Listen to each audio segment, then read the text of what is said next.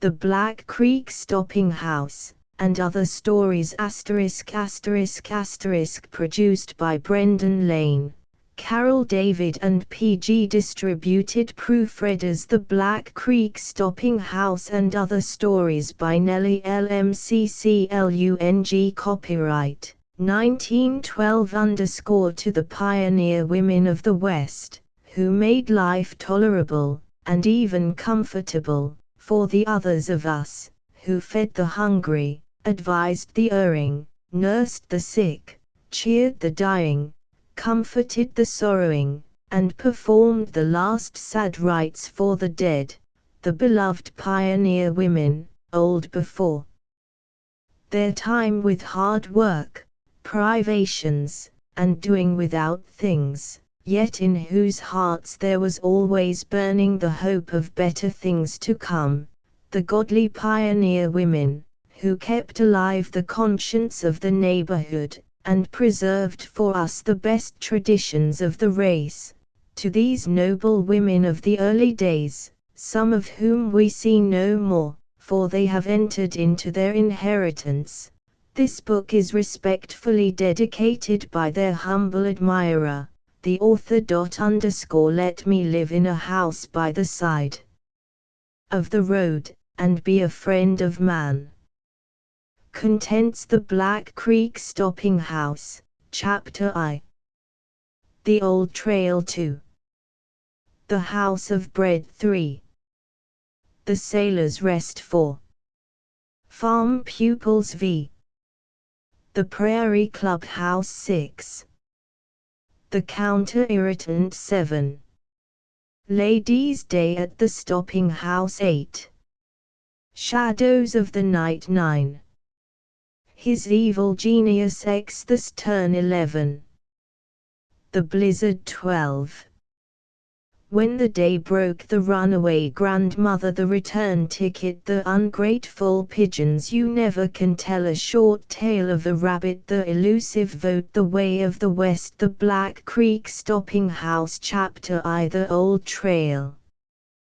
When John Corbett strolled leisurely into the Salvation Army meeting in Old Victoria Hall in Winnipeg that night, so many years ago now, there may have been some who thought he came to disturb the meeting.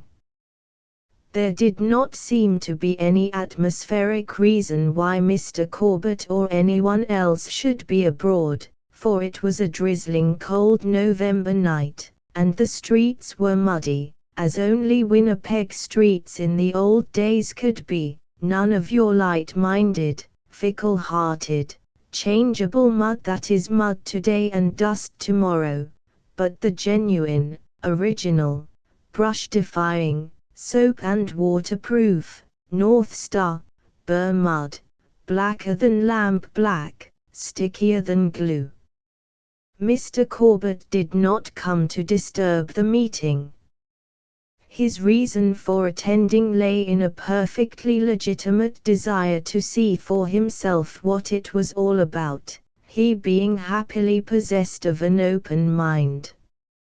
Mr. Corbett would do anything once, and if he liked it he would do it again. In the case of the Salvation Army meeting, he liked it. He liked the music, and the good fellowship, and the swing and the zip of it all. More still, he liked the blue-eyed Irish girl who sold war cries at the door. When he went in he bought one, when he came out he bought all she had left. The next night Mr. Corbett was again at the meeting. On his way in he bought all the war cries the blue-eyed Irish girl had. Every minute he liked her better, and when the meeting was over and an invitation was given to the anxious ones to tarry a while, Mr. Corbett tarried. When the other cases had been dismissed, Mr. Corbett had a long talk with the captain in charge. Mr. Corbett was a gentleman of private means, though he was accustomed to explain his manner of making a livelihood, when questioned by magistrates and other interested persons, by saying he was employed in a livery stable. When further pressed by these insatiably curious people as to what his duties in the livery stable were, he always described his position as that of chambermaid. Here the magistrates and other questioners thought that Mr. Corbett was disposed to be facetious, but he was perfectly sincere, and he had described his work more accurately than they gave him credit for. It might have been more illuminative if he had said that in the livery stable of Pacer and Kelly he did the upstairs work. It was a small but well-appointed room in which Mr. Corbett worked. It had an unobtrusive narrow stairway leading up to it. The only furniture it contained was several chairs and a round table with a well-concealed drawer, which opened with a spring, and held 4 packs and an assorted variety of chips. Its one window was well provided with a heavy blind. Here Mr. Corbett was able to accommodate any or all who felt that they would like to give fortune a chance to be kind to them. The night after Mr. Corbett had attended the Salvation Army meeting, his upstairs room was as dark inside as it always appeared to be on the outside. 2 anxious ones, whose money was troubling them, had to be turned away disappointed. Mr. Corbett had left word downstairs that he was going out. After Mr. Corbett had explained the situation to the Salvation Army captain, the captain took a day to consider. Then Mrs. Murphy, mother of Maggie Murphy who sold War Cries, was consulted. Mrs. Murphy had long been a soldier in the army, and she had seen so many brands plucked from the burning that she was not disposed to discourage Mr. Corbett in his new desire to do difference rent. Soon after this Mr. Corbett, in his own words, pulled his freight from the Brunswick Hotel, where he had been a long, steady boarder, and installed himself in the only vacant room in the Murphy house, having read the black and white card in the parlor window, which proclaimed furnished rooms and table board, and regarding it as a providential opportunity for him to see Maggie Murphy in action. Having watched Maggie Murphy wait on table in the daytime and sell War Cries at night for a week or more, Mr. Corbett decided he liked her methods.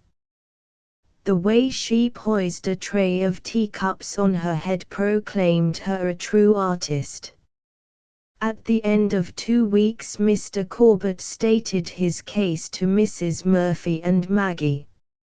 "I've a poor hand," he declared, "but I am willing to play it out if Maggie will sit opposite me and be my partner.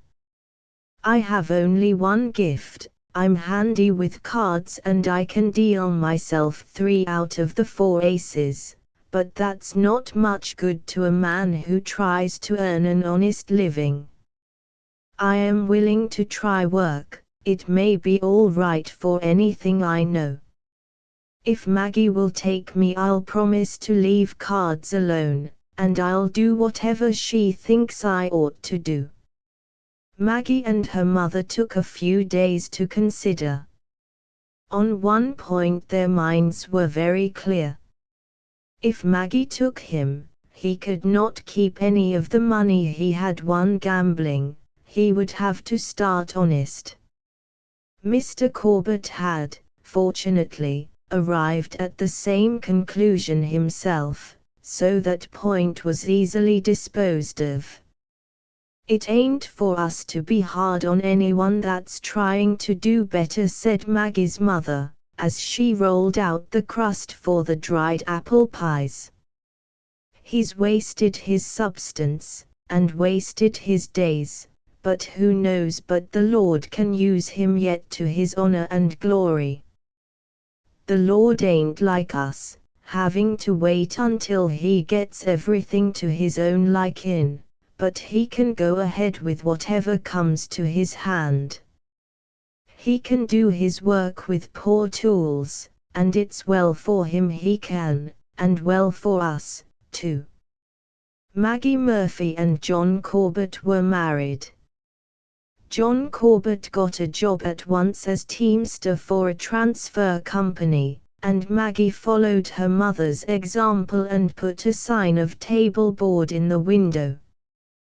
They lived in this way for 10 years, and in spite of the dismal prognostications of friends, John Corbett worked industriously, and did not show any desire to return to his old ways.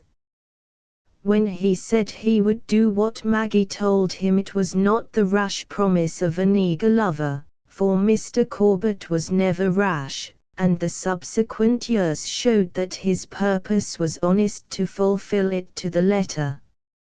Maggie, being many years his junior, could not think of addressing him by his first name, and she felt that it was not seemly to use the prefix, so again she followed her mother's example, and addressed him as her mother did Murphy, Sr., as the. It was in the early 80s that Maggie and John Corbett decided to come farther west. The cry of free land for the asking was coming to many ears, and at Maggie's table it was daily discussed. They sold out the contents of their house, and, purchasing oxen and a covered wagon, they made the long overland journey. On the bank of Black Creek they pitched their tent, and before a week had gone by Maggie Corbett was giving meals to hungry men, cooking bannocks, frying pork, and making coffee on her little sheet iron camp stove, no bigger than a biscuit box.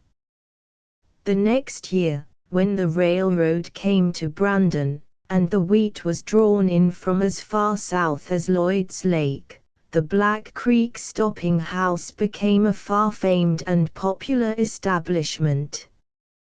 Chapter 2. The House of Bread. Across the level plain which lies between the valley of the Souris and the valley of the Assiniboine there ran, at this time, 3 trails.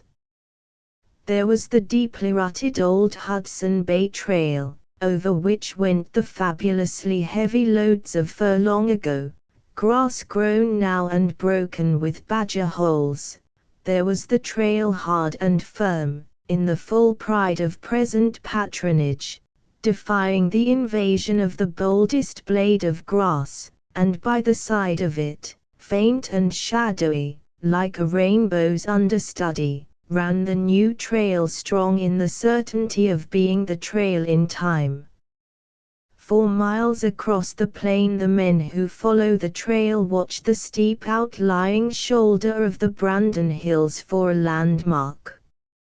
When they leave the Souris Valley the hills are blue with distance and seem to promise wooded slopes, and maybe leaping streams.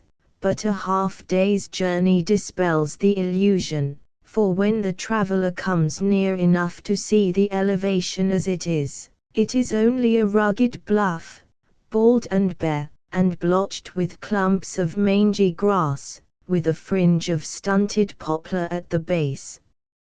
After rounding the shoulder of the hill, the thick line of poplars and elms which fringe the banks of Black Creek comes into view, and many a man and horse have suddenly brightened at the sight, for in the shelter of the trees there stands the Black Creek Stopping House, which is the halfway house on the way to Brandon. Hungry men have smelled the bacon frying when more than a mile away, and it is only the men who follow the trail who know what a heartsome smell that is. The horses, too, tired with the long day, point their ears ahead and step livelier when they see the whitewashed walls gleaming through the trees. The Black Creek Stopping House gave not only food and shelter to the men who teamed the wheat to market, it gave them good fellowship and companionship. In the absence of newspapers, it kept its guests abreast with the times. Events great and small were discussed there with impartial deliberation, and often with surprising results. Actions and events which seemed quite harmless, and even heroic, when discussed along the trail, often changed their complexion entirely when Mrs. Maggie Corbett let in the clear light of conscience on them, for even on the very edge of civilization there are still to be found finger-posts on the way to right living. Mrs. Maggie Corbett was a finger-post, and more, for a finger-post merely points the way with its wooden finger, and then, figuratively, retires from the scene to let you think it over, but Maggie Corbett continued to take an interest in the case until it was decided to her entire satisfaction. Black Creek, on whose wooded bank the Stopping House stands, is a deep black stream which makes its way leisurely across the prairie between steep banks. Here and there throughout its length are little shallow stretches which show a golden braid down the center like any peaceful meadow brook where children may with safety float their little boats. But Black Creek, with its precipitous holes, is no safe companion for any living creature that has not webbed toes or a guardian angel. The banks, which are of a spongy black loam, grow a heavy crop of coarse meadow grass, interspersed in the late summer with the umbrella-like white clusters of water hemlock. About a mile from the Stopping House there stood a strange log structure, the present abode of Reginald and Randolph Bryden, late of H.M. Navy, but now farmers and homesteaders. The house was built in that form of architecture known as a Red River frame, and the corners were finished in the fashion called saddle and notch. Whatever can be done to a house to spoil its appearance had been done to this one. There was a join in each side, which was intended, and a bulge which was accidental, and when the Sailor brothers were unable to make a log lie comfortably beside its neighbor by using the axe, they resorted to long iron spikes, and when these split the logs, as was usually the case, they overcame the difficulty by using ropes. What had brought the Bryden brothers to Manitoba was a matter of conjecture in the Black Creek neighborhood. Some said they probably were not wanted at home, others, with deeper meaning, said they probably were wanted at home, and, indeed, their bushy eyebrows, their fierce black eyes, the knives which they carried in their belts, and their general manner of living, gave some ground to this insinuation. The Bryden brothers did not work with that vigor and zeal which brings success to the farmer. They began late and quit early, with numerous rests in between. They showed a delightfully childlike trust in nature and her methods, for in the springtime, instead of planting their potatoes in the ground the way they saw other people doing it, they sprinkled them around the fireguard, believing that the birds of the air strewed leaves over them, or the rain washed them in, or in some mysterious way they made a bed for themselves in the soil. They bought a cow from one of the neighbors, but before the summer was over brought her back indignantly, declaring that she would give no milk. Randolph declared that he knew she had it, for she had plenty the last time he milked her, and that was several days ago. She should have more now.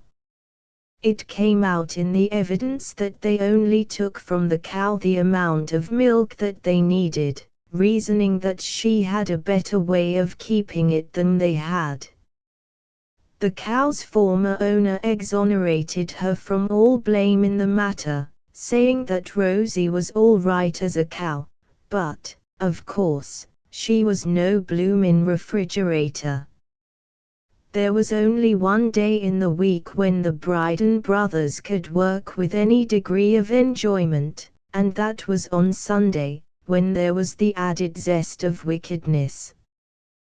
To drive the oxen up and down the field in full view of an astonished and horrified neighborhood seemed to take away in large measure from the beastliness of labor, and then, too, the Sabbath calm of the Black Creek Valley seemed to stimulate their imagination as they discoursed loudly and elaborately on the present and future state of the oxen, consigning them without hope of release to the remotest and hottest corner of Gehenna.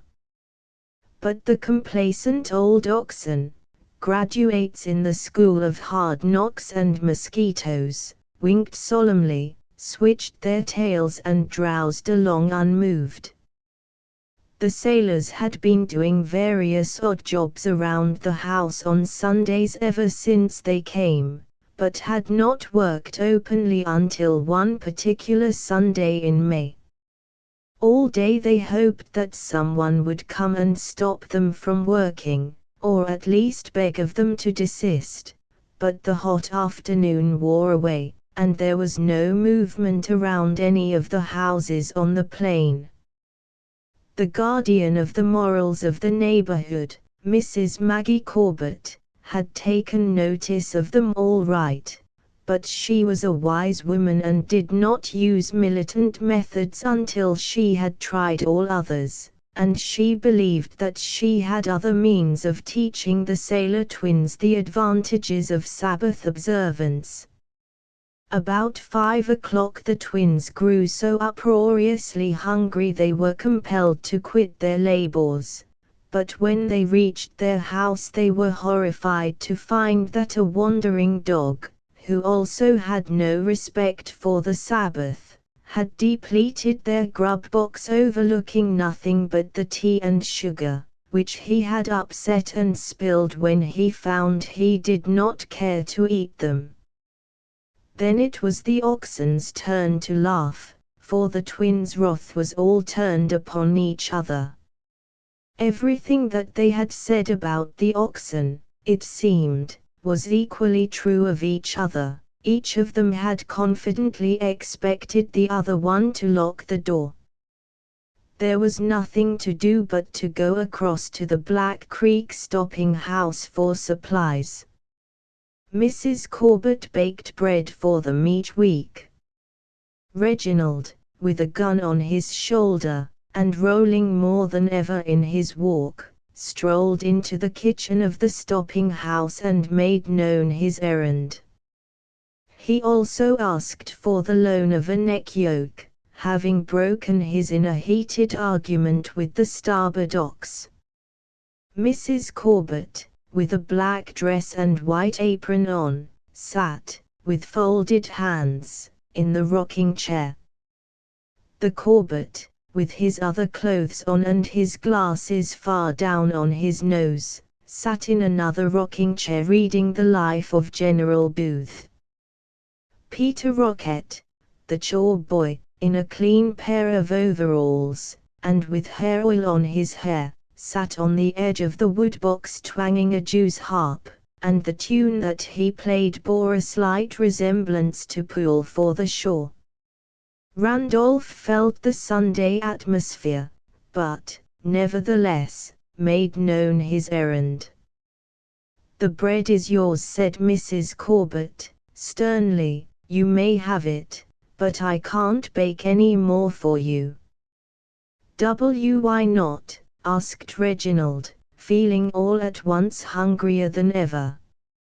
Of course I am not saying you can help it, Mrs. Corbett went on, ignoring his question. I suppose, maybe, you do the best you can. I believe everybody does, if we only knew it, and you haven't had a very good chance either, pirating among the black heathen in the islands of the sea, but the Bible speaks plain, and old Captain Coombs often told us not to be unequally yoked with unbelievers, and I can't encourage Sunday break-in by cooking for them that do it. We weren't break-in, really, we were only backsetting, interposed Reginald, quickly. I don't wish to encourage Sabbath break-in, repeated Mrs. Corbett, raising her voice a little to prevent interruptions, by bake-in for people who do it, or neighboring with people who do it. Of course there are some who say that the amount of work that you and your brother do any day would not break the Sabbath. Here she looked hard at her man, John Corbett, who stirred uneasily. But there is no mistake in your meaning, and besides, Mrs. Corbett went on, we have others besides ourselves to think of. There's the child, indicating the lanky Peter Rocket. The child thus alluded to closed one eye, the one farthest from Mrs. Corbett, for a fraction of a second, and kept on softly teasing the Jew's harp. Now you need not glare at me so fierce, you twin. Mrs. Corbett's voice was still full of Sunday calm. I do not know which one of you are, but anyway what I say applies to you both. Now take that look off your face and stay and eat. I'll send something home to your other one, too. Having delivered her ultimatum on the subject of Sunday work, Mrs. Corbett became quite genial. She heaped Reginald's plate with cold chicken and creamed potatoes, and, mellowed by them and the comfort of her well-appointed table, he was prepared to renounce the devil and all his works if Mrs. Corbett gave the order. Chapter 3. The Sailor's Rest. When Reginald reached home he found his brother in a state of mind bordering on frenzy, but when he shoved the basket which Mrs. Corbett had filled for him toward Randolph with the unnecessary injunction to stow it in his hold, the lion's mouth was effectively closed. When he had finished the last crumb, Reginald told him Mrs. Corbett's decree regarding Sunday work, and found that Randolph was prepared to abstain from all forms of labor on all days in the week if she wished it. That night, after the twins had washed the accumulated stock of dishes, and put patches on their overalls with pieces of canvas and a sail needle, and performed the many little odd jobs which by all accepted rules of ethics belong to Sunday evening's busy work, they sat beside the fire and indulged in great depression of spirits. "She can't live forever," Reginald broke out at last with apparent irrelevance. But there was no irrelevance, his remark was perfectly in order. He was referring to a dear aunt in Bournemouth. This lady, who was possessed of funds, had once told her loving nephews, the twins, that if they would go away and stay away she might do something for them, by and by. She had urged them so strongly to go to Canada that they could not, under the circumstances, do otherwise. Aunt Patience Bryden shared the delusion that is so blissfully prevalent among parents and guardians of wayward youth in England, that to send them to Canada will work a complete reformation, believing that Canada is a good kind wilderness where iced tea is the strongest drink known, and where no more exciting game than drafts is ever played. Aunt Patience, though a frail-looking little white-haired lady, had, it seemed, a wonderful tenacity of life. "She'll slip her cable some day," Reginald declared soothingly. "She can't hold out much longer, you know the last letter said she was failin' fast." "Failin' fast?" Randolph broke in impatiently. "It's us that's failin' fast. And maybe when we've waited and stayed away for she'll go and leave it all to some old cat's home or old hen's roost, or some other beastly charity. I don't trust her, any woman that holds on to life the way she does, with one foot in the grave, and will all made and everything ready." "Well, she can't last always," Reginald declared, holding firmly to this one bit of comfort. The next news they got from Bournemouth was positively alarming. She was getting better. Then the twins lost hope entirely and decided to treat Aunt Patience as one already dead, figuratively speaking, to turn her picture to the wall. "Let her live as long as she likes," Reginald declared, "if she's so jolly keen on it." When they decided to trust no more to the deceitfulness of women, they turned to another quarter for help, for they were, at this time, uncommonly low in funds. It was Randolph who got the idea, one day when he was sitting on the plough handle lighting his pipe. "What's the matter with us getting out Fred for our farm pupil? He's got some money. They say he married a rich man's daughter, and we've got the experience." "He's only a half brother," said Reginald, at last, reflectively. "That don't matter one bit to me," declared Randolph, generously. "I'll treat him just the same as I would you." Reginald shrugged his shoulders eloquently. "What about his missus?" asked Reginald, after a silence. "She can come," Randolph said, magnanimously. "We'll build a piece to the house." The more they talked about it, the more enthusiastic they became. Under the glow of this new project, they felt they could hurl contempt on Aunt Patience and her unnatural hold on life. "I don't know but what I would rather take help from the living than the dead, anyway," Reginald said, virtuously, that night before they went to bed. "They're more apt to ask it back, just the same," objected Randolph. "I was just going to say," Reginald began again, "that I'd just as soon take help from the living as the dead, especially when there ain't no dead." They began at once to write letters to their long-neglected brother Fred, enthusiastically setting forth the charms of this new country. They dwelt on the freedom of the life, the abundance of game, and the view. They made a great deal of the view, and certainly there was nothing to obstruct it, for the prairie lay a dead level for 10 miles north of them, only dotted here and there with little weather-bleached warts of houses like their own, where other optimists were trying to make a dint in the monotony.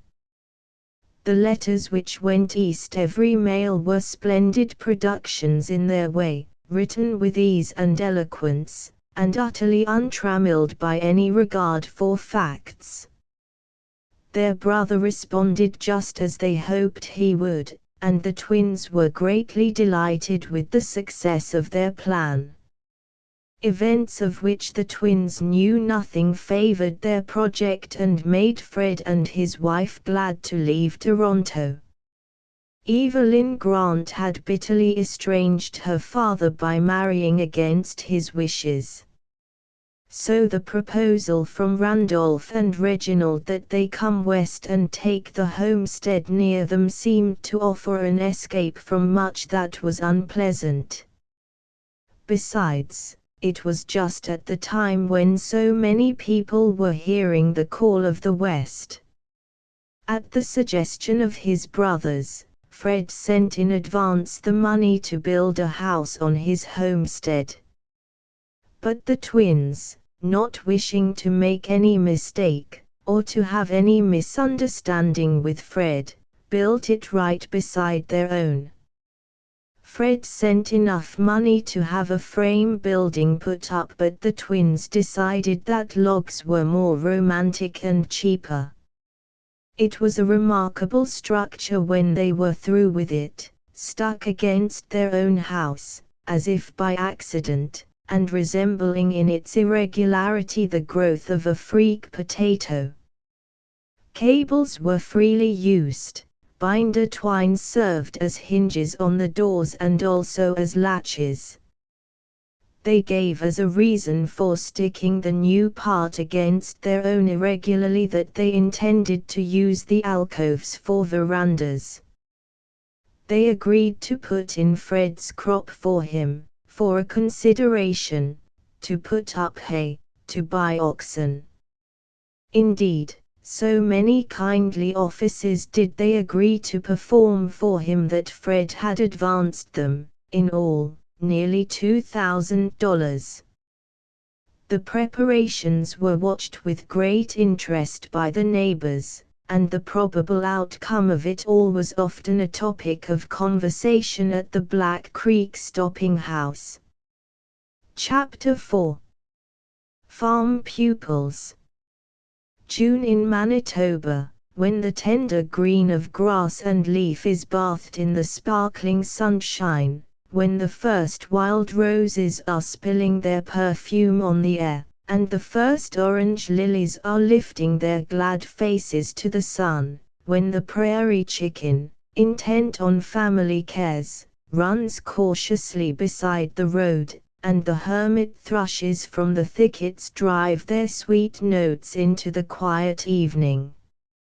It is a time to remember lovingly and with sweet gratitude, a time when the love of the open prairie overtakes us, and binds us fast in golden fetters. There is no hint of the cruel winter that is waiting just around the corner, or of the dull autumn drizzle closer still. There is nothing but peace and warmth and beauty. As the old Cheyenne, the only Siduela on the Assiniboine, churning the muddy water into creamy foam, made its way to the green shore at Curry's Landing, Fred and Evelyn Bryden, standing on the narrow deck, felt the grip of the place and the season. Even the captain's picturesque language, as he directed the activities of the roosters who pulled the boat ashore, seemed less like profanity and more like figure of speech. The twins had made several unfruitful journeys to the landing for their brother and his wife, for they began to go 2 days before the Cheyenne was expected, and had been going twice a day since, all of which had been carefully entered in their account book. Their appearance as they stood on the shore, sneering at the captain's directions to his men from the superior height of their nautical experience, was warlike in the extreme, although they were clothed in the peaceful overalls and smock of the farmer and also had submitted to a haircut at the earnest instigation of Mrs. Corbett, who threatened to cut off all bread-making unless her wishes were complied with. Evelyn, who had never seen her brothers-in-law, looked upon them now in wonder, and she could see their appearance was somewhat of a surprise to Fred, who had not seen them for many years, and who remembered them only as the heroes of his childhood days. They greeted Fred hilariously, but to his wife they spoke timidly, for, brave as they were in facing Spanish pirates, they were timid to the point of flight in the presence of women. As they drove home in the high-boxed wagon, the twins endeavored to keep up the breezy enthusiasm that had characterized their letters. They raved about the freedom of the West, they went into fresh raptures over the view, and almost deranged their respiratory organs in their praises of the air. They breathed in deep breaths of the ambient atmosphere, chewed it up with loud smacks of enjoyment, and then blew it out, snorting like whales.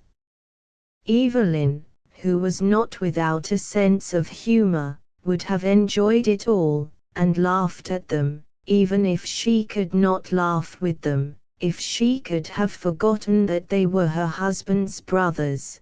But it is very hard to see the humorous in the grotesque behavior of those to whom we are bound by the ties of duty if not affection.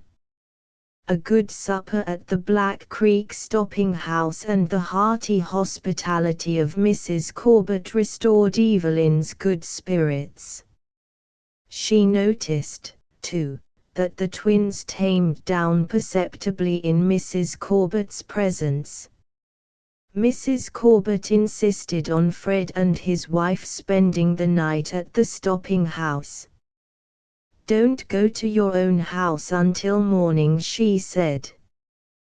"Things look a lot different when the sun is shining, and out here, you see, Mrs. Fred, we have to do without and forget so many things that we bank a lot on the sun. You people who live in cities, you've got gas and big lamps, and I guess it doesn't bother you much whether the sun rises or doesn't rise, or what he does, you're independent, but with us it is different. The sun is the best thing we've got, and we go by him considerable. Providence knows how it is with us, and lets us have lots of the sun, winter and summer." Evelyn gladly consented to stay. Mrs. Corbett, observing Evelyn's soft white hands, decided that she was not accustomed to work, and the wonder of how it would all turn out was heavy upon her kind Irish heart as she said goodbye to her next morning. A big basket of bread and other provisions was put into the wagon at the last minute. "Maybe your stove won't be drawing just right at the first," said Maggie Corbett, apologetically. As she watched Evelyn's hat of red roses fading in the distance, she said softly to herself, "Sure, I do hope it's true that he tempers the wind to the shorn lamb, though there's some that says that ain't in the Bible at all. But it sounds nice and kind anyway, and yon poor lamb needs all the help he can give her. Him and me, we'll have to do the best we can for her." Mrs. Corbett went over to see her new neighbor 2 or 3 days after.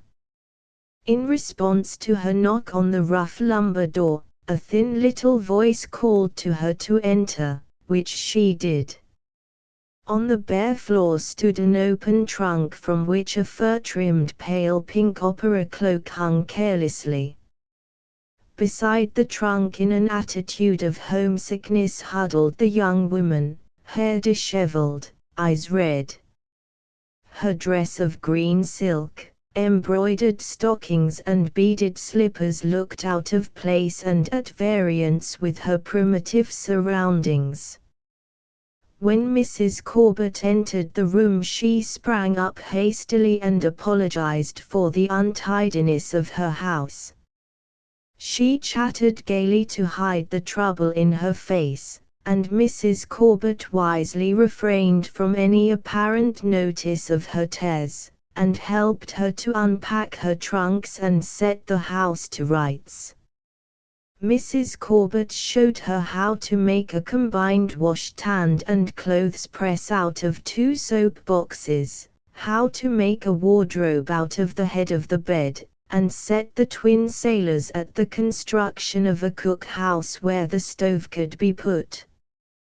When Mrs. Corbett left that afternoon, it was a brighter and more livable dwelling.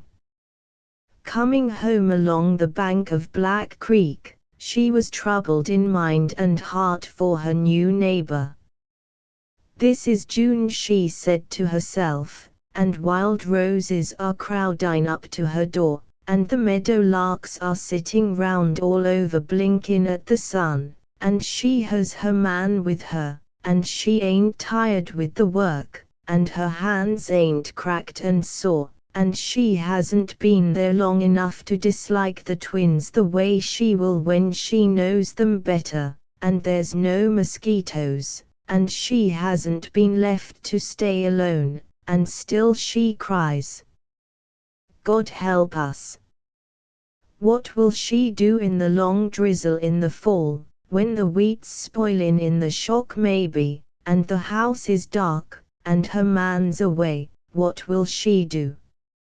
Mrs. Bryden spent many happy hours that summer at the stopping house, and soon Mrs. Corbett knew all the events of her past life. The sympathetic understanding of the Irish woman made it easy for her to tell many things. Her mother had died when she was 10 years old, and since then she had been her father's constant companion until she met Fred Bryden. She could not understand, and so bitterly resented, her father's dislike of Fred, not knowing that his fond old heart was torn with jealousy. She and her father were too much alike to ever arrive at an understanding, for both were proud and quick-tempered and imperious, and so each day the breach grew wider. Just a word, a caress, an assurance from her that she loved him still, that the new love had not driven out the old, would have set his heart at rest, but with the cruel thoughtlessness of youth she could see only one side of the affair, and that her own. At last she ran away and was married to the young man, whom her father had never allowed her to bring to see him, and the proud old man was left alone in his dreary mansion, brooding over what he called the heartlessness of his only child. Mrs. Corbett, with her quick understanding, was sorry for both of them, and at every opportunity endeavored to turn Evelyn's thoughts towards home. Once, at her earnest appeal, after she had got the young woman telling her about how kind her father had been to her when her mother died, Evelyn consented to write him a letter, but when it was finished, with a flash of her old imperious pride, she tore it across and flung the pieces on the floor, then hastily gathered them up and put them in the stove. One half sheet of the letter did not share the fate of the remainder, for Mrs. Corbett intercepted it and hastily hid it in her apron pocket. She might need it, she thought. Chapter V. The Prairie Clubhouse. The tender green of the early summer deepened and ripened into the golden tinge of autumn as over the Black Creek Valley the mantle of harvest was spread. Only a small portion of the valley was under cultivation, for the oldest settler had been in only for 3 years, but it seemed as if every grain sowed had fallen upon good soil and gave promise of the 100-fold. Across John Corbett's 10 acres of wheat and 40 acres of oats the wind ran waves of shadow all day long, and the pride of the landowner thrilled Maggie Corbett's heart over and over again. Not that the lady of the stopping house took the time to stand around and enjoy the sensation, for the busy time was coming on and many travelers were moving about and must be fed. But while she scraped the new potatoes with lightning speed, or shelled the green peas, all of her own garden. Her thoughts were full of that peace and reverent gratitude that comes to those who plant the seed and see it grow. It was a glittering day in early August. A light shower the night before had washed the valley clean of dust, and now the hot harvest sun poured down his ripening rays over the pulsating earth. To the south the Brandon Hills shimmered in a pale grey mirage. Over the trees which sheltered the stopping house a flock of black crows circled in the blue air, croaking and complaining that the harvest was going to be late. On the wire fence that circled the haystack sat a row of red-winged blackbirds like a string of jet beads, patiently waiting for the oats to ripen and indulging in low-spoken but pleasant gossip about all the other birds in the valley. Within doors Mrs. Corbett served dinner to a long line of stoppers. Many of the boys she had not seen since the winter before, and while she worked she discussed neighborhood matters with them, the pleasing sizzle of eggs frying on a hot pan making a running accompaniment to her words. The guests at Mrs. Corbett's table were a typical pioneer group. Homesteaders, speculators, machine men journeying through the country to sell machinery to harvest the grain not yet grown. The farmer has ever been well endowed with hope, and the machine business flourishes. Mrs. Corbett could talk and work at the same time. Her sudden disappearances from the room as she replenished the table merely serving as punctuation marks, and not interfering with the thread of the story at all. When she was compelled by the exigencies of the case to be present in the kitchen, and therefore absent in the dining room, she merely elevated her voice to overcome distance, and dropped no stitch in the conversation. "New neighbor, is it, you are saying, Tom?" "'Deed and I have, and her the purtiest little trick you ever saw, diamond rings on her, and silk skirts, and plumes on her hat, and hair as yellow as gold. When she comes over here I can't be doing my work for looking at her. She was brought up with slathers of money." This came back from the cheek of the dewar, where Mrs. Corbett was emptying the tea leaves from the teapot. "But the old man, ain't been pleased with her since she married this Fred chap. He wouldn't ever look at Fred, nor let him come to the house, and so she ran away with him, and no one could blame her either for that. And now her and the old man don't write at all. Reach me the bread plate in front of you there, Jim, and there's bad blood between them. I can see, though, her and the old man are fond o' one another." "Is her man anything like the twin pirates?" asked Sam Mogi from Oak Creek. "Because if he is I don't blame the old man for being mad about it." Sam was helping himself to another quarter of vinegar pie as he spoke. Mrs. Corbett could not reply for a minute, for she was putting a new bandage on Jimmy McCauley's finger, and she had the needle and thread in her mouth. "Not a bit like them, Sam," she said, as soon as she had the bandage in place, and as she put in quick stitches. "No more like them than day is like night. He's only a half-brother, and a lot younger. He's a different sort altogether from them two murderin' villains that sits in the house all day playing cards. He's a good, smart fellow, and has done a lot of breakin' and cleanin' up since he came.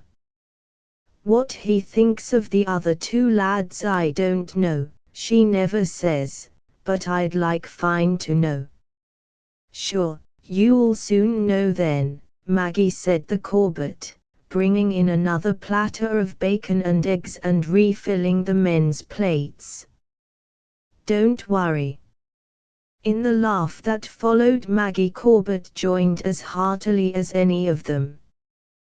"Go 'long with you, she cried. "Sure you're just as anxious as I am to know. We all think a lot of Fred and Mrs. Fred," she went on, bringing in 2 big dishes of potatoes, "and if you could see that poor, precious lamb trying to cook pork and beans with a little wisp of an apron on, all lace and ribbons, and big diamonds on her fingers, you'd be sorry for her, and you'd say, what kind of an old tyrant is the old man down Beyant, and why don't he take her and Fred back? It's not rasslin' round black pots she should be, and she's never been any place all summer only over here, for they've only the oxen, and although she never says anything, I'll bet you she'd like a bit of a drive, or to get out to some kind of a doings, or the like of that." While Mrs. Corbett gaily rattled on, there was one man at her table who apparently took no notice of what she said. He was a different type of man from all the others.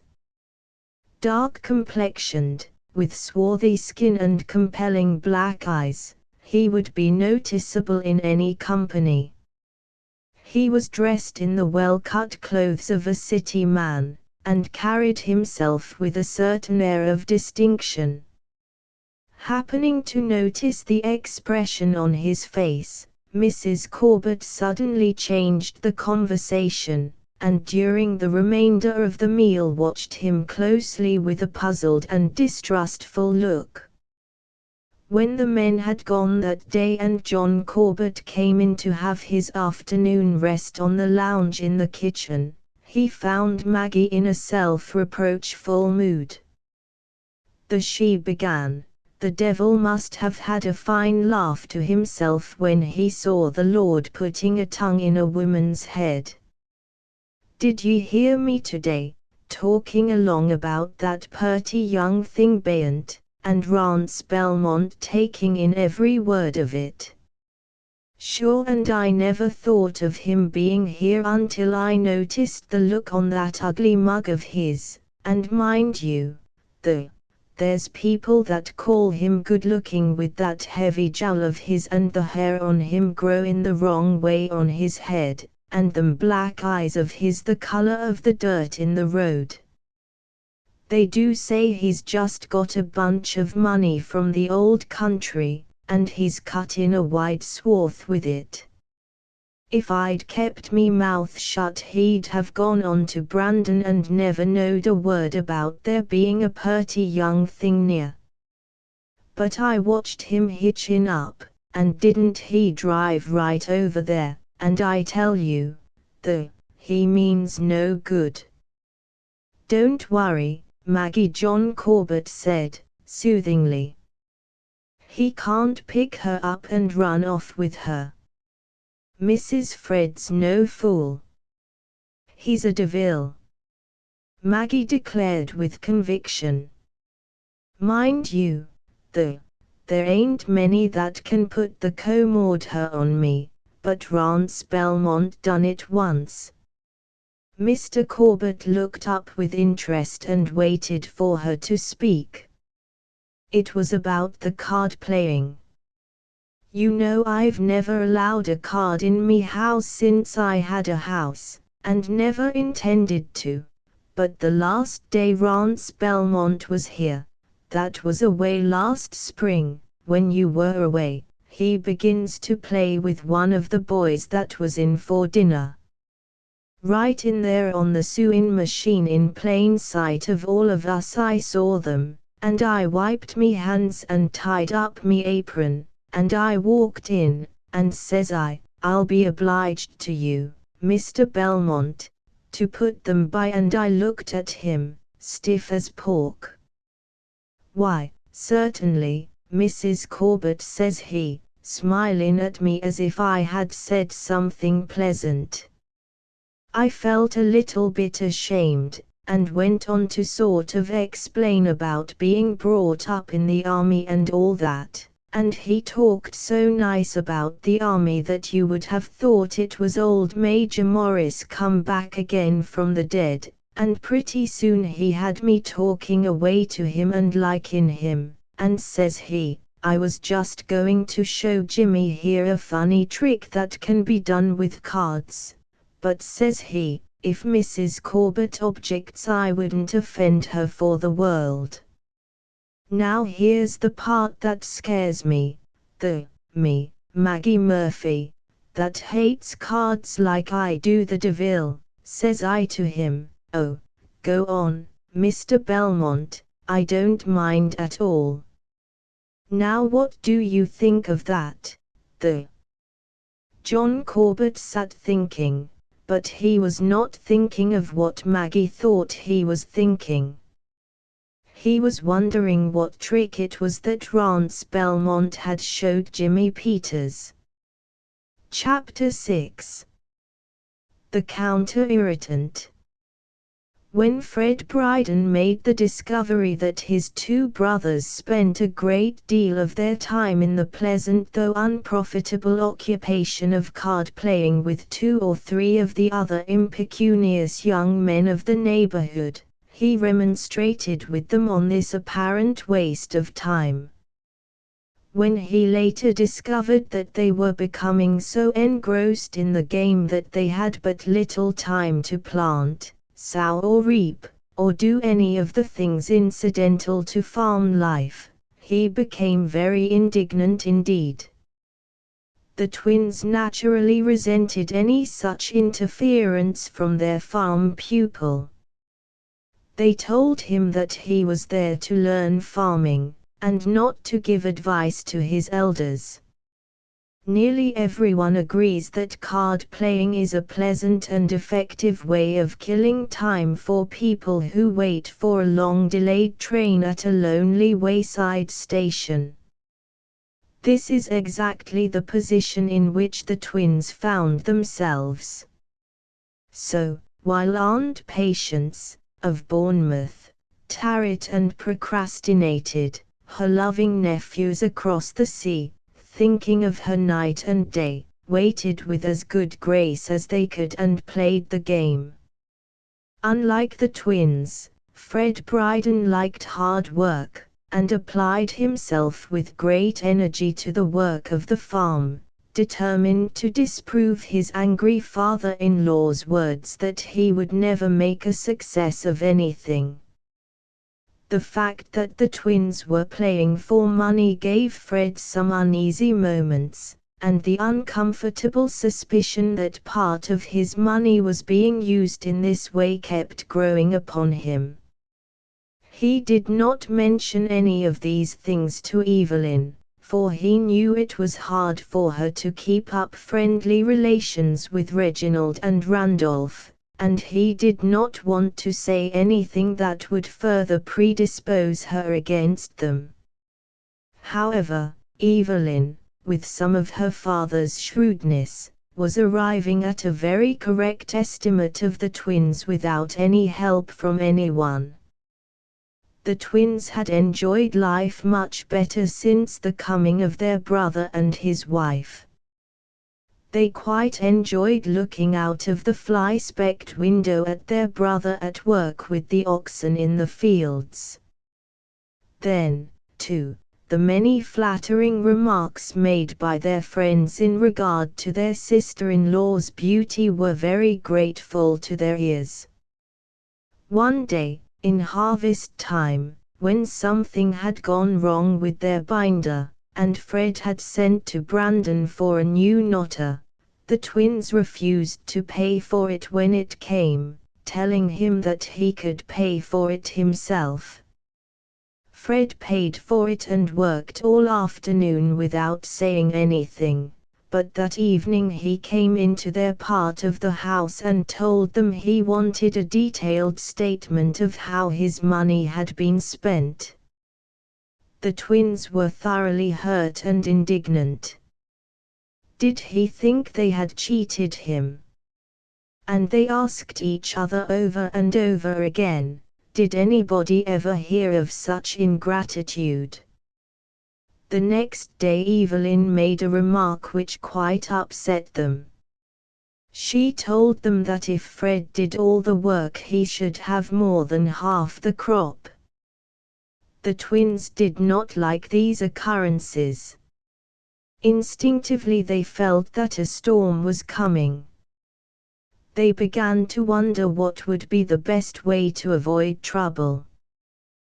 The prairie dwellers have a way of fighting a prairie fire which is very effective. When they see the blue veil of smoke lying close to the horizon, or the dull red glare on the night sky, they immediately start another fire to go out and meet the big fire. Some such thought as this was struggling in the twins' brains the day that Rance Belmont came over from the stopping house, and in his graceful way asked Mrs. Bryden to go driving with him, an invitation which Fred urged her to accept. When the drive was over and Rance came into the twins' apartments, and on their invitation had a game with them and lost, they were suddenly smitten with an idea. They began to see how it might be possible to start another fire. Chapter 7. Ladies' Day at the Stopping House. The glory of the summer paled and faded, the crimson and gold of the harvest days had fled before the cold winds of autumn, and now the trees along the bank of the creek stood leafless and bare, trembling and swaying as if in dread of the long winter that would soon be upon them. The harvest had been cut and gathered in, and now, when the weather was fine, the industrious hum of the threshing machine came on the wind for many miles, and the column of blue smoke which proclaimed the presence of a mill shot up in all directions. At the Black Creek stopping house the real business of the year had begun, for every day heavily loaded wheat wagons wound slowly over the long trail on their way to Brandon, and the stopping house became the foregathering place of all the farmers in the settlement.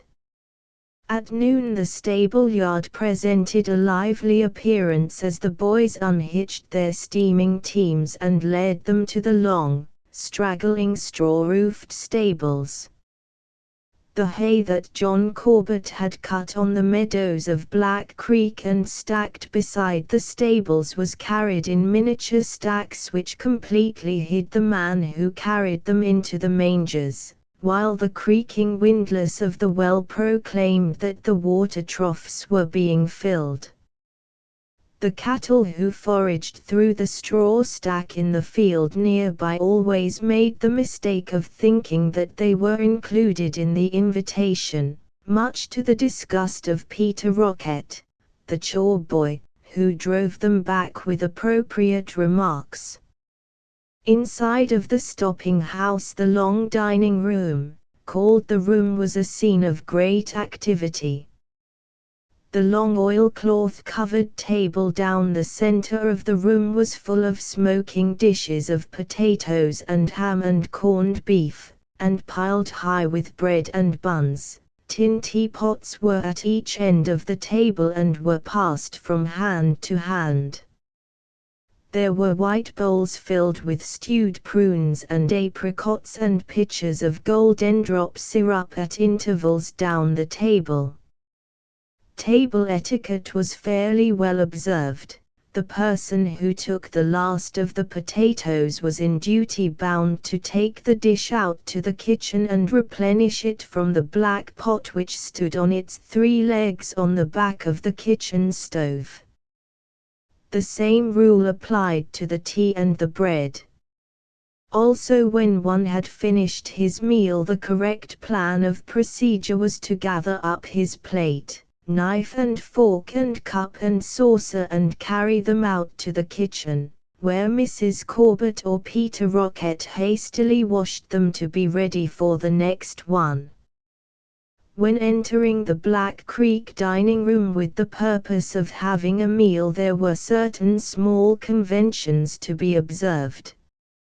If a place was already set, the newcomer could with impunity sit down and proceed with the order of business. If there was no place set, but room for a place to be set, the hungry one came out to the kitchen and selected what implements he needed in the way of plate and knife and proceeded to the vacancy. If there was not a vacant place at the table, the newcomer retired to the window and read the Northern Messenger or the War Cry, which were present in large numbers on the sewing machine. But before leaving the table conversation zone, it was considered perfectly legitimate to call out in a loud voice, "Some eat fast, some eat long, and some eat both ways," or some such bright and felicitous remark. It was a bitter cold day in November, one of those dark, cold days with a searching wind, just before the snow comes. In Mrs. Corbett's kitchen there was an unusual bustle and great excitement, for the women from the Tiger Hills were there, 3 of them on their way to Brandon. Mrs. Corbett said it always made her nervous to cook for women. You can't fool them on a bad pudding by putting on a good sauce, the way you can a man. But Mrs. Corbett admitted it was good to see them anyway. There was Mrs. Berry and her sister, Miss Thornley, and Mrs. Smith. They had ridden 15 miles on a load of wheat, and had yet another 15 to go to reach their destination. In spite of a long, cold and very slow ride, the 3 ladies were in splendid condition, and as soon as they were thawed out enough to talk, and long before their teeth stopped chattering, they began to ask about Mrs. Corbett's neighbor, young Mrs. Bryden, in such a way, that, as Mrs. Corbett afterwards explained to the Corbett, you could tell they had heard something. Our lads saw her over at the Orangemen's ball in Milford, and they said Rance Belmont was with her more than her own man, said Mrs. Berry, as she melted the frost from her eyebrows by holding her face over the stove.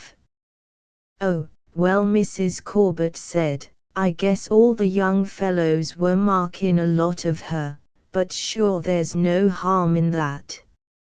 Miss Thornley was too busy examining her feet for possible frostbites to give in her contribution just then, but after she had put her coldest foot in a wash basin of water she said, I don't see how any woman can go the length of her toe with Rance Belmont, but young Mrs. Bryden went to Brandon with him last week, for my sister's husband heard it from somebody that had seen them.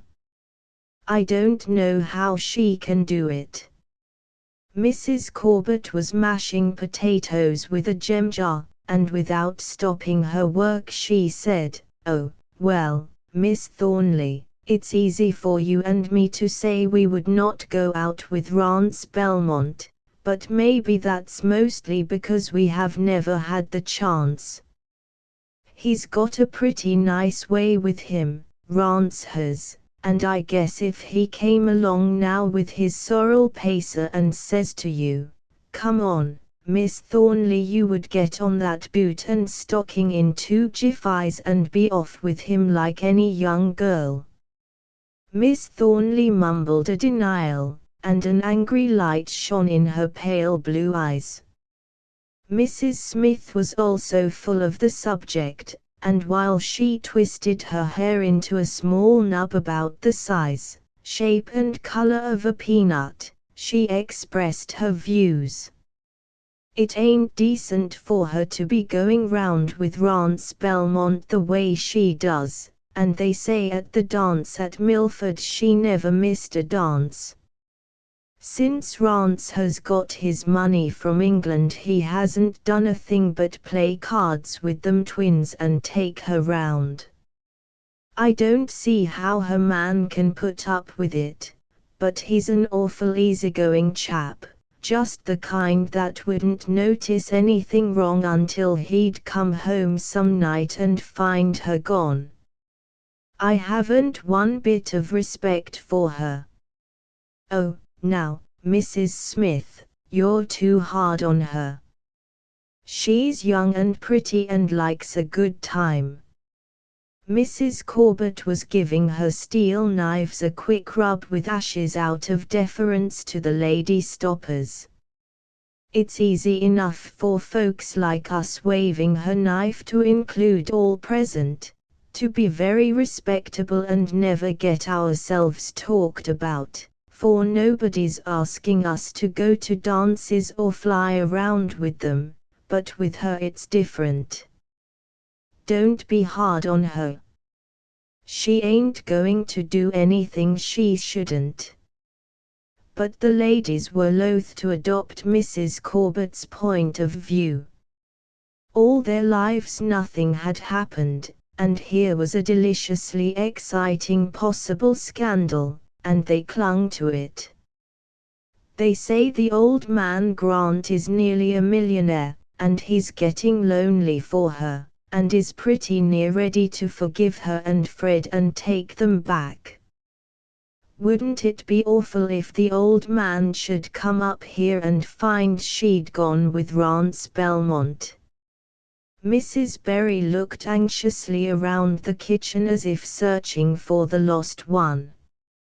Oh, don't worry, declared Mrs. Corbett, she ain't a quitter. She'll stay with her own man, they're happy as ever I saw two people. If she did go, Miss Thornley said, sentimentally, if she did go, do you suppose she'd leave a note pinned on the pincushion?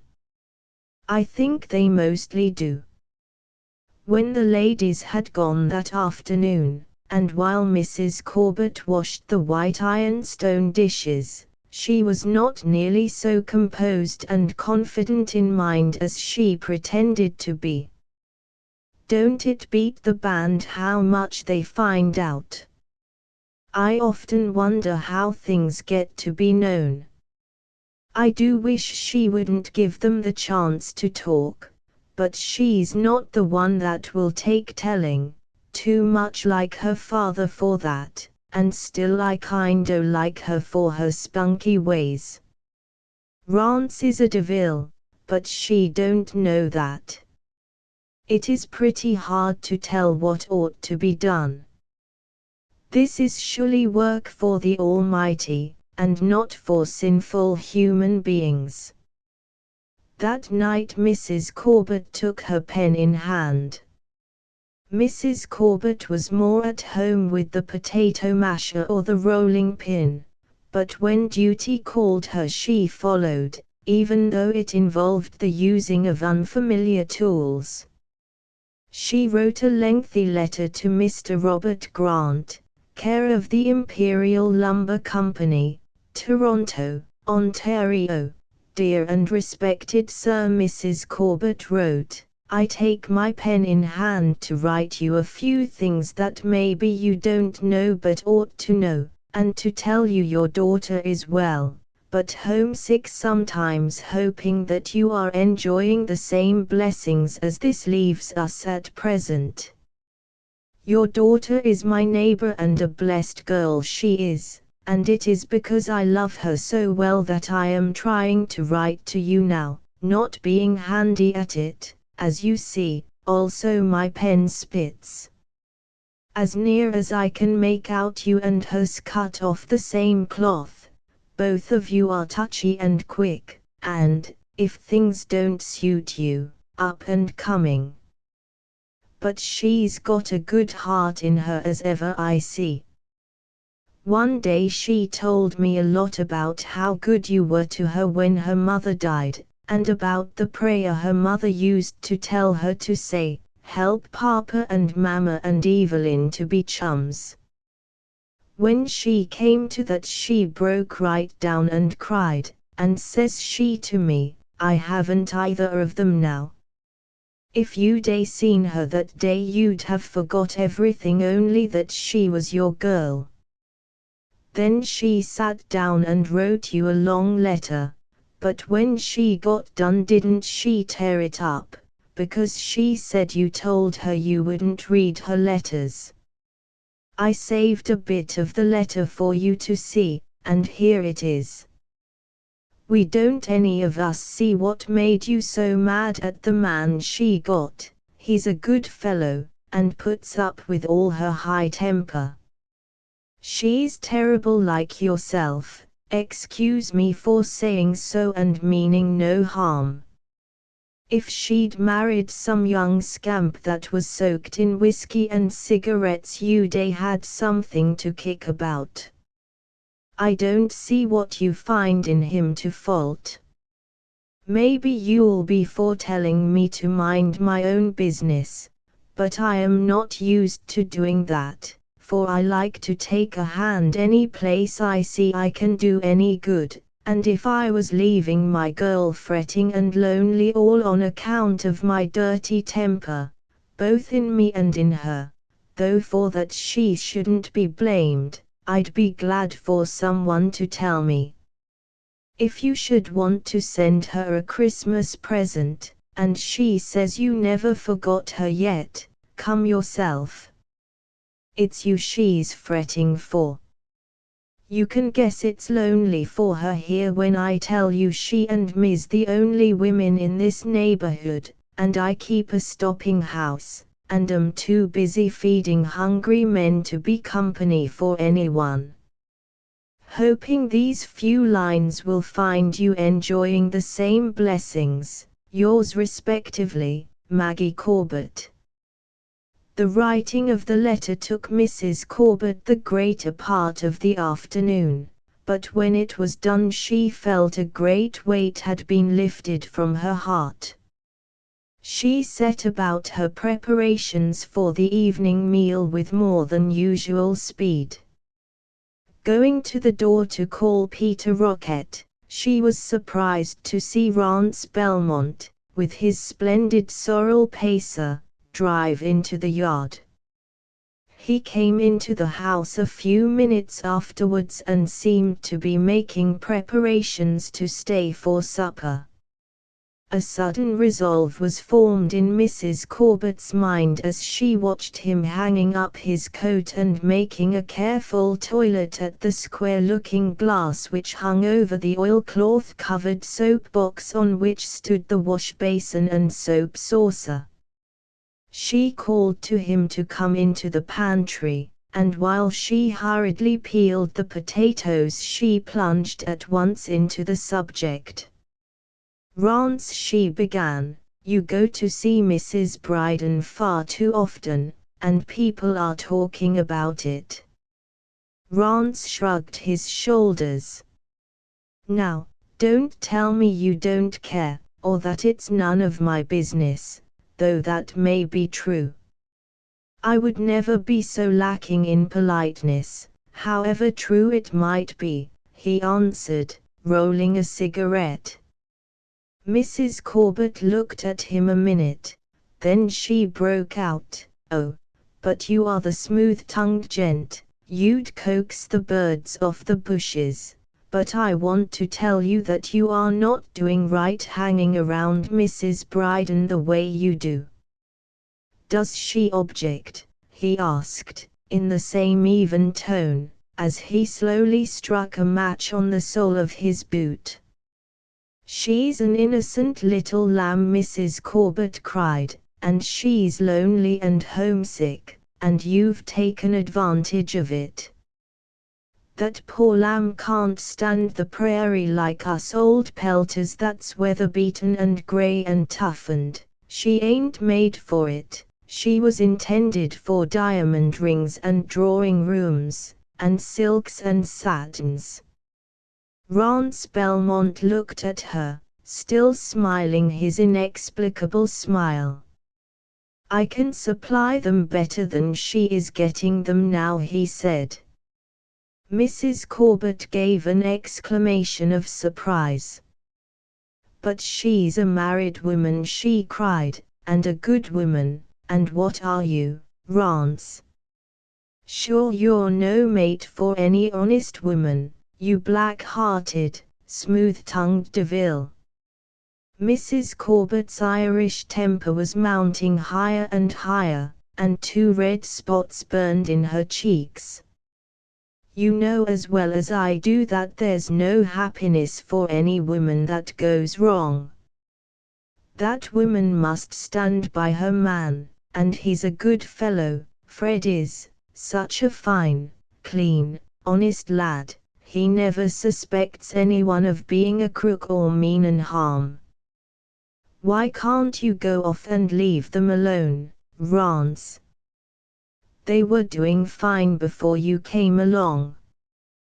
Do one good turn, Rance, and take yourself off. You ask too much, Mrs. Corbett. I find Mrs. Bryden very pleasant company, and Mr. Fred does not object to my presence. But he would if he knew how the people talk about it. That is very wrong of them, and entirely unavoidable," Rance answered, calmly, "but the opinion of the neighbors has never bothered me yet," he continued. "Why should it in this instance?" Mrs. Corbett's eyes flashed ominously. "Do you know what I'd do if it was my girl you were after?" she asked, pausing in her work and fixing her eyes on him. "Something very unpleasant, I should say, by the tone of your voice, and, by the way, you are pointing your potato knife at me." Mrs. Corbett with an effort controlled her temper. "I believe, Mrs. Corbett, you would do me bodily injury." "What a horrible thought, and you a former officer in the Salvation Army." Rance was smiling again and enjoying the situation. What a thrilling headline it would make for the Brandon Sun, the Black Creek stopping house scene of a brutal murder. Innocent young man struck down in his youth and beauty. "You make me shudder, Mrs. Corbett, but you look superb when you rage like that, really. You women interest me a great deal. I am so fond of all of you." "You're a devil, Rance," Mrs. Corbett repeated again. "But you ain't going to do that blessed girl any harm, she's going to be saved from you some way." "Who'll do it, I wonder?" Rance seemed to triumph over her. "There is one," said Maggie Corbett, solemnly, "who comes to help when all other help fails." "Who's that?" he asked, yawning. Maggie Corbett held up her right hand. "It is God," she said slowly. Rance laughed indulgently. "A myth, a name, a superstition," he sneered. "There is no God anymore." "There is a God," she said, slowly and reverently, for she was Maggie Murphy now, back to the army days when God walked with her day by day, and he can hear a mother's prayer, and though I was never a mother after the flesh, I am a mother now to that poor girl in the place of the one that's gone, and I'm asking him to save her, and I've got me answer. He will do it." There was a gleam in her eyes and a white glow in her face that made Rance Belmont for one brief moment tremble, but he lighted another cigarette and with a bow of exaggerated politeness left the room. The days that followed were anxious ones for Mrs. Corbett. Many stoppers sat at her table as the Christmas season drew near, and many times she heard allusions to her young neighbor which filled her with apprehension. She had carefully counted the days that it would take her letter to reach its destination, and although there had been time for a reply, none came. Chapter 8. Shadows of the Night. It was a wind-swept, chilly morning in late November, and Evelyn Bryden, alone in the silent little house, stood at the window looking listlessly at the dull grey monochrome which stretched before her. The unaccustomed housework had roughened and chapped her hands, and the many failures in her cooking experiments, in spite of Mrs. Corbett's instructions, had left her tired and depressed, for a failure is always depressing, even if it is only in the construction of the things which perish. This dark morning it seemed to her that her life was as grey and colourless as the bleached-out prairie. The glamour had gone from everything. She and Fred had had their first quarrel, and Fred had gone away dazed and hurt by the things she had said under the stress of her anger. He was at a loss to know what had gone wrong with Evelyn, for she had seemed quite contented all the time. He did not know how the many little annoyances had piled up on her, how the utter loneliness of the prairie, with its monotonous sweep of frost-killed grass, the deadly sameness, and the perpetual silence of the house, had so worked upon her mind that it required but a tiny spark to cause an explosion. The spark he had supplied himself when he had tried to defend his brothers from her charges. All at once Evelyn felt herself grow cold with anger, and the uncontrolled hasty words, bitterer than anything she had ever thought, utterly unjust and cruel, sprang to her lips, and Fred, stung to the quick with the injustice of it, had gone away without a word. It was with a very heavy heart that he went to his work that day, but he had to go, for he was helping one of the neighbors to thresh, and every dry day was precious, and every man was needed. All day long Evelyn went about the house trying to justify herself. A great wave of self-pity seemed to be engulfing her and blotting out every worthier feeling. The prairie was hateful to her that day, its dull grey stretches cruel and menacing, and a strange fear of it seemed to possess her. All day she tried to busy herself about the house, but she worked to no purpose, taking up things and laying them down again, forgetting what she was going to do with them. Strange whispering voices seemed to sound in the room behind her, trying to tell her something, to warn her, and it was in vain that she tried to shake off their influence. Once or twice she caught a glimpse of a black shadow over her shoulder, just a reflecting vanishing glimpse, and when she turned hastily round there was nothing there, but the voices, mocking and gibbering, were louder than ever. She wished Fred would come. She would tell him that she hadn't meant what she said.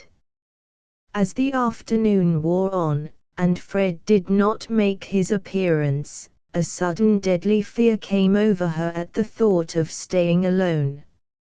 Of course the twins occupied the other half of the house, and tonight, at least, she was glad of their protection. Suddenly it occurred to her that she had heard no sound from their quarters for a long time. She listened and listened, the silence growing more and more oppressive, until at last, overcoming her fears, she went around and tried the door. Even the voices of her much despised brothers-in-law would be sweet music to her ears. The door was locked and there was no response to her knocks. An old envelope stuck in a sliver in the door bore the entry in lead pencil, "Gone duck shooting to Plover Slough," for it was the custom of the twins to faithfully chronicle the cause of their absence and their probable location each time they left home, to make it easy to find them in the event of a cablegram from Aunt Patience's solicitors. Evelyn turned away and ran back to her own part of the house. She hastily barred the door. The short autumn day was soon over. The sun broke out from the dull grey mountain of clouds and threw a yellow glare on the colourless field. She stood by the window watching the light as it faded and paled and died, and then the shades of evening quickly gathered. Turning again to replenish the fire, the darkness of the room startled her. There was a shadow under the table like a cave's mouth. Unaccustomed sounds smote her ear. The logs in the house creaked uncannily, and when she walked across the floor muffled footfalls seemed to follow her. She put more wood in the stove and tried to shake off the apprehensions which were choking her. She lit the lamp and hastily drew down the white cotton blind and pinned it close to keep out the great pitiless staring outside, which seemed to be peering in at her with a dozen white, mocking, merciless faces. In the lamp's dim light the shadows were blacker than ever. The big packing box threw a shadow on the wall that was as black as the mouth of a tunnel in a mountain. She noticed that her stock of wood was running low, and with a mighty effort of the will she opened the door to bring in some from a pile in the yard. Stopping a minute to muster up her courage, she waited at the open door. Suddenly the weird cry of a wolf came up from the creek bank, and it was a bitter, lonely, insistent cry. She slammed the door, and coming back into the room, sank weak and trembling into a chair. A horror grew upon her until the beads of perspiration stood upon her face. Her hands grew numb and useless, and the skin of her head seemed stiff and frozen. Her ears were strained to catch any sound, and out of the silence there came many strange noises to torment her overstrained senses. She thought of Mrs. Corbett at the stopping house, and tried to muster courage to walk the distance, but a terrible fear held her to the spot. The fire died out, and the room grew colder and colder, but huddled in a chair in a panic of fear she did not notice the cold. Her teeth chattered, spots of light danced before her tightly shut eyes. She did not know what she was afraid of. A terrible nameless fear seemed to be clutching at her very heart. It was the living, waking counterpart of the nightmare that had made horrible her childhood nights, a gripping, overwhelming fear of what might happen. Suddenly something burst into the room, the terrible something that she had been waiting for. The silence broke into 1,000 screaming voices. She slipped to the floor and cried out in an agony of terror. There was a loud knocking on the door, and then through the horrible silence that followed there came a voice calling to her not to be afraid. She staggered to the door and unbarred it, and heard someone speak again in blessed human voice. The door opened, and she found herself looking into the face of Rance Belmont, and her fear-tortured eyes gave him a glad welcome. She seized him by the arm, holding to him as a child fear-smitten in the night will hold fast to the one who comes in answer to his cries. Rance Belmont knew how to make the most, yet not too much, of an advantage. He soothed her fears courteously, gently. He built up the fire, he made her a cup of tea. There was that strange and subtle influence in all that he said and did that made her forget everything that was unpleasant and be happy in his presence. A perfect content grew upon her. She forgot her fears, her loneliness, her quarrel with Fred. She remembered only the happy company of the present. Under the intoxication of the man's presence she ceased to be the tired, discouraged, irritable woman, and became once more the Evelyn Grant whose vivacity and wit had made her conspicuous in the brightest company. She tried to remind herself of some of the unpleasant things that neighborhood gossip said of Rance Belmont, of Mrs. Corbett's dislike of him, but in the charm of his presence they all faded into vague unrealities. There was flattery, clever, hidden flattery, which seemed like adoration, in every word he spoke, every tone of his voice, every glance of his coal-black eyes, that seemed in some way to atone for the long, grey, monotonous days that had weighed so heavily upon her spirits. "Are you always frightened when you are left alone?" he asked her.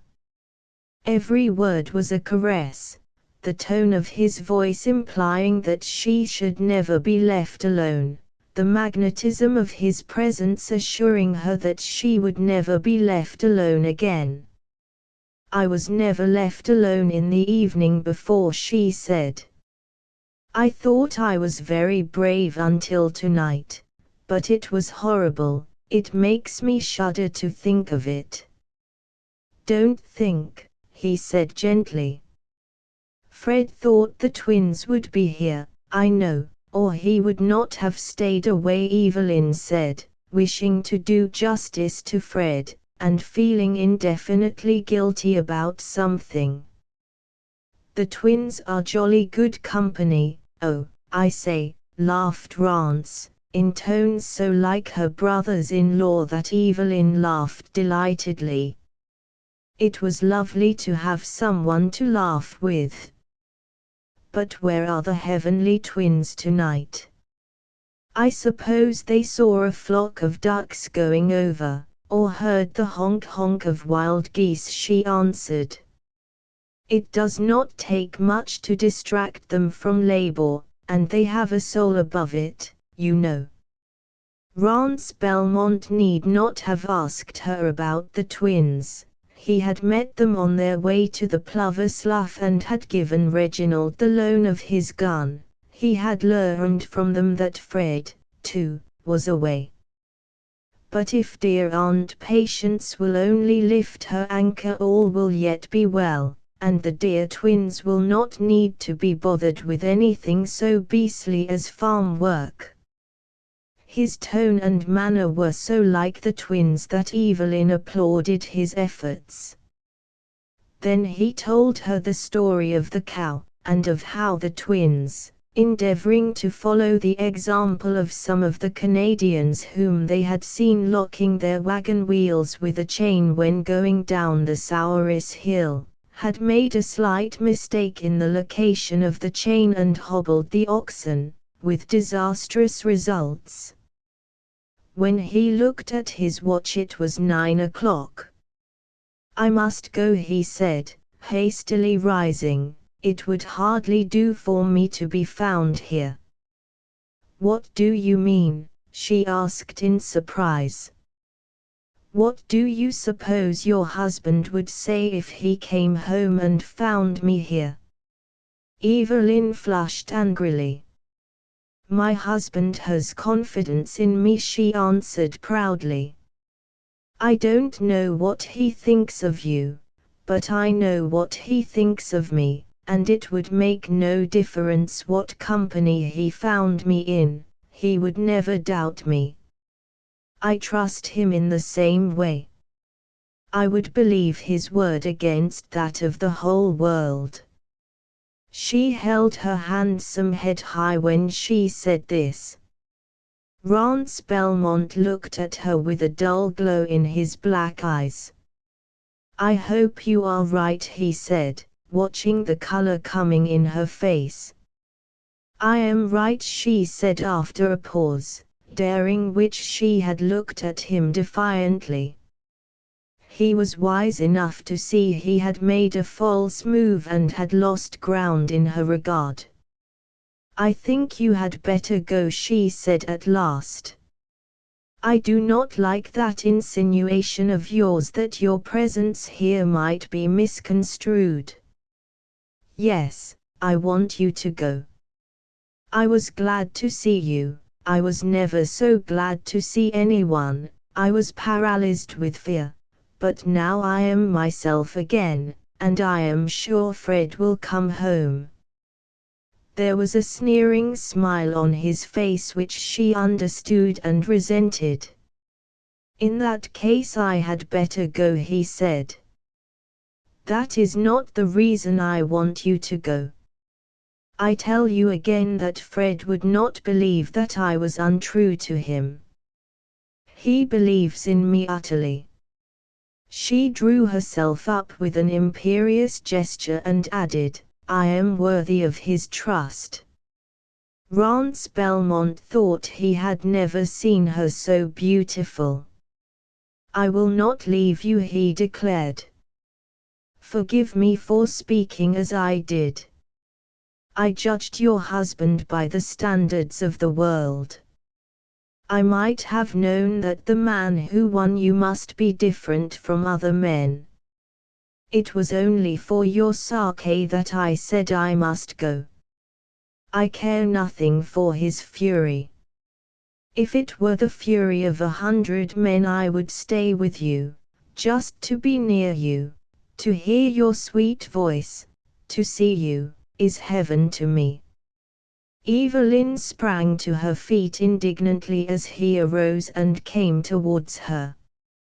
Just at that moment the door opened, and Fred Bryden, having heard the last words, stood face to face with them both. Chapter 9.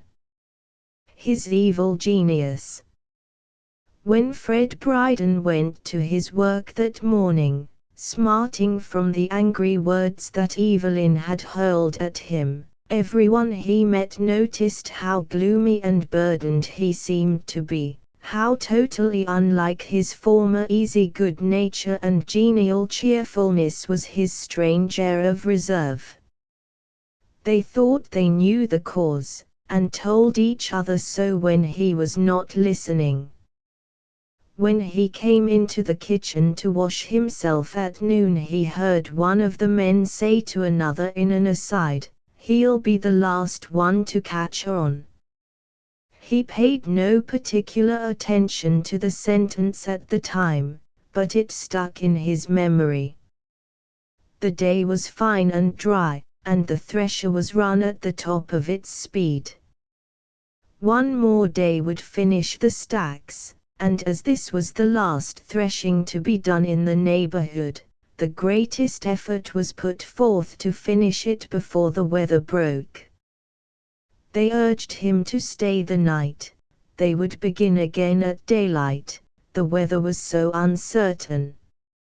He thought, of course, that the twins were safely at home, and Evelyn had often said that she was not afraid to stay. He had consented to stay, when all at once the weather changed. The clouds had hung low and heavy all day, but after sundown a driving wind carrying stray flakes of snow began to whistle around the stacks.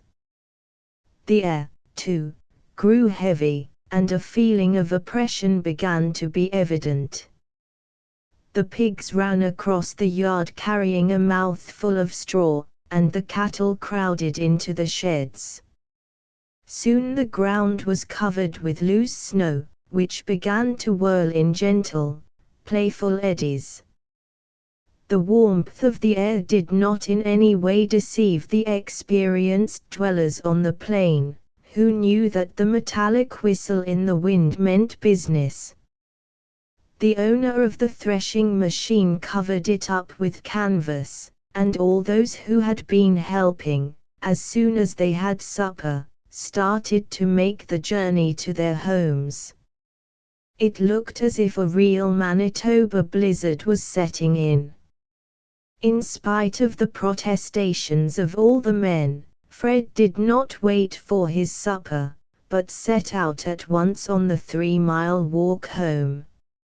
Evelyn's hasty words still stung him with the sense of failure and defeat. If Evelyn had gone back on him, what good was anything to him? Walking rapidly down the darkening trail, his thoughts were very bitter and self-reproachful. He had done wrong, he told himself, to bring her to such a lonely place. It would have been better for Evelyn if she had never met him. She had given up too much for his sake.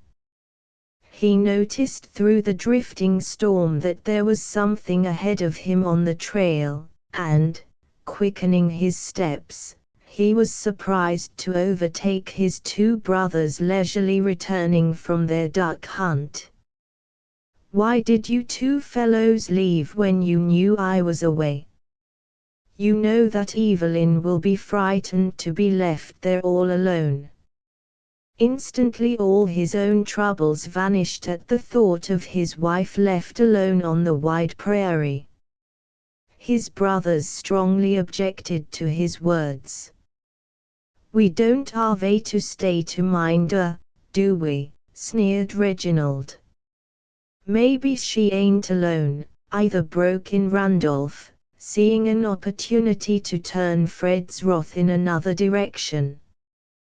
"What are you driving at?" asked Fred in surprise. "Maybe Rance Belmont has dropped in again to spend the evening. He usually does when you're away." "You lie," cried Fred, angrily. "We ain't lying," declared Randolph. "Everybody knows it, only you." The words were no sooner said than Fred fell upon him like a madman. Randolph roared lustily for help, and Reginald valiantly strove to save him from Fred's fury. But they retreated before him as he rained his blows upon them both. Then Reginald, finding that he was no match for Fred in open conflict, dodged around behind him, and soon a misty dizziness in his head told Fred that he had been struck by something heavier than hands. There was a booming in his ears and he fell heavily to the road. The twins were then thoroughly frightened. Here was a dreadful and unforeseen possibility. They stood still to consider what was to be done. "It was you done it, remember," said Randolph to Reginald. "But I done it to save you," cried Reginald, indignantly, "and you can't prove it was me. People can't tell us apart." "Anyway," said Reginald, "everybody will blame it on Rance Belmont if he is killed, and see here, here's the jolly part of it. I'll leave Rance's gun right beside him. That'll fix the guilt on Rance. Well, we won't go home, we'll go back and stay in the shootin' house at the slough, and then we can prove we weren't home at all, and there'll be no tracks by morning, anyway." The twins turned around and retraced their steps through the storm, very hungry and very cross, but forgetting these emotions in the presence of a stronger one, fear. But Fred was not killed, only stunned by Reginald's cowardly blow. The soft flakes melting on his face revived him, and sitting up he looked about him trying to remember where he was. Slowly it all came to him, and stiff and sore, he got upon his feet. There were no signs of the twins, but to this Fred gave no thought. His only anxiety was for Evelyn, left alone on such a wild night. When he entered his own house with Rance Belmont's words ringing in his ears, he stood for a moment transfixed. His brother's words, which he had so hotly resented, surged over him now with fatal conviction. Also the words he had heard at the threshing, "He'll be the last one to catch on," came to him like the flash of lightning that burns and uproots and destroys. His head swam dizzily and lights danced before his eyes. He stood for a moment without speaking. He was not sure that it wasn't all a horrible dream. If he had looked first at Evelyn, her honest face and flashing eyes would have put his unworthy suspicions to flight. But Rance Belmont with his fatal magnetic presence drew his gaze. Rance Belmont stood with downcast eyes, the living incarnation of guilt. It was all a pose, of course, but Rance Belmont, with his deadly gift of being able to make any impression he wished, made a wonderful success of the part he had all at once decided to play. Looking at him, Fred's smouldering jealousy burst into flame. There was an inarticulate sound in his throat, and striding forward he landed a smashing blow on Rance Belmont's averted face. "Oh, Fred!" Evelyn cried, springing forward. "For shame, how could you, how dare you, don't talk to me of shame!" Fred cried, his face white with anger. "Don't blame her," Rance said in a low voice. He made no attempt to defend himself. In her excitement Evelyn did not notice the sinister significance of his words and what they implied. She was conscious of nothing, only that Fred had insulted her by his actions, and her wrath grew as terrible as her husband's. She caught him by the shoulder and compelled him to look at her. "Fred," she cried, do you dare to believe this terrible thing?" She shook him in her rage and excitement. Rance Belmont saw that Fred would be convinced of her innocence if he did not gain his attention, and the devil in him spoke again, soft, misleading, lying words, part truth, yet all false, leaving no chance for denial. "Don't blame her, the fault has all been mine," he interposed again. In her blind rage again Evelyn missed the significance of his words. She was conscious of one thought only: Fred had not immediately craved her pardon. She shook and trembled with uncontrollable rage. "I hate you, Fred," she cried, her voice sounding thin and unnatural. "I hate you. 1 minute ago I believed you to be the noblest man on earth, now I know you for an evil-minded, suspicious, contemptible dog, a cur. My father was right about you. I renounce you forever." She pulled the rings from her finger and flung them against the window, cracking the glass across. "I will never look on your face again, I hope. This is my reward, is it, for giving up everything for you? I boasted of your trust in me a minute ago, but you have shamed me, you have dragged my honor in the dust, but now I am free, and you may believe what you please." She turned to Rance Belmont. "Will you drive me to Brandon tonight?" she asked. She put on her coat and hat without a word or a look at the man, who stood as if rooted to the ground. Then opening the door she went out quickly, and Rance Belmont, with something like triumph on his black face, quickly followed her, and Fred Bryden, bruised in body and stricken in soul, was left alone in his desolate house. Chapter X: The's Turn. The wind was whistling down the Black Creek Valley, carrying heavy flakes of snow that whirled and eddied around them, as Rance Belmont and Evelyn made their way to the stopping house. The stormy night accorded well with the turmoil in Evelyn's brain. One point she had decided: she would go back to her father, and for this purpose she asked her companion if he would lend her $100. This he gladly consented to do. He was discreet enough to know that he must proceed with caution, though he felt that in getting her separated from her husband and so thoroughly angry with him that he had made great progress. Now he believed that if he could get her away from the stopping house, his magnetic influence over her would bring her entirely under his power.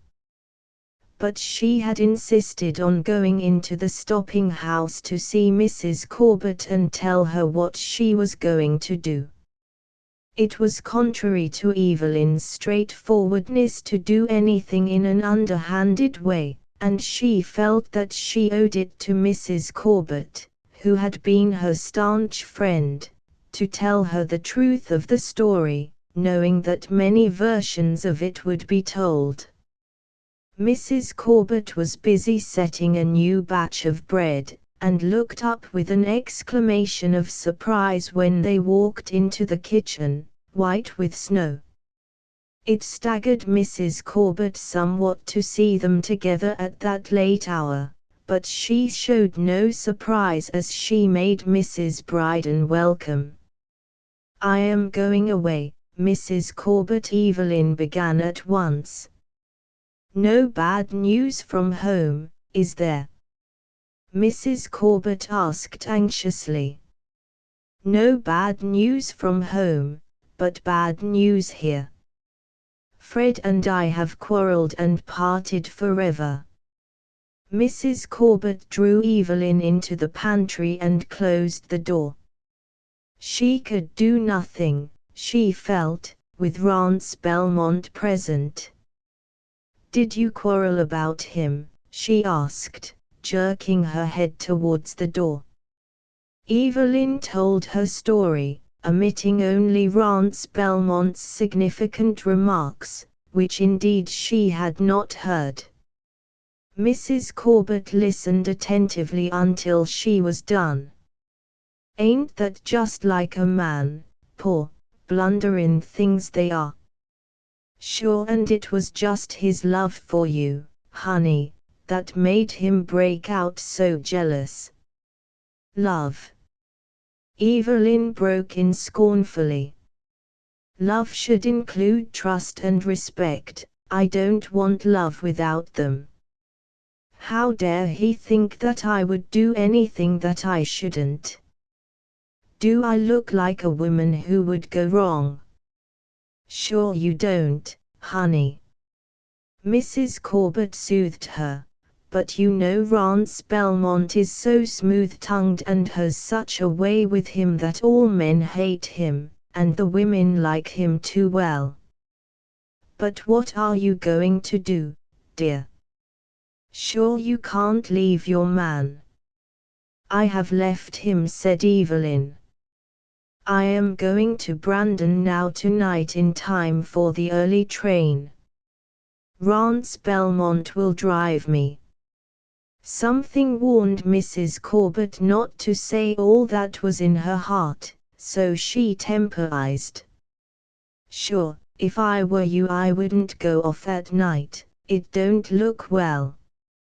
Stay here till morning.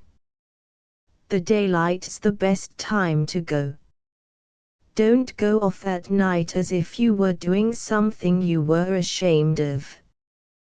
Go in broad daylight. What do I care what people say about me? Evelyn raged again. They can't say any worse than my husband believes of me. No, I am going. I want to put distance between us. I just came in to say goodbye and to tell you how it happened.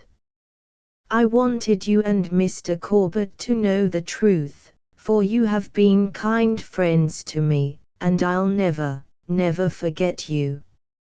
I'd be afraid you'd never get to Brandon tonight, honey. Mrs. Corbett held her close, determining in her own mind that she would lock her in the pantry if there was no other way of detaining her. Listen to the wind, sure it's laying in for a blizzard. I knew that all day. The roads will be drifted so high you'd never get there, even with the big pacer. Stay here tonight just to oblige me, and you can go on in the morning if it's fit.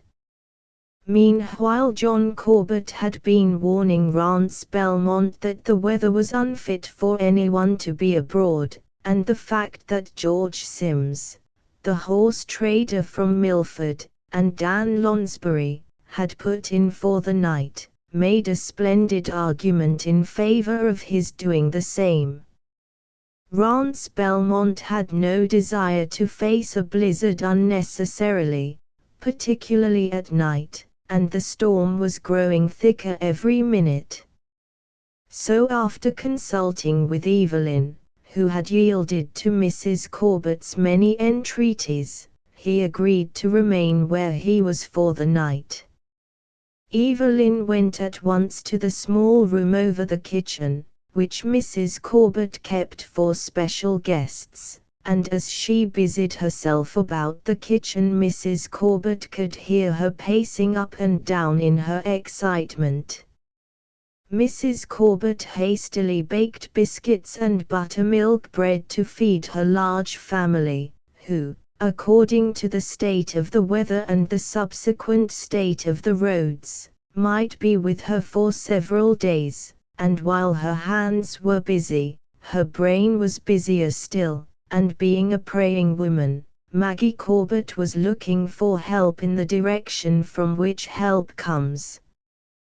The roaring of the storm as it swept past the house, incessantly mourning in the mud chimney and sifting the snow against the frosted windows, brought comfort to her anxious heart, for it reminded her that dominion and majesty and power belonged to the God whom she served. When she put the 2 pans of biscuits in the oven she looked through the open door into the room where her unusual number of guests were lounging about variously engaged. Rance Belmont smoked cigarettes constantly and shuffled the cards as if to read his fate therein. He would dearly have loved a game with someone, for he had the soul of a gambler. But Mrs. Corbett's decree against card-playing was well known. Dan Lonsbury, close beside the table lamp, read a week-old copy of the Brandon Times. George Sims, the horse dealer, by the light of his own lantern, close beside him on the bench, pared his corns with minute attention to detail. Under the wall lamp, which was fastened to the window frame, the Corbett, in his cretonne-covered barrel chair of home manufacture, read the war cry, while Peter Rocket, on his favorite seat, the wood box, played one of the army tunes on his long-suffering Jew's harp. They can't get away as long as the storm lasts, anyway, Mrs. Corbett was thinking, thankful even for this temporary respite, but they'll go in the morning if the storm goes down, and I can't stop them, vain is the help of man. Suddenly Mrs. Corbett started as if she had heard a strange and disturbing noise, she threw out her hands as if in protest. She sat still a few moments, holding fast to the kitchen table in her excitement. Her eyes glittered, and her breath came short and fast. She went hurriedly into the pantry, fearful that her agitation might be noticed. In her honest soul it seemed to her that her plan, so terrible, so daring, so wicked, must be sounding now in everybody's ears. In the darkness of the pantry she tried to think it out. Was it an inspiration from heaven, or was it a suggestion of the devil? 1 minute she was imploring Satan to get thee behind me, and the next minute she was thanking God and whispering hallelujahs. A lull in the storm drove her to immediate action.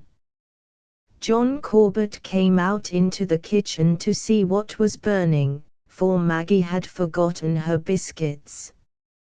When the biscuits were attended to, she took them with her into the pantry, and she said to him, "Is it ever right to do a little wrong so that good will come of it?"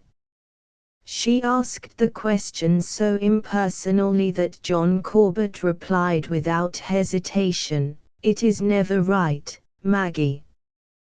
"But," she cried, seizing the lapel of his coat, "don't you mind hearin' how the priests have given whiskey to the Indians when they couldn't get the white captives away from them any other way? Wasn't that right?" "Sure, and it was. At a time like that it was right to do anything. But what are you coming at, Maggie? If Rance Belmont lost all the money he has on him, and maybe ran a bit in debt, he couldn't go away tomorrow with her, could he?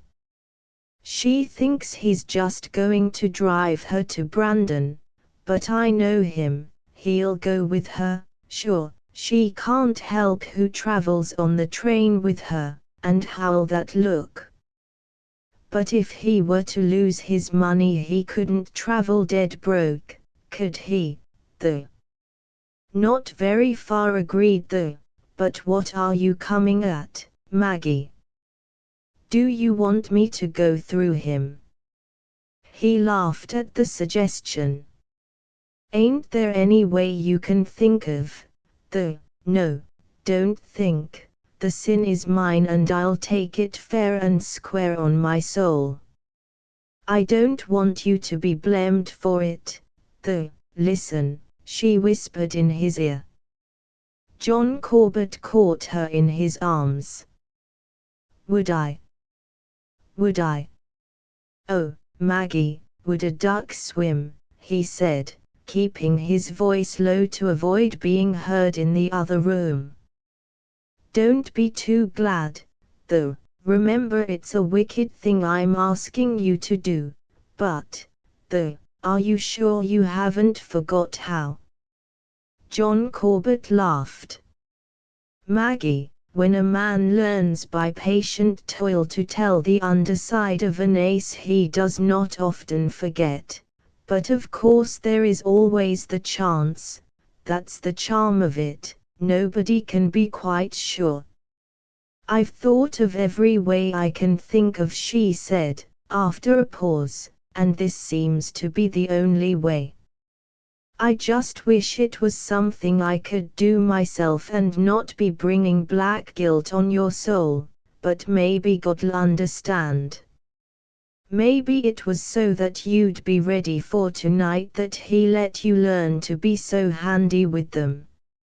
Sure, Ma always said that God can do his work with queer tools, and now, I'll slip off to bed, and you'll pretend you're stealing a march on me, and he'll enjoy himself all the more if he thinks he's spite in me.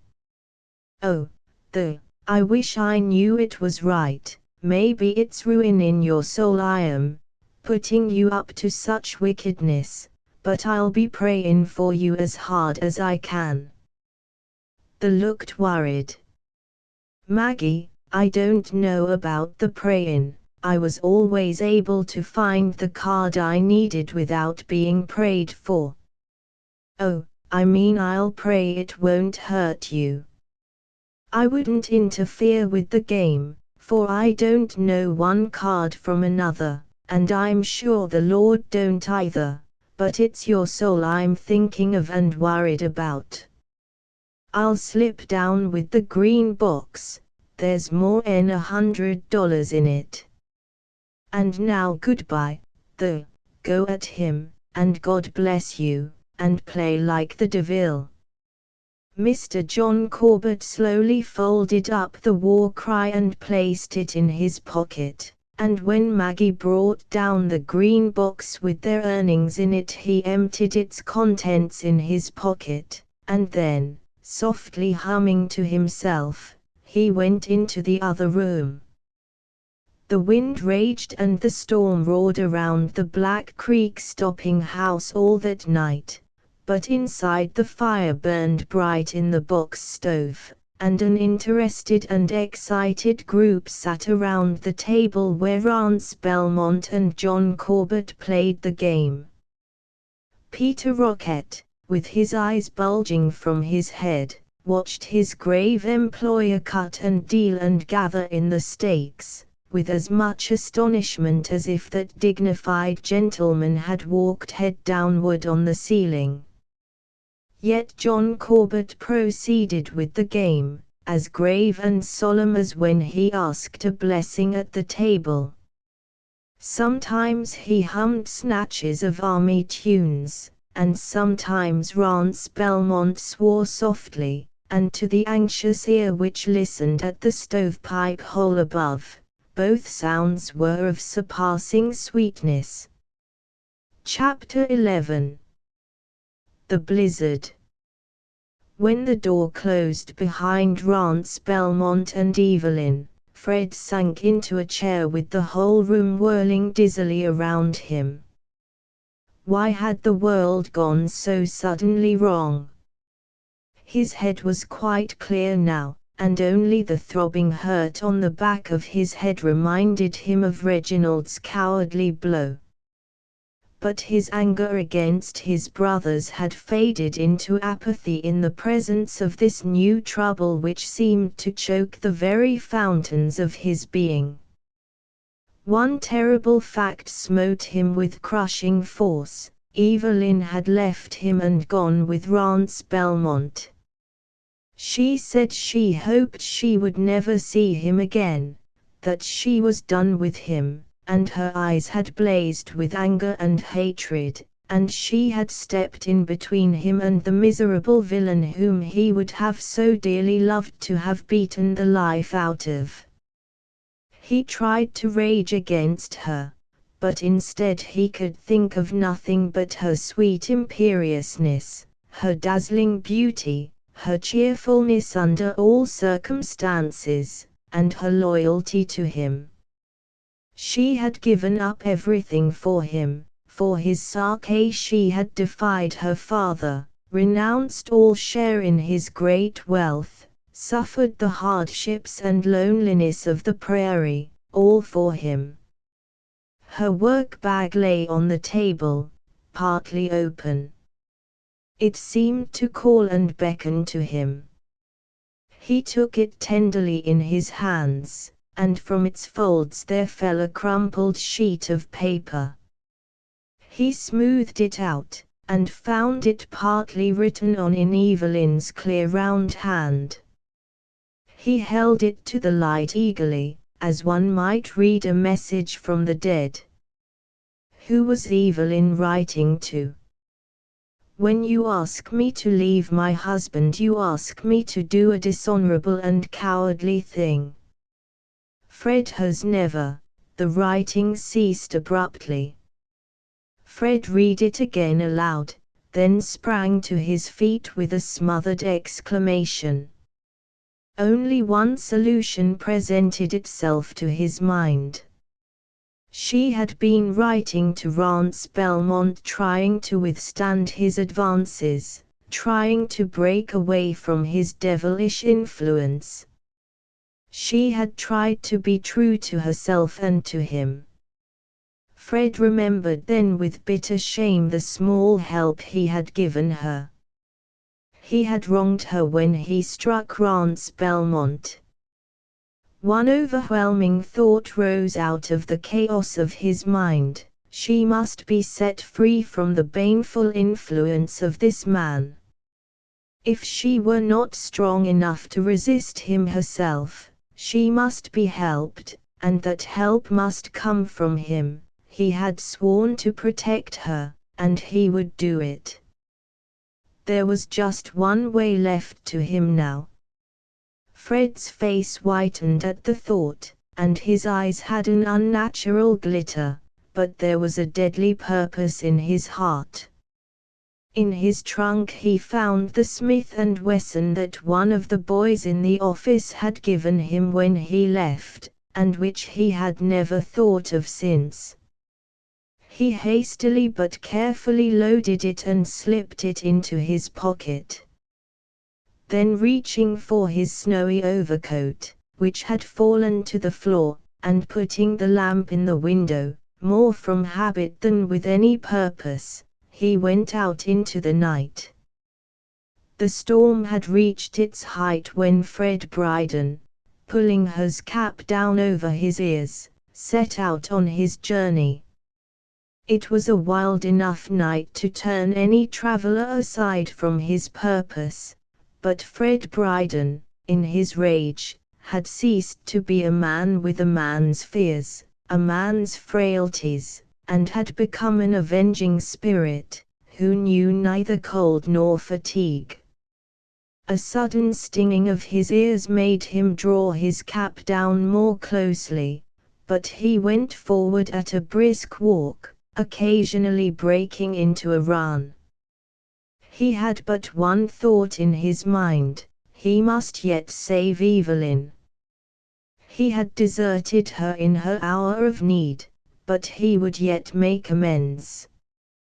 The wind which sang dismally around him reminded him with a sickening blur of homesickness of the many pleasant evenings he and Evelyn had spent in their little shack, with the same wind making eerie music in the pipe of the stove.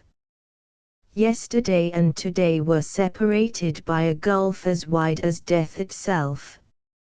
He had gone about 3 miles when he heard a faint halloo come down the wind. It sounded 2 or 3 times before the real significance of it occurred to him, so intent was he upon his own affairs. But louder and more insistent came the unmistakable call for help. A fierce temptation assailed Fred Bryden. He must not delay, every minute was precious. To save Evelyn, his wife, was surely more his duty than to set lost travelers on their way again. Besides, he told himself, it was not a fiercely cold night, there was no great danger of any person freezing to death. And even so, were not some things more vital than saving people from death, which must come sooner or later? Then down the wind came the cry again, a frightened cry. He could hear the words, "Help! Help! For God's sake!" Something in Fred Bryden's heart responded to that appeal. He could not hurry by unheeding. Guided by the calls, he turned aside from his course and made his way through the choking storm across the prairie. The cries came nearer, and Fred shouted in reply, words of impatient encouragement. No rescuer ever went to his work with a worse grace. A large, dark object loomed faintly through the driving storm. "What's the matter?" called Fred, when he was within speaking distance. "I'm caught, tangled up in some devilish thing," came back the cry. Fred hurried forward, and found a man, almost covered with snow, huddled beside a haystack, his clothing securely held by the barbs of the wire with which the stack was fenced. "You're stuck in the barbed wire," said Fred, as he removed his mittens and with a good deal of difficulty released the man from the close grip of the barbs. "I hired a liveryman at Brandon to bring me out, and his bronchus upset us and got away from him. He walked them the whole way, the roads were heavy, and then look at what they did. I came over here for shelter, the driver ran after the team, and then these infernal fish hooks got hold of me." "What are they, anyway?" Fred explained. "This is surely a God-forsaken country that can jerk a storm like this on you in November," the older man declared, as Fred carefully dusted the snow off him, wondering all the time what he was going to do with him. "Where are you going?" Fred asked, abruptly. "I want to get to the Black Creek stopping house." "How far am I from there now?" "About 3 miles," said Fred. "Well, I guess I can walk that far if you'll show me the road." Fred hesitated. "I am going to Brandon," he said. "What is any sane man going to Brandon tonight for?" the stranger cried, impatiently. "Great Scott! I thought I was the only man who was a big enough fool to be out tonight. The driver assured me of that several times. I guess there's a woman in the case with you, too. Did you meet anyone?" Fred asked, quickly. "Not a soul. I tell you, you and I are the only crazy ones tonight." Fred considered a minute. "I'll take you on your way," he said. The stranger suddenly remembered something. "I'm a good bit obliged to you, young man, whoever you are.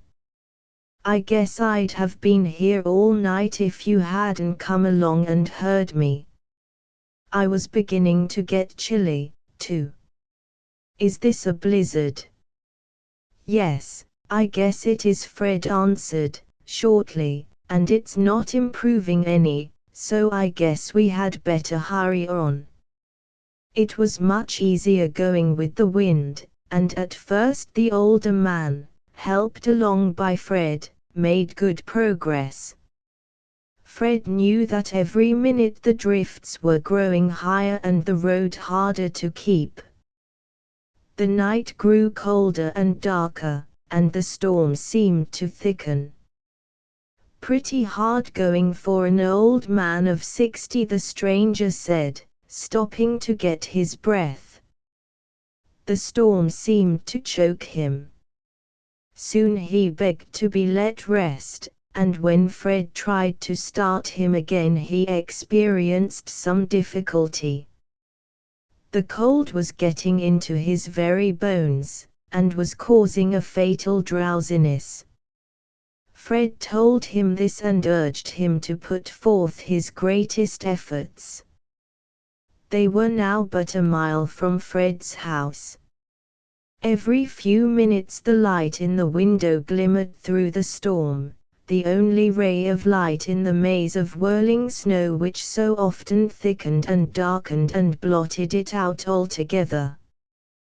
When they were about half a mile from the house, the old man, without warning, dropped into the snow and begged Fred to go on without him. He was all right, he declared, warm and comfortable, and wanted to rest. "You'll freeze to death," Fred cried. "That's the beginning of it." "Feel very comfortable," the old man mumbled. Fred coaxed, reasoned, entreated, but all in vain. He shook the old man, scolded, threatened, but all to no purpose. There was only one thing to be done. Fred threw off his own coat, which was a heavy one, and picked the old man up, though he was no lightweight, and set off with him. But the man objected to being carried, and, squirming vigorously, slipped out of Fred's arms, and once more declared his intention of sleeping in the snow. With his frozen mitten Fred dealt him a stinging blow on the cheek which made him yell with pain and surprise. "Do what I tell you," cried Fred. The blow seemed to rouse him from his stupor, and he let Fred lead him onward through the storm. When they arrived at Fred's house he put the old man in a rocking chair, first removing his snowy outer garments, and made sure that he had no frostbites. Then hastily lighting the fire, which had burned itself out, he made coffee and fried bacon. When the old man had taken a cup of the coffee he began to take an interest in his surroundings. "How did I get here?" he asked. "The last thing I remember I was sitting down, feeling very drowsy, and someone was bothering me to get up." "Did I get up?" "Not until I lifted you," said Fred. "Did you carry me?" the other man asked in surprise. "I did until you kicked and squirmed so I couldn't hold you." "What did you do then?" queried his visitor, tenderly feeling his sore cheek. "I slapped you once, but you really deserved far more," said Fred, gravely. "What did I do then?" "You got up and behaved yourself so nicely I was sorry that I hadn't slapped you sooner." The old man laughed to himself without a sound. "What's your name?" he asked. While this dialogue had been in progress Fred had been studying his companion closely, with a growing conviction that he knew him. He was older, grayer, and of course the storm had reddened his face, but Fred thought he could not be mistaken. The old man repeated the question. "Brown," said Fred, shortly, giving the first name he could think of. "You're a strapping fine young fellow, Brown, even if you did hit me with your hard mitt, and I believe I should be grateful to you." "Don't bother," said Fred shortly. "I will bother," the old man cried, imperiously, with a gesture of his head that Fred knew well. "I will bother, and my daughter will thank you, too." "Your daughter?" Fred exclaimed, turning his back to pick out another stick for the stove. "Yes, my girl, my only girl. It's her I came to see. She's living near here. I guess you'd know her. She's married to a no-good Englishman, a real lizardboy, that wouldn't say boo to a goose." Fred continued to fix the fire, poking it unnecessarily. He was confident that Evelyn's father would not recognize him with his crop of whiskers and sunburnt face. His mind was full of conflicting emotions. "Maybe you know him," said the old man. "His name is Bryden. They live somewhere near the stopping house." "I've not lived here long," said Fred, evasively, "but I've heard of them." The comfort and security of the warm little shack, as well as the good meal Fred had given him, had loosened the old man's tongue. "I never liked this gent. I only saw him once, but it don't take me long to make up my mind. He carried a cane and had his monogram on his socks. That was enough for me, and a red tie on him, so red you'd think his throat was cut. I says to myself, I don't want that shop window Judy round my house, but Evelyn thought he was the best going. Funny thing that girl was the very one to laugh at dudes before that, but she stuck it out that he was a fine chap. She's game, all right, my girl is. She stays right with the job. I wrote and told her to come on back and I'd give her every cent I have, but she pitched right into me about not asking Fred. Here's her letter. Oh, she's a spunky one. He was fumbling in his pockets as he spoke. Drawing out a long pocket book, he took out a letter. He deliberately opened the envelope and read. Fred with difficulty held back his hand from seizing it. Listen to this, how she lit into me. When you ask me to leave my husband, you ask me to do a dishonorable thing. Fred heard no more. He hung on to the seat of his chair with both hands, breathing hard. But the old man took no notice of him and read on. Fred is in every way worthy of your respect, but you have been utterly unjust to him from the first. I will enjoy poverty and loneliness with him rather than endure every pleasure without him.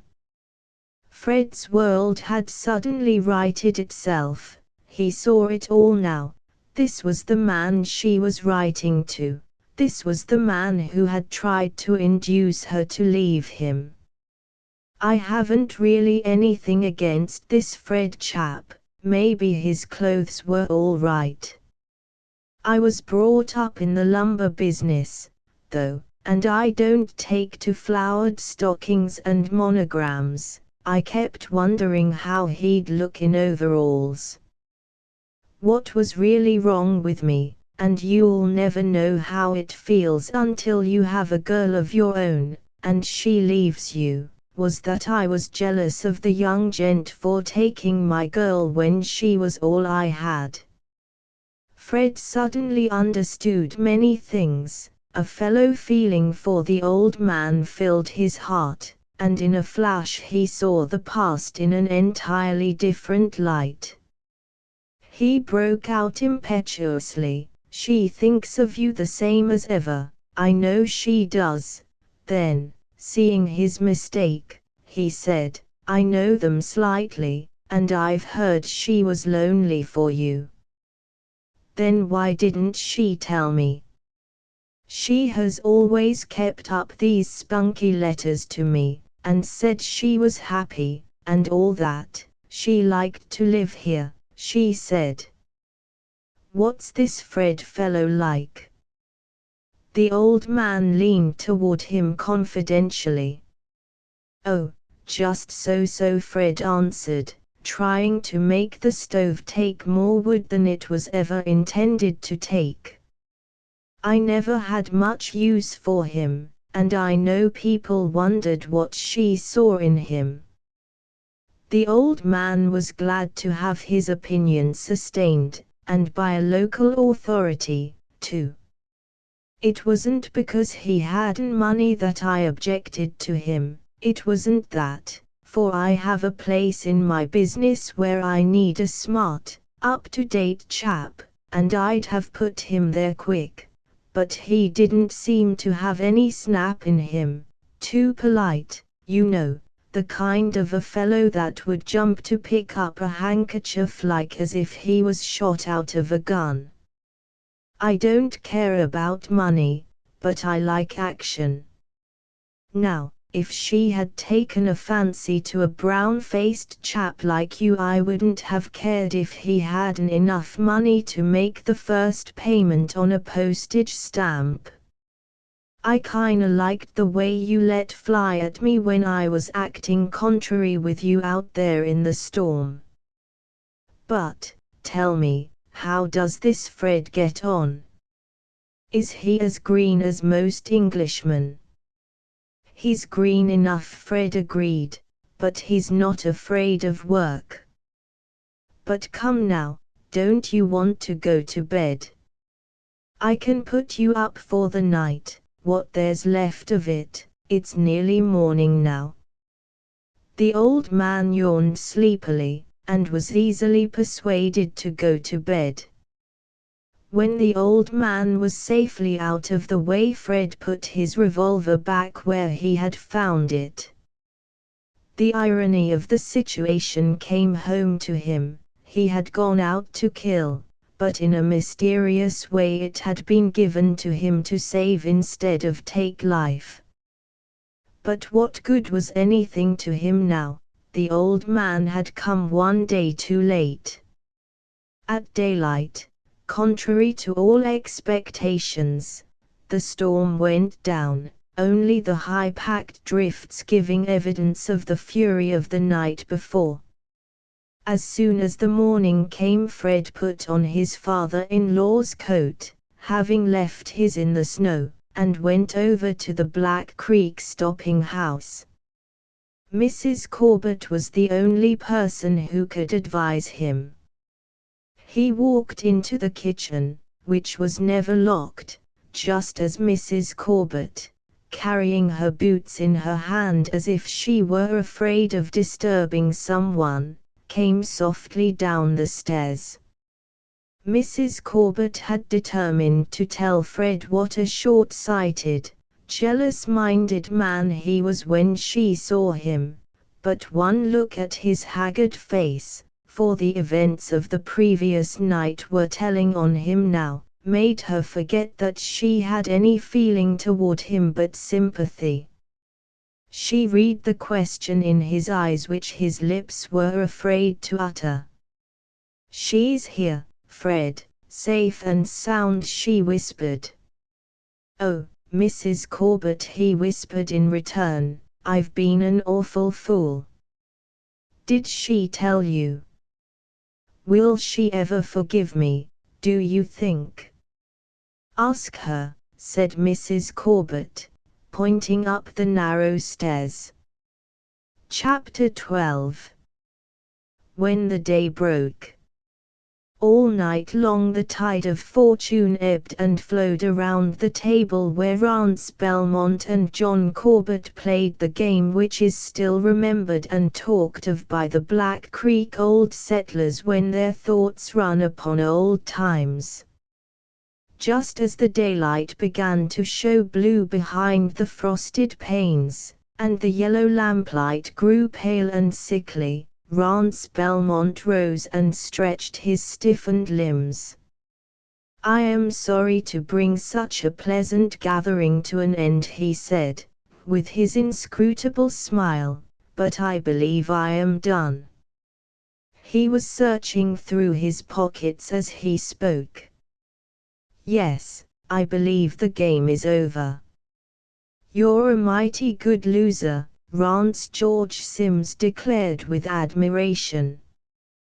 The other men rose, too, and went out to feed their horses, for the storm was over and they must soon be on the road. When John Corbett and Rance Belmont went out into the kitchen, Maggie Corbett was chopping up potatoes in the frying pan with a baking powder can, looking as fresh and rested as if she had been asleep all night, instead of holding a lonely vigil beside a stovepipe hole. John Corbett advanced to the table and solemnly deposited the green box thereon. Then with painstaking deliberation he arranged the contents of his pockets in piles. Rance Belmont's watch lay by itself, then the bills according to denomination, last of all the silver and a slip of brown paper with writing on it in lead pencil. When all was complete, he nodded to Maggie to take charge of the proceedings. Maggie hastily inspected the contents of the green box, and having satisfied herself that it was all there, she laid it up, high and dry, on the clock shelf. Then she hastily looked at the piles and read the slip of brown paper, which seemed to stand for 1 sorrel pacer, 1 cutter, 1 set single harness, 2 goat robes. "Rance," said Maggie, slowly, "we don't want a cent that don't belong to us. I put the at playing with you in the hope he would win all away from you that you had, for we were bound to stop you from going away with that dear girl if it could be done, and we knew you couldn't go broke, but now you can't do any harm if you had all the money in the world, for she's just gone home a few minutes ago with her man." Rance Belmont started forward with a smothered oath, which Mrs. Corbett ignored. "So take your money and horse and all, Rance. It ain't me and the would keep a cent we haven't earned. Take it, Rance," shoving it toward him. "There's no hard feelings now, and good luck to you. Sure, I guess they enjoyed the game, and it seems he hadn't forgot the way." Maggie Corbett could not keep a small note of triumph out of her voice. Rance Belmont gathered up the money without a word, and, putting on his cap and overcoat, he left the Black Creek stopping house. John Corbett carried the green box upstairs and put it carefully back in its place of safety, while Maggie Corbett carefully peppered and salted the potatoes in the pan. ********* When Robert Grant, of the Imperial Lumber Company, of Toronto, wakened from his slumber, it was broad daylight, and the yellow winter sun poured in through the frosted panes.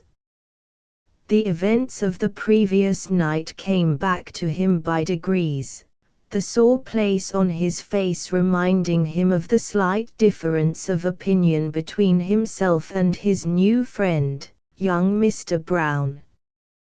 "Pretty nice, tasty room this young fellow has," he said to himself, looking around at the many evidences of daintiness and good taste.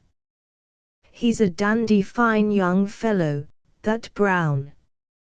I could take to him without half trying."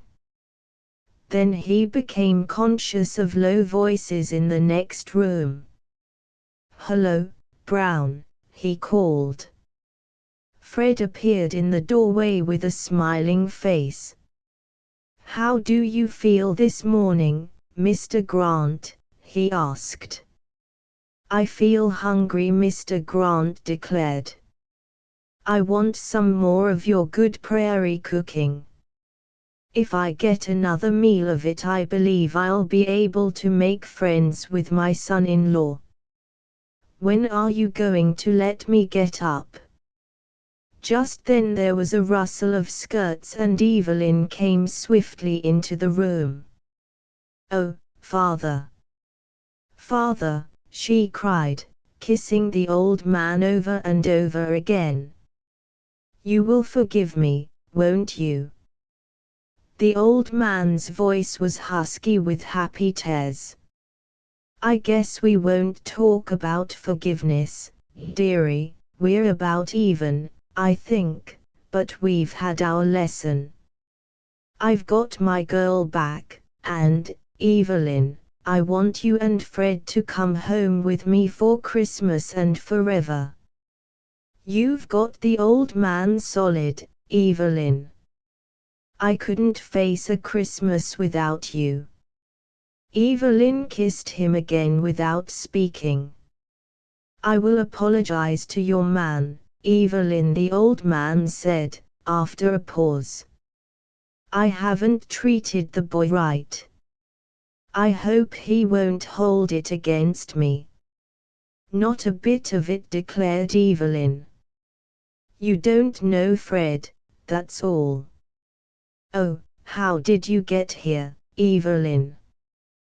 Do you live near here? I have been so glad to see you I forgot to ask." Mr. Brown brought me over, said Evelyn, unblushingly. He came over early this morning to tell me you were here. Wasn't it nice of him? He's a dandy fellow, this young Brown, said the old man, and then stopped abruptly. Evelyn's eyes were sparkling with suppressed laughter.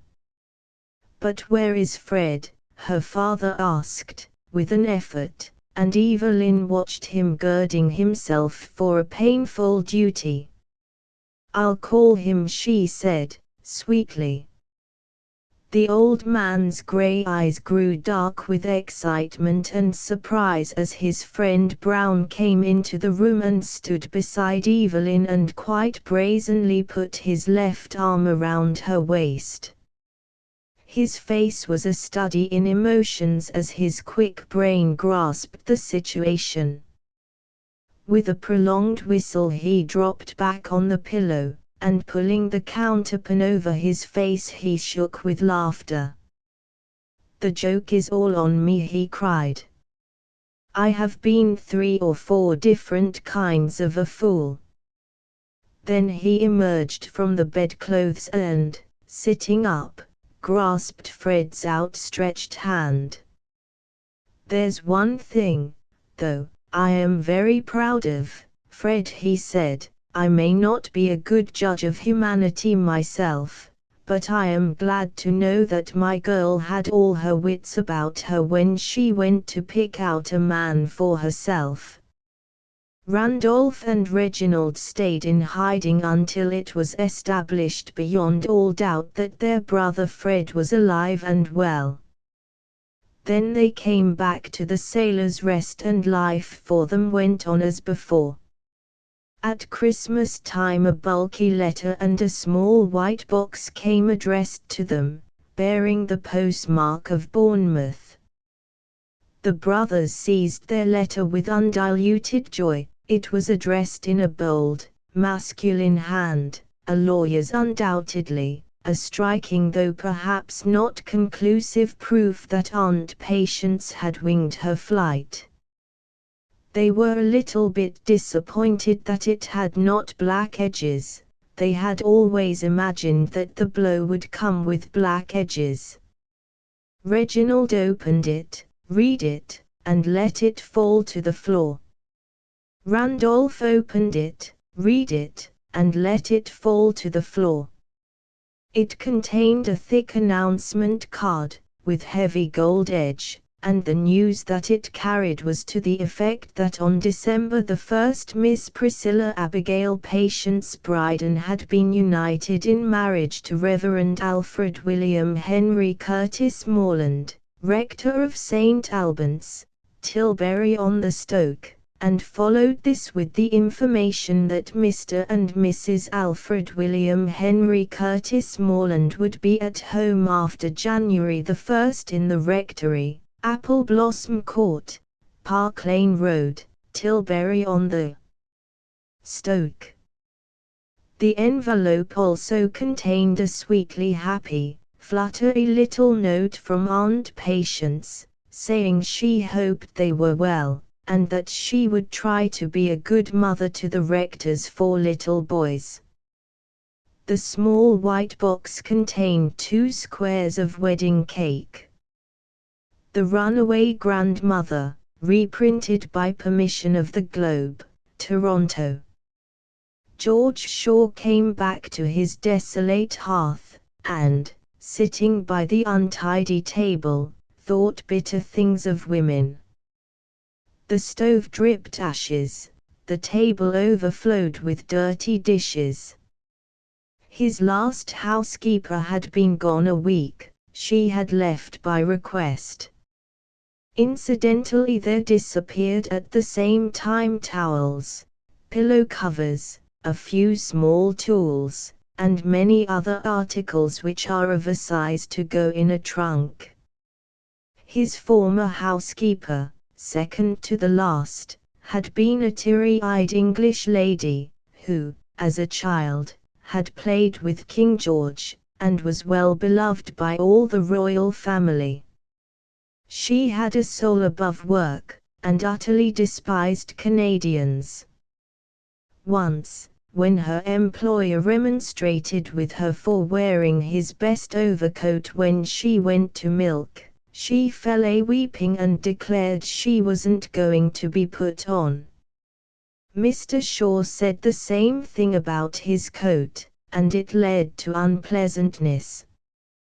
The next day he found her picking chips in his brown derby, and when he expressed his disapproval she told him it was no fit hat for a young man like him, he should have a topper.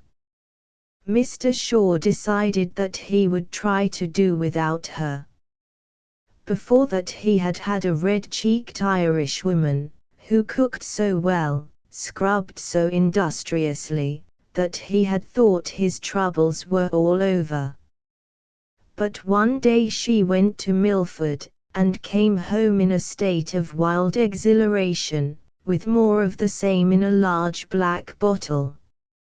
When Mr. Shaw came to put away the horse, she struck him over the head with her handbag, playfully blackening one of his eyes, and then begged him to come and make up, kiss and fidget, like the swart pet that he was. Exit Mrs. Murphy. George Shaw decided to do his own cooking, but in 3 days every dish in the house was dirty, the teapot was full of leaves, the stove full of ashes, and the floor was slippery.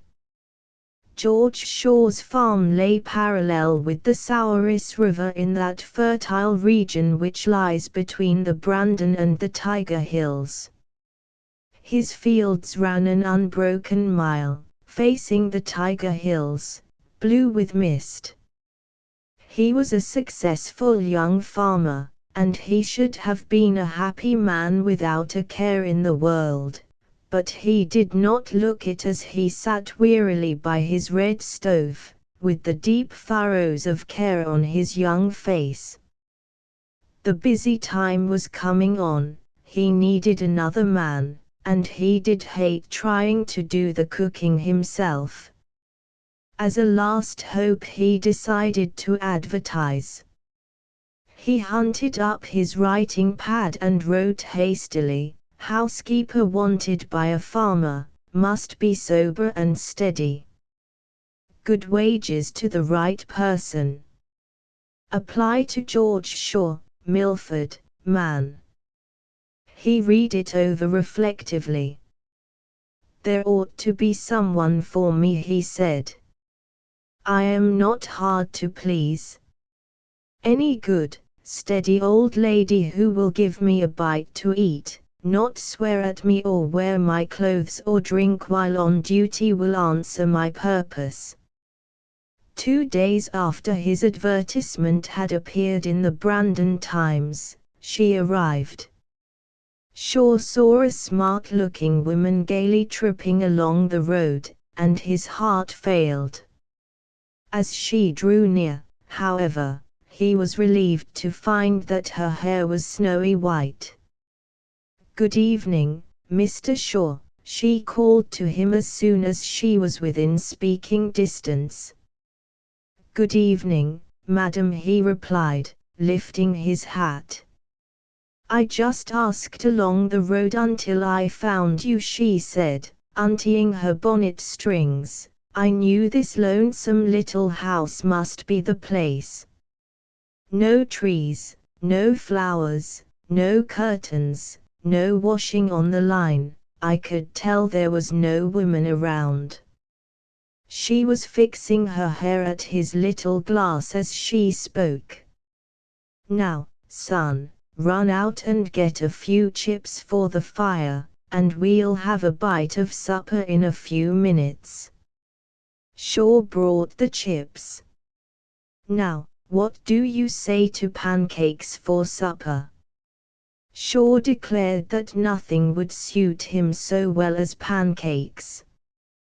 The fire crackled merrily under the kettle, and soon the two of them were sitting down to an appetizing meal of pancakes and syrup, boiled eggs and tea.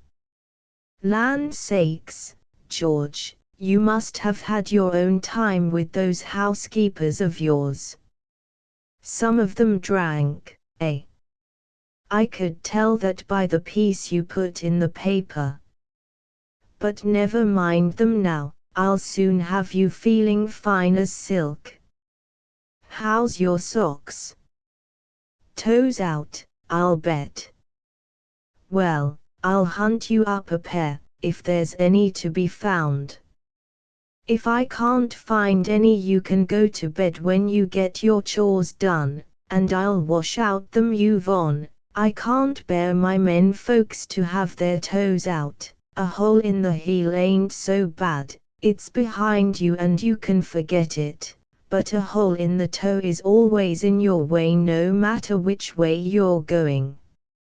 After supper, when Shaw was out doing his chores, he could see her bustling in and out of the house. Now she was beating his bedclothes on the line. In another minute she was leaning far out of a bedroom window dusting a pillow. When he came into the house she reported that her search for stockings, though vigorous, had been vain. He protested a little about having to go to bed when the sun was shining, but she insisted. "I'm sorry, George," she said, "to have to make you go to bed, but it's the only thing we can do. You'll find your bed feels a lot better since I took the horse collar and the pair of rubber boots out from under the mattress. That's a poor place to keep things. Good night now, don't read lying down." When he went upstairs, Shaw noticed with dismay that his lamp had gone from the box beside his bed. So he was not likely to disobey her last injunction, at least, not for any length of time. Just at daylight the next morning there came a knock at his door. "Come, George, time to get up." When he came in from feeding his horses, a splendid breakfast was on the table. "Here's your basin, George. Go out and have a good wash. Here's your comb, it's been lost for quite a while. I put a towel out there for you, too. Hurry up now and get your victuals while they are nice." When Shaw came to the table she regarded him with pleasure. "You're a fine-looking boy, George, when you're slicked up," she said. "Now bow your head until we say grace. There, now pitch in and tell me how you like Grandma's cooking." Shaw ate heartily and praised everything. A few days afterwards she said, "Now, George, I guess I'll have to ask you to go to town and get some things we need for the house." Shaw readily agreed, and took out his paper and pencil. "Soap, starch, 10 yards of cheesecloth, that's for curtains," she said. "I'll knit lace for them, and they'll look real dressy. Toilet soap, sponge and nail brush, that's for your bath, George. You haven't been taking them as often as you should, or the hoops wouldn't have come off your tub. You can't cheat nature, George, she always tells on you. 10 yards flannelette, that's for night shirts. 10 yards sheeting, that's for your bed, and your white shirts are pretty far gone." "How do you know?" he asked in surprise. "They are all in my trunk." "Yes, I know, and the key is in that old cup on the stand, and I know how to unlock a trunk, don't I?" she replied with dignity. "You need new shirts all right, but just get one. I never could bear them boughten shirts, they are so skimpy in the skirt. I'll make you some lovely ones, with blue and pink flossing down the front." He looked up alarmed. Then about collars she went on serenely. You have 3, but they are not in very good shape, though, of course, you couldn't expect anything better of them, kept in that box with the nails. Oh, I found them, George, you needn't look so surprised. You see, I know something about boys, I have 3 of my own. A shadow passed over her face and she sighed. Well, I guess that is all for today. Be sure to get your mail and hurry home. Shall I tell the postmaster to put your mail in my box? He asked. Oh, no, never mind, I ain't expectin' any, she said, and sure drove away wondering. A few nights after she said, well, George, I suppose you are wondering now who this old lady is, though I am not to say real old either. Indeed you are not old, Shaw declared with considerable gallantry, you are just in your prime. She regarded him gratefully. You're a real nice boy, George, she said, and there ain't going to be no secrets between us. If you wet your feet, or tear your clothes, don't try to hide it. Don't keep nothing from me and I won't keep nothing from you. Now I'll tell you who I am and all about it. I am Mrs. Peter Harris, of Owen Sound, Ontario, and I have 3 sons here in the West. They've all done well, far as money goes. I came up to visit them. I came from Bert's here. I couldn't stand the way Bert's folks live. Mind you, they burn their lights all night, and they told me it doesn't cost a cent more. Land o' liberty. They can't fool me. If lights burn, someone pays, and the amount of hired help they keep is something scandalous. That is Bert's wife, is real smart, and they have 2 hired girls, besides their own 2 girls, and they get in a woman to wash besides.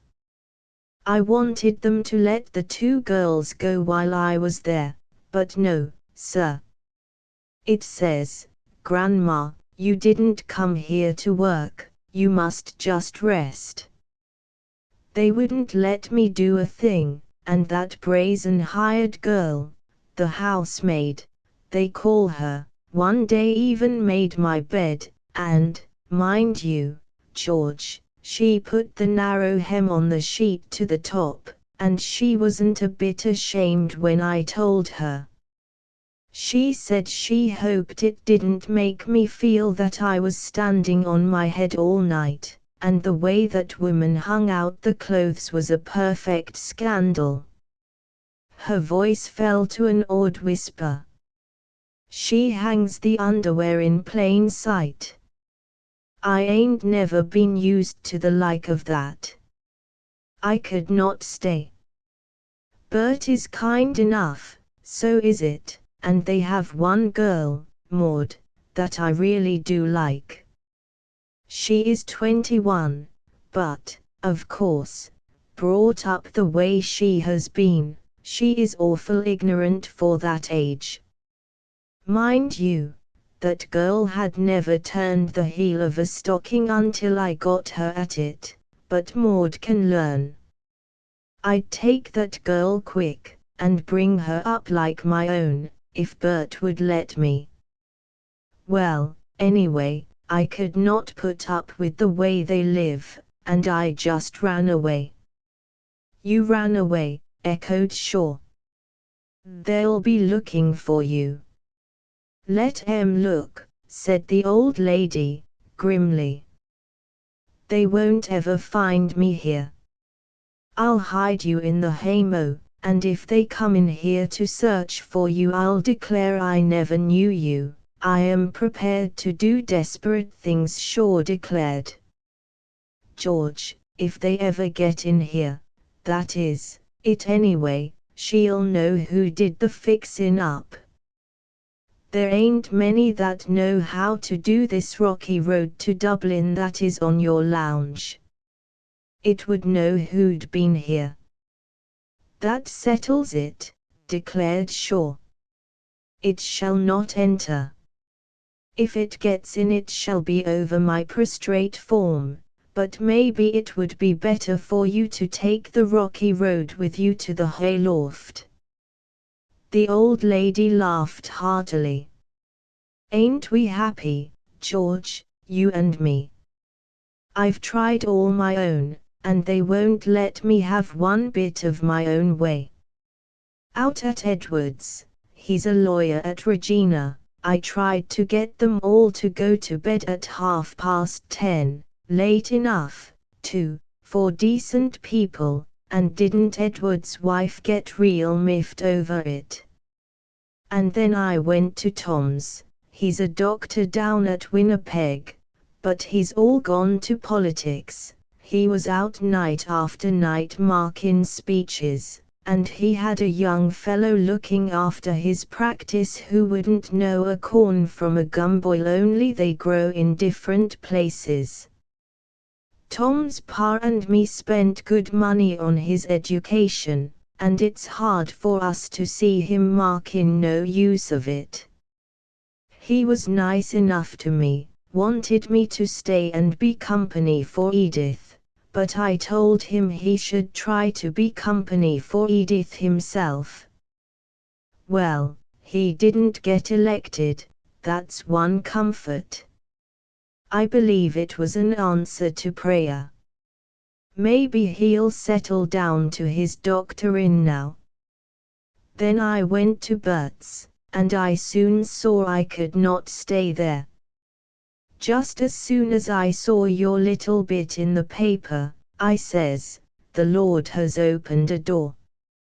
I gave Maud a hint that I would clear out some day and go where I would be let work, and the dear child says to me, Grandma, if I ever get a house of my own you can come and live with me, and you can do every bit of the work, and everyone will have to do just what you say, they'll have to go to bed at sundown if you say so.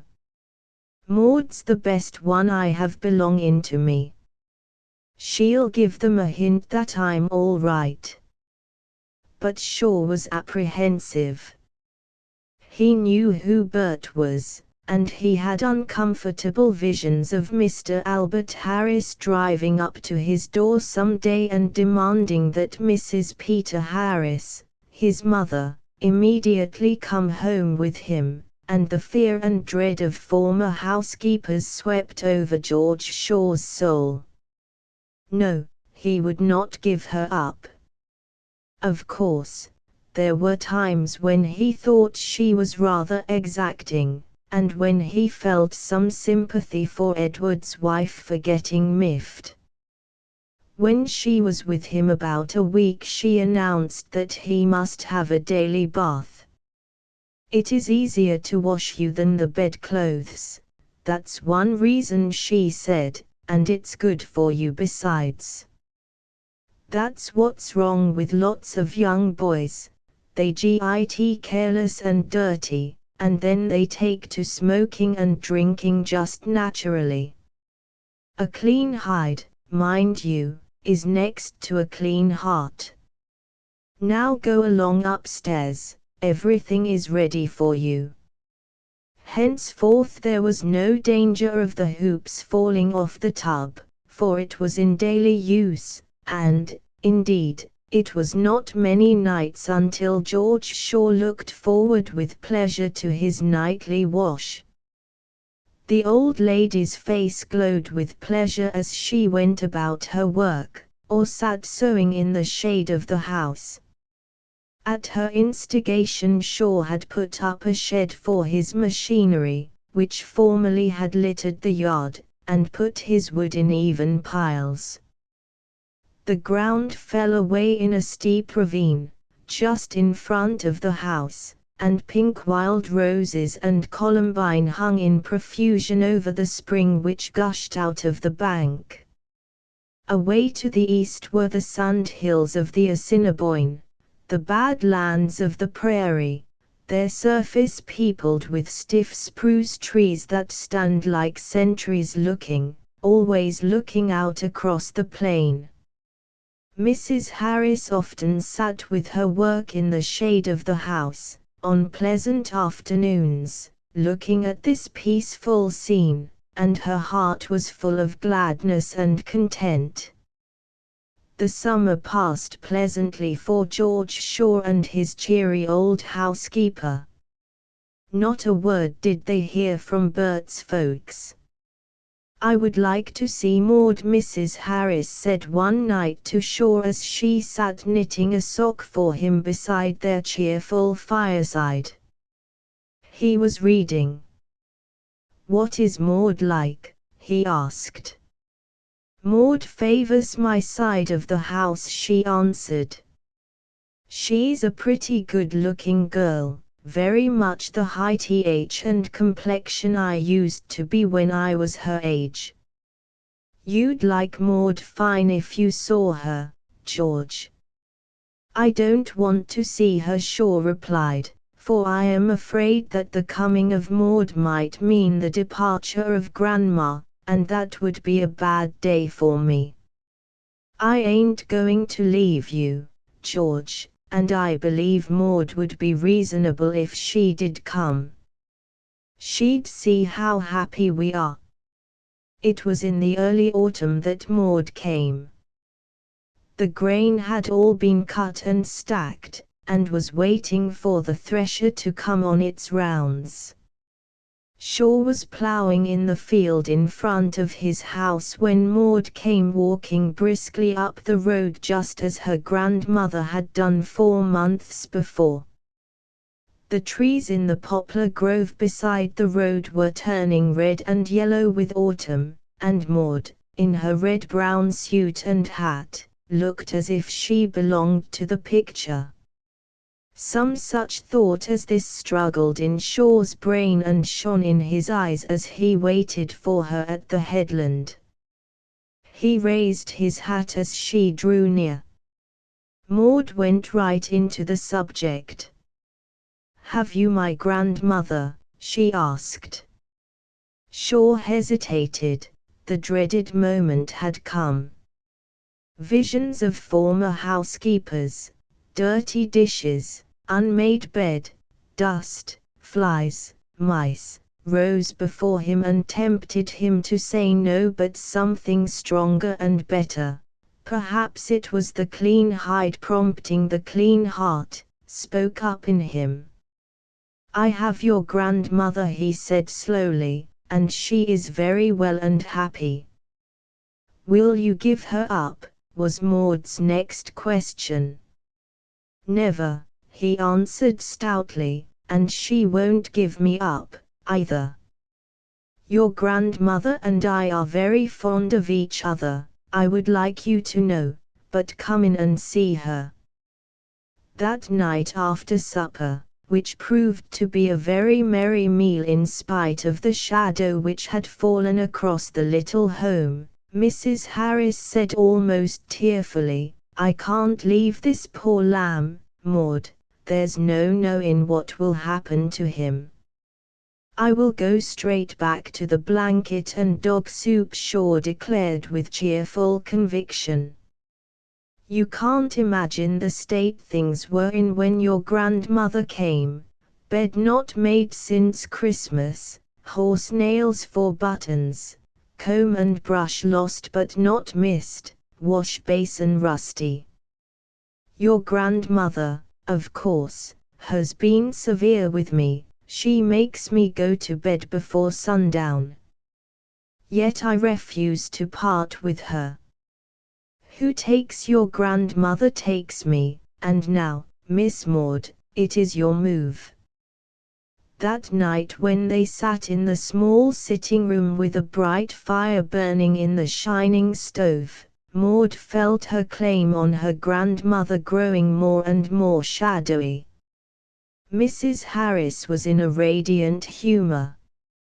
She was knitting lace for the curtains, and chatted gaily as she worked.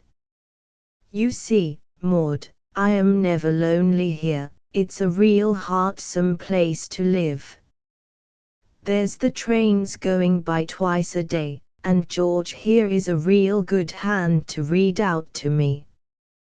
We're not near done with the book we're reading, and I am anxious to see if Adam got the girl.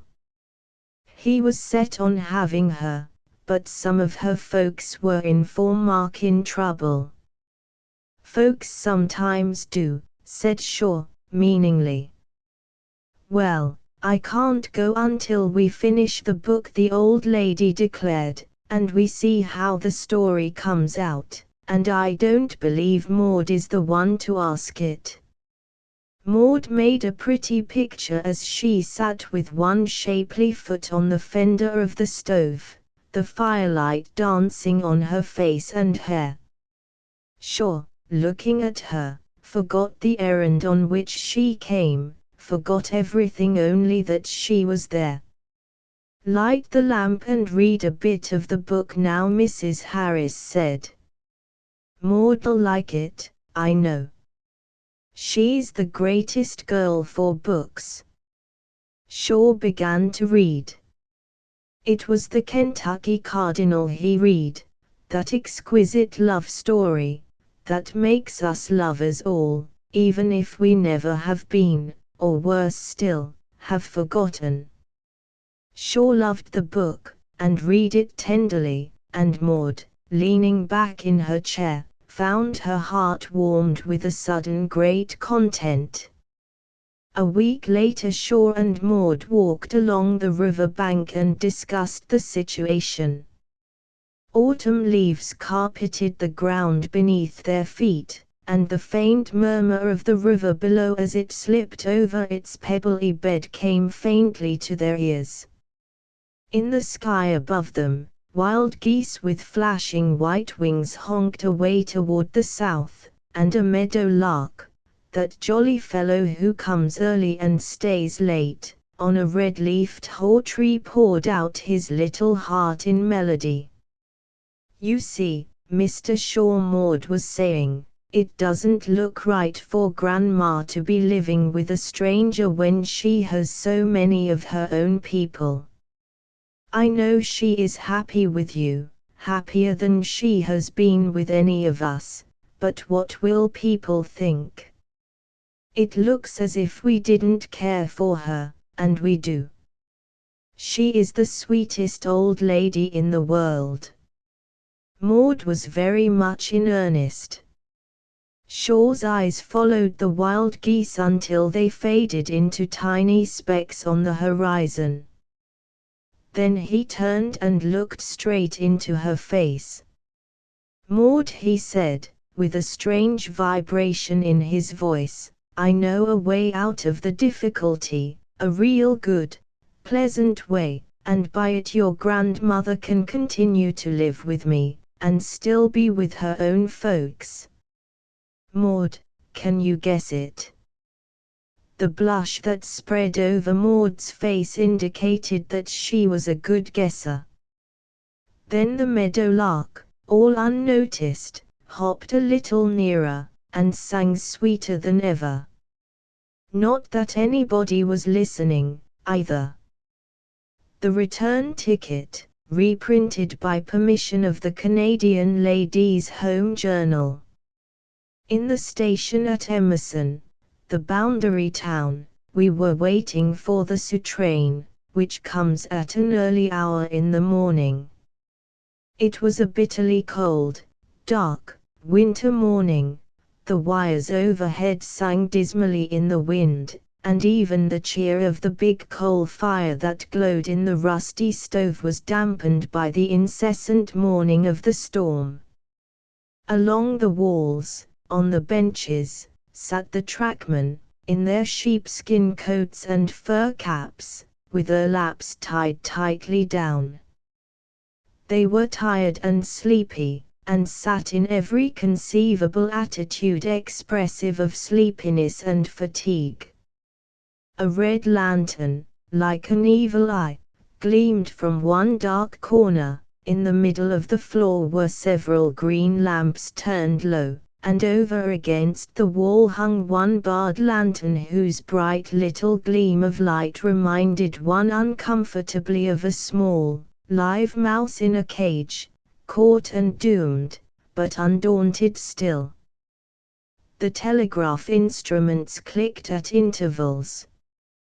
Two men, wrapped in overcoats, stood beside the stove and talked in low tones about the way real estate was increasing in value in Winnipeg. The door opened and a big fellow, another snow shoveler, came in hurriedly, letting in a burst of flying snow that sizzled on the hot stove. It did not rouse the sleepers from the bench. Neither did the newcomers remark that it was a deuce of a night bring forth any argument. We were one on that point. The train was late. The night agent told us that when he came out to shovel in more coal, she was delayed by the storm. I leaned back and tried to be comfortable. After all, I thought, it might easily be worse. I was going home after a pleasant visit. I had many agreeable things to think of, and still I kept thinking to myself that it was not a cheerful night. The clock, of course, indicated that it was morning, but the deep black that looked in through the frosted windows, the heavy shadows in the room, which the flickering lanterns only seemed to emphasize, were all of the night, and bore no relation to the morning. The train came at last with a roar that drowned the voice of the storm.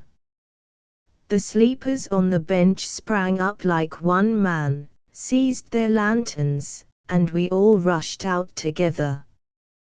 The long coach that I entered was filled with tired, sleepy-looking people, who had been sitting up all night. They were curled up uncomfortably, making a brave attempt to rest, all except one little old lady, who sat upright, looking out into the black night. When the official came to ask the passengers where they were going, I heard her tell him that she was a Canadian, and she had been down in the States with Annie, and now she was bringing Annie home, and as she said this she pointed significantly ahead to the baggage car. There was something about the old lady that appealed to me. I went over to her when the official had gone out. No, she wasn't tired, she said. She had been up a good many nights, and been worried some, but the night before last she had had a real good sleep. She was quite willing to talk. The long black night had made her glad of companionship.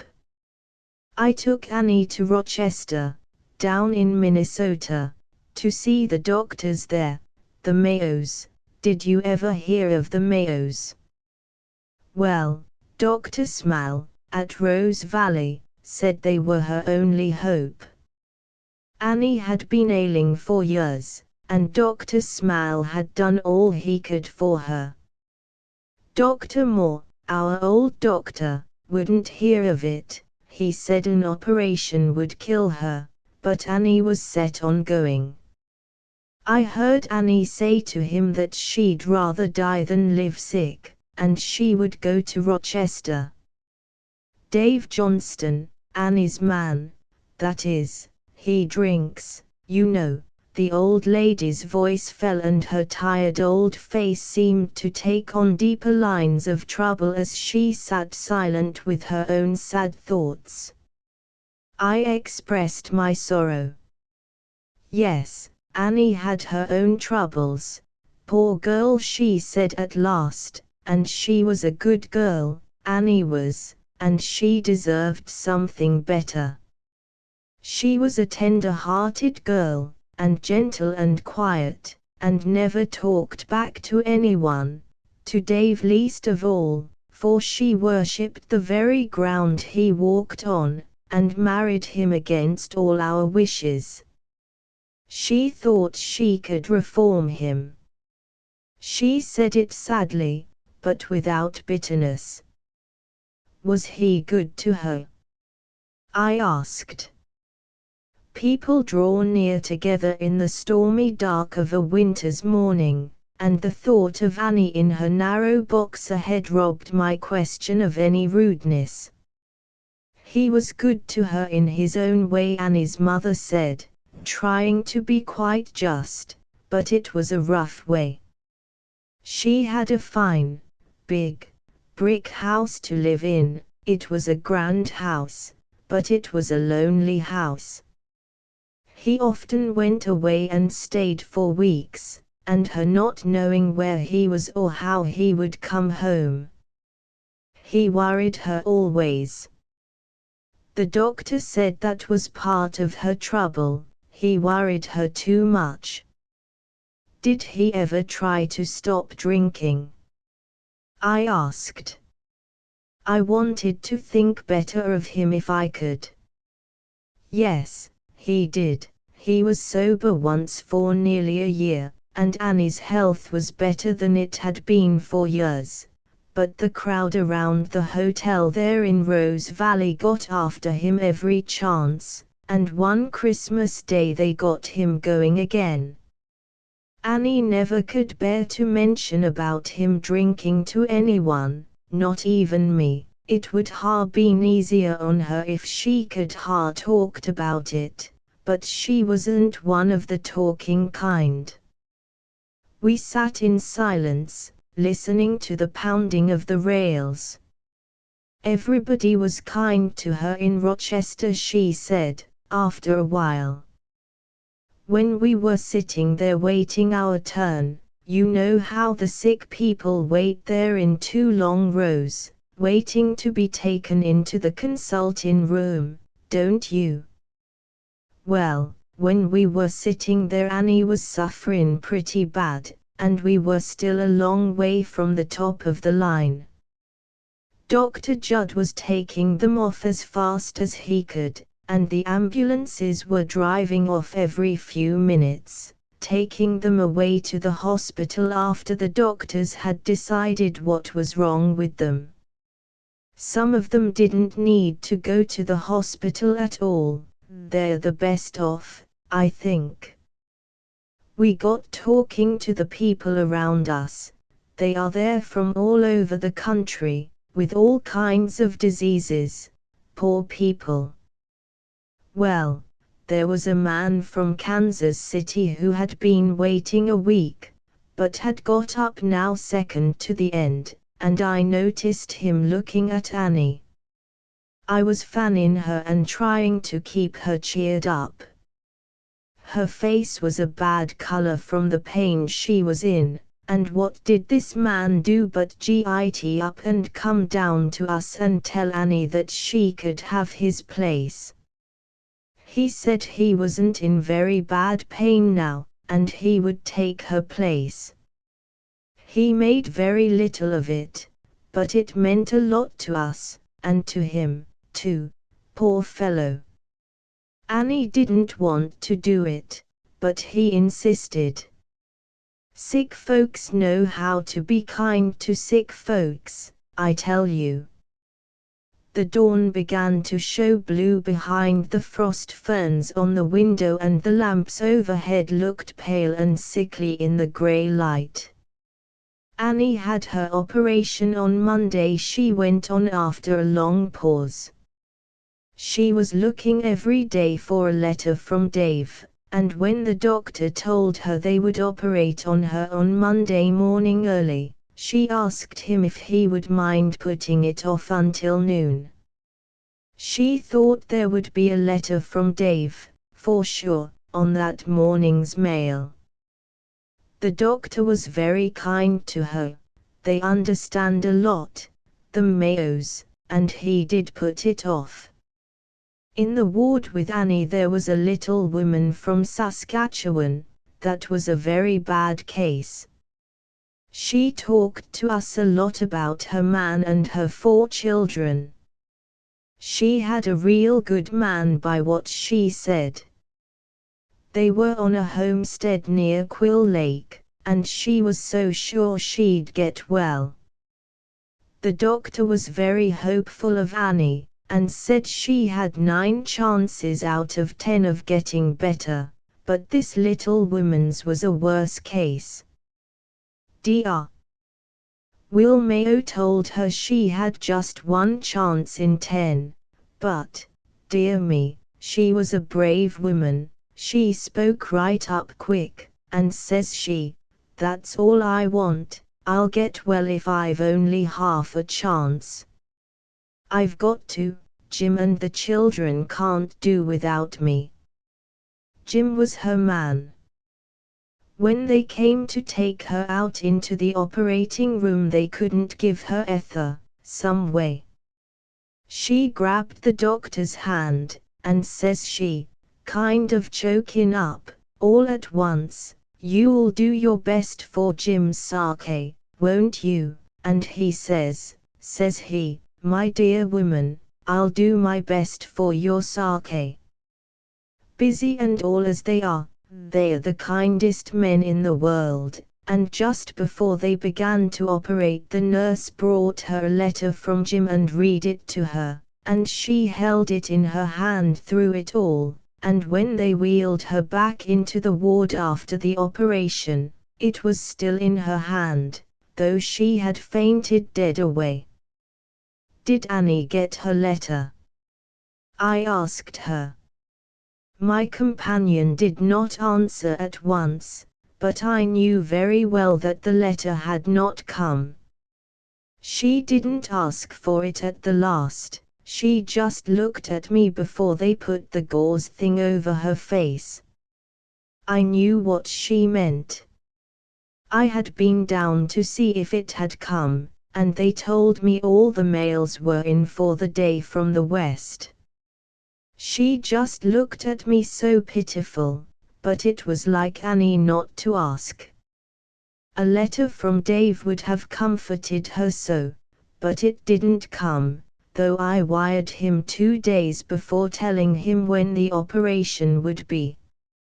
Annie was wonderful, cheerful and calm, but I was trembling like a leaf when they were giving her the ether. And when they wheeled her out all so stiff and white I just seemed to feel I'd lost my girl.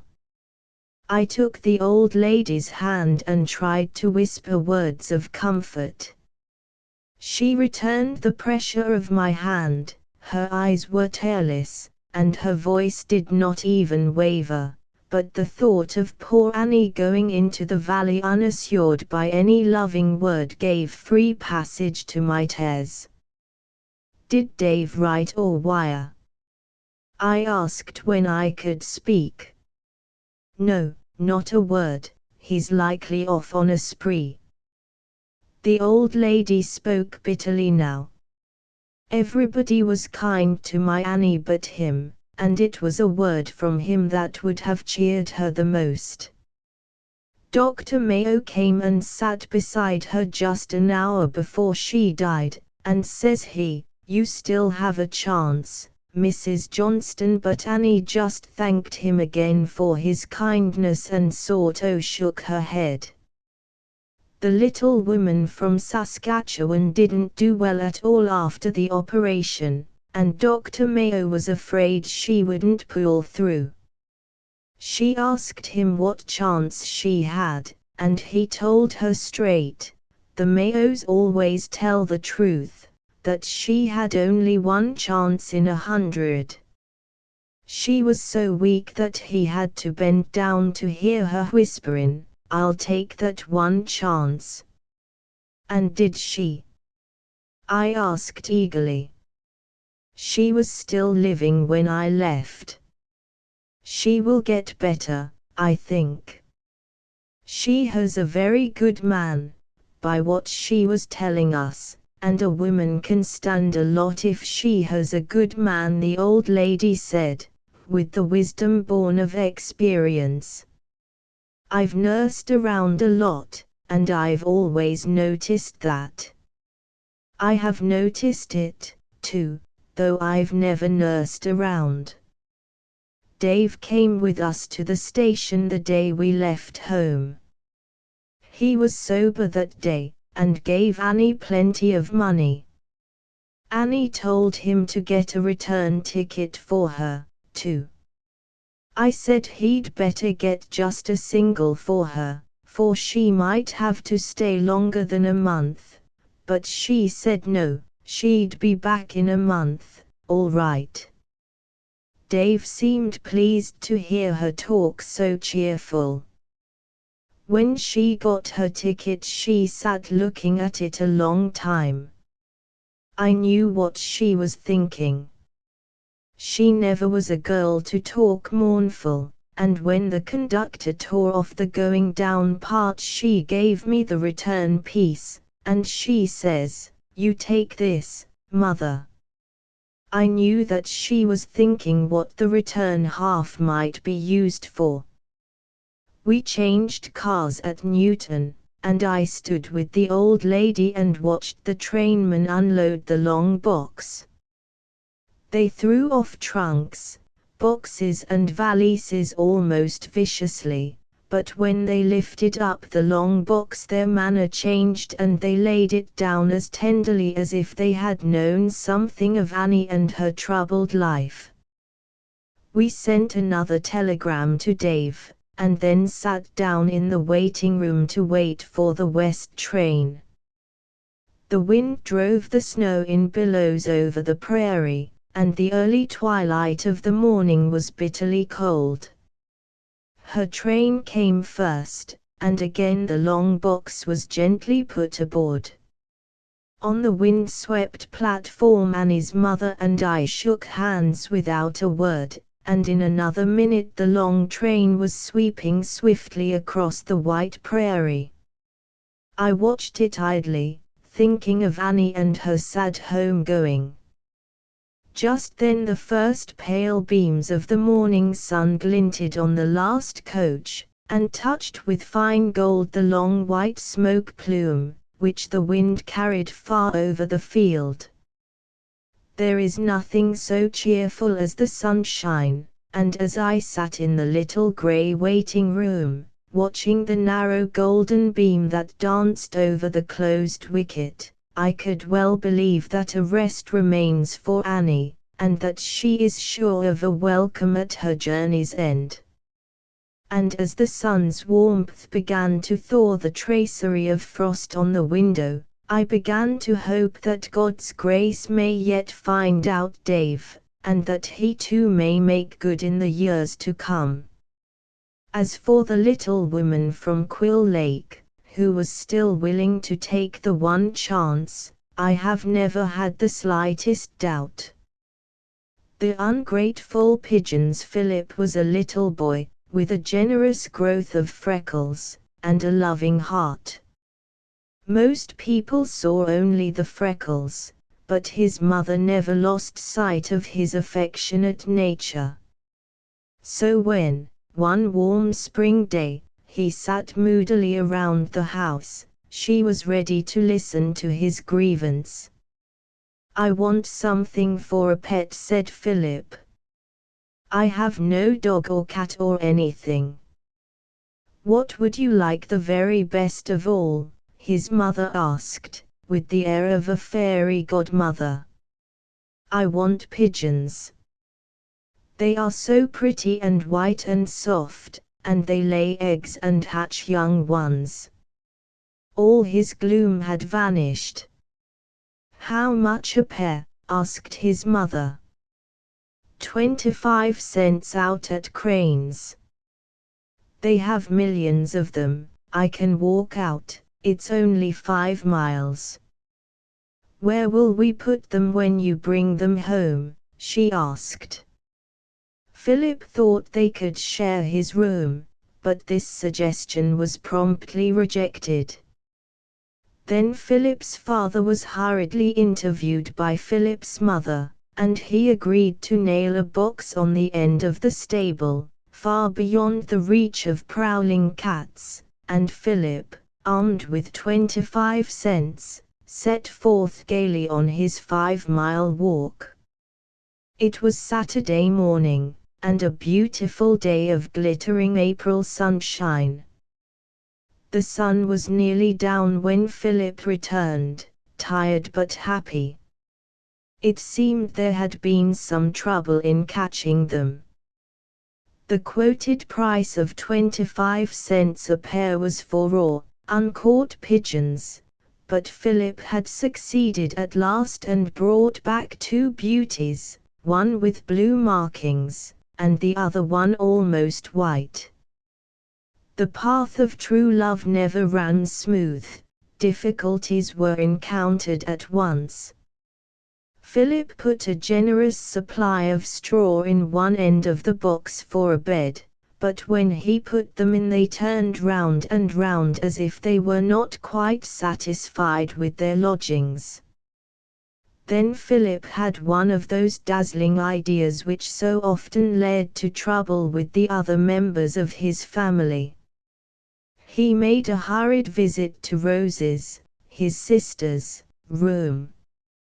Rose was a grown-up lady of 12. When he came back, he brought with him a dove-grey chiffon auto veil, the kind that was much favored that spring by young ladies in Rose's set, for a head protection instead of hats. Rose's intimate friend, Hattie Matthews, had that very day put a knot in each side, which made it fit very artistically on Rose's head. Philip carefully untied the knots, and draped it over the straw. The effect was beautiful. Philip exclaimed with delight. They looked so pretty and woozy. In the innocence of his heart, he ran into the house. For Rose, he wanted her to rejoice with him. Rose's language was pointed, though dignified, and the pretty sight was ruthlessly broken up. Philip's mother, however, stepped into the gap, and produced an old, pale blue veil of her own, which was equally becoming. It was she, too, who proposed a pigeon book, and a very pleasant time was spent making it, for it was not a common book, bought with money, but one made by loving hands. Several sheets of linen note paper were used for the inside, with stiff yellow paper for the cover, the whole fastened with pale blue silk. Then Philip printed on the cover, Philip Brown, Pigeon Book, but not in any ordinary, plain, little bits of letters. Each capital was topped off with an arrow, and ended with a feather, and even the small letters had a thick blanket of dots. The first entry was as follows: April 7th. I walked out to Cranes, and got 2 fantails. They are hard to catch. I paid 25 cents. My father nailed a box on the stable, and I put in a bed of straw. They are beautiful. My sister would not let me have her veil, but I got one prettier. They look woozy.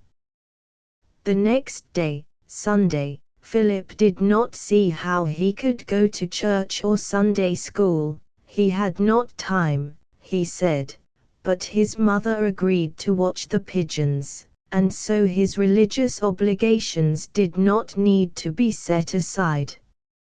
Monday afternoon the Browns' backyard was full of little boys inspecting Philip's pigeons, not merely idle onlookers, but hard-headed poultry fanciers, as shown by the following entry, April 9th. I sold a pair of white ones today to Wilfred Garbett, to be kept 3 weeks after birth, Eva Gayton wants a pair to any color, in July. She paid for them. Under this entry, which was made laboriously in ink, there was another one, in lead pencil, done by Philip's brother, Jack. This is called Selling Pigeons Short. Philip's friends recommended many and varied things for the pigeons to eat, and he did his best to supply them all, as far as his slender means allowed. He went to the elevator for wheat. He traded his good jackknife for 2 mouse-eaten and anemic heads of score corn, which were highly recommended by an unscrupulous young Shylock, who had just come to town and was short of a jackknife. His handkerchief, scribblers and pencils mysteriously disappeared, but other articles came in their place. A small round mirror advertising corsets on the back. Gordon Smith said pigeons liked a looking glass, it made them more contented to stay at home. A small swing out of a bird cage, which was duly put in place. Vendor Miss Edie Beale, owner unknown. Of course, it was too small for pigeons, but there were going to be little ones very soon, weren't there? He also brought to them one day 5 sunflower seeds, recommended and sold by a mild-eyed little Murphy girl, who had the stubby fingers of a moneymaker. Philip, being very low in funds that day, wanted her to accept prospective eggs in payment, but the stubby-fingered Miss Murphy preferred currency. Philip decided to make no entry of these transactions in his pigeon book. His young brother, Barry, began to be troublesome about this time, and to evince an unwholesome interest in the pigeons. The ladder, which was placed against the stable under their house, at first seemed to him too high to climb. But seeing the multitude of delighted spectators who went up and down without accident, he resolved to try it, too, and so successfully that he was able after a few attempts to carry a stick with him, stand on the highest rung, and poke up the pigeons. One day he was caught, with the goods, by Philip himself. So indignant was Philip that for a moment he stood speechless. His young brother, jarred by a guilty conscience and fear of Philip, came hastily down the ladder, raising a few bruises on his anatomy as he came. Even in his infant soul he felt he deserved all he had got, and thought best not to mention the occurrence. Philip, too, generously kept quiet about it, feeling that the claims of justice had been met. The only dissatisfied parties in the transaction were the pigeons. The next Sunday in Sabbath school there was a temperance lesson, and Barry Brown quoted the golden text with a slight variation. At the last it biteth like a serpent and stingeth like a ladder. Philip was the only one who knew what he meant, and he said it served him good and right. The following entry appears in the pigeon book: my brother Barry pocks them, but he got his leeson. Tomorrow I'll let them out, they're fond enough of home now I guess. The next day being Saturday, when Philip could watch them, he let them out. All day long his heart was torn with pride and fear. They looked so beautiful, circling and wheeling over the stable and far away across the road, and yet his heart was chill with the fear that they would never return. That night the pigeon book received the following entry: April 21 St. I let them out and they came back, they are sweet pets. I dream about them every night. I have two dreams. My good dream is the V-laid. My bad dream is about tomcats and two little heaps of feathers. It's horrid. The next week another entry went into the book. I sold another pair today. I've raised the price. This pair is to be delivered in a gist. I gave them a bran mash today. It makes them lay sure. Under this Jack wrote, thinking of the August delivery.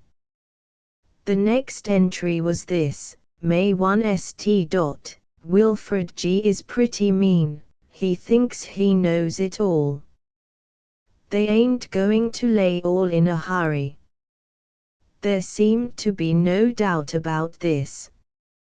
They certainly were not.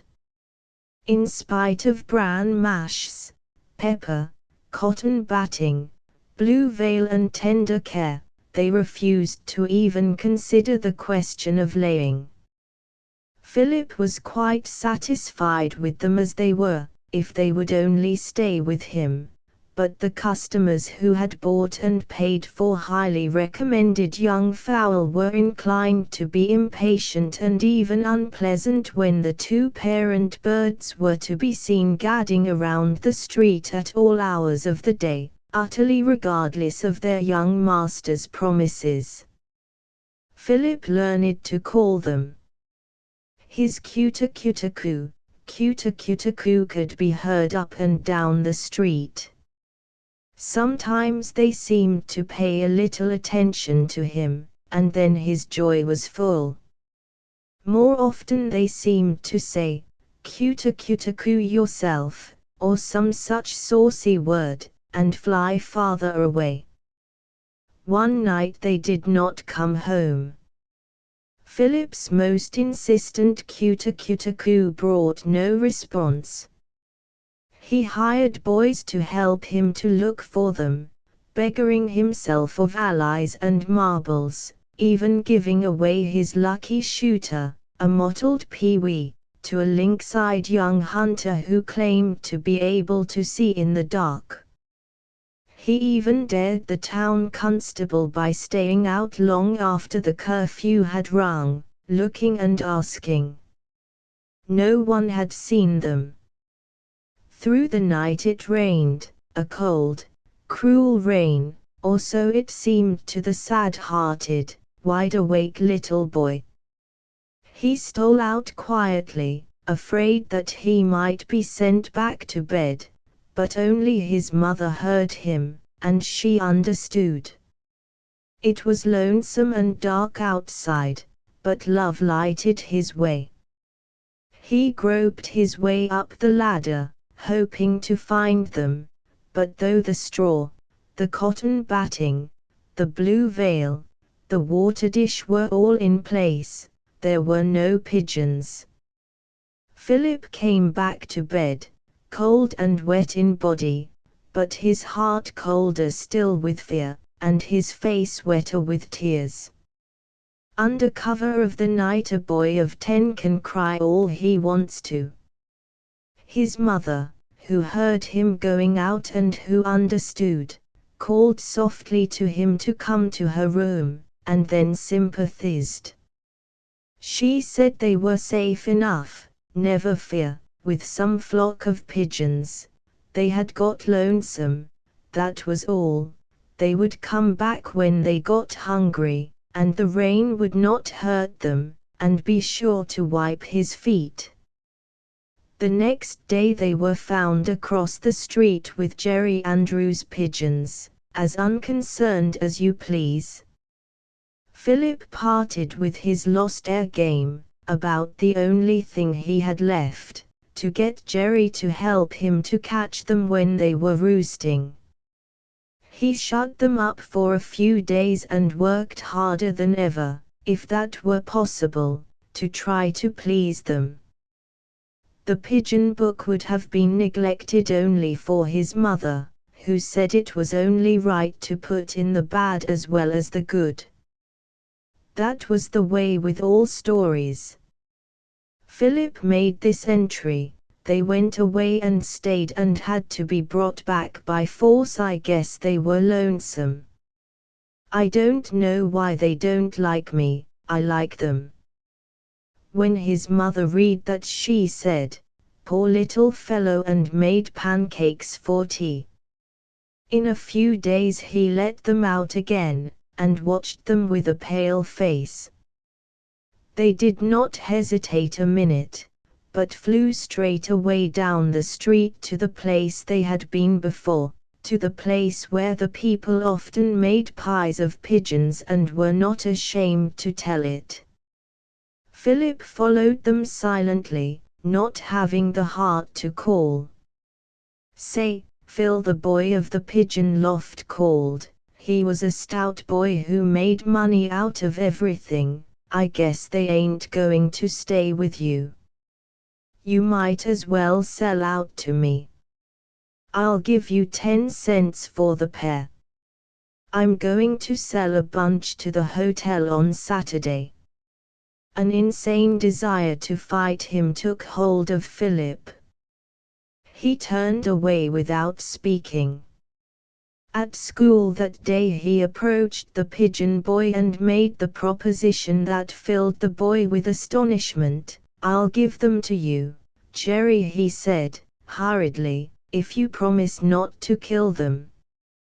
"It's all right. I guess I won't bother with pigeons. I think I'll get a dog, or something," he ended lamely. Jerry was surprised, but being a businessman he closed the deal on the spot. When Philip went home he put his pigeon book away. There was a final entry, slightly smeared and very badly written: "They are ungrateful brutes. You never can tell." Reprinted by permission of Saturday Night, Toronto. It was at exactly 3:30 in the afternoon of a hot June day that Mrs. Theodore Banks became smitten with the idea. Mrs. Banks often said afterwards she did not know how she came to be thinking about the Convention of the Arts and Crafts at all, although she is the secretary. The idea was so compelling that Mrs. Banks rushed downtown to tell Mr. Banks. She felt she could not depend on the telephone. "Ted," she cried, when she opened the door of the office, "I have an idea." Theodore raised his eyelids. Mrs. Banks was flushed and excited and looked well. Mrs. Banks was a handsome woman any time, and today her vivacity was quite genuine.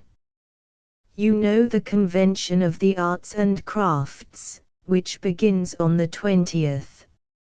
I've heard of it, somewhere.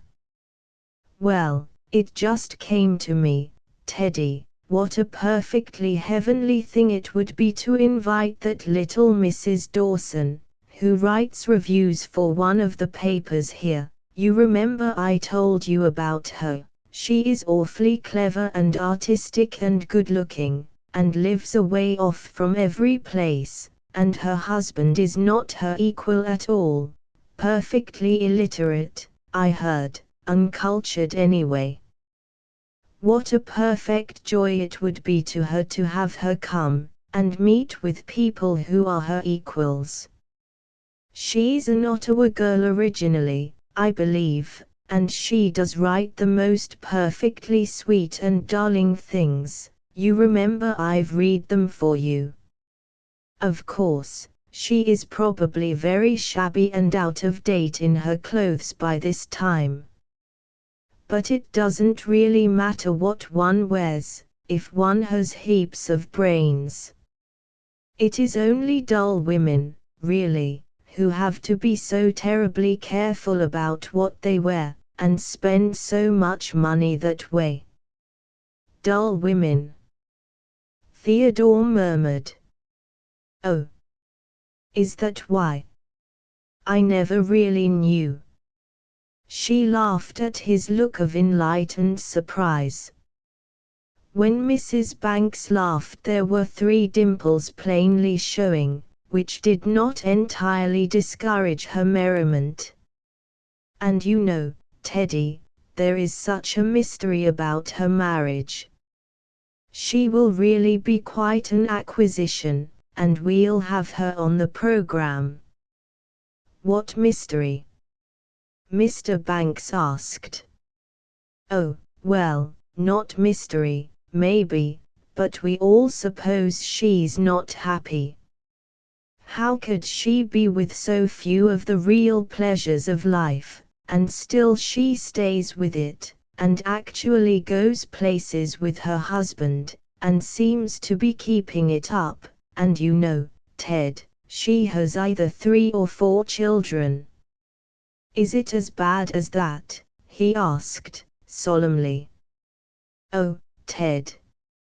You know well enough what I mean, don't be such an owl. Just think of how tied down and horrible it must be for her out there in that desolate Alberta, with no neighbors at all for miles, and then only impossible people.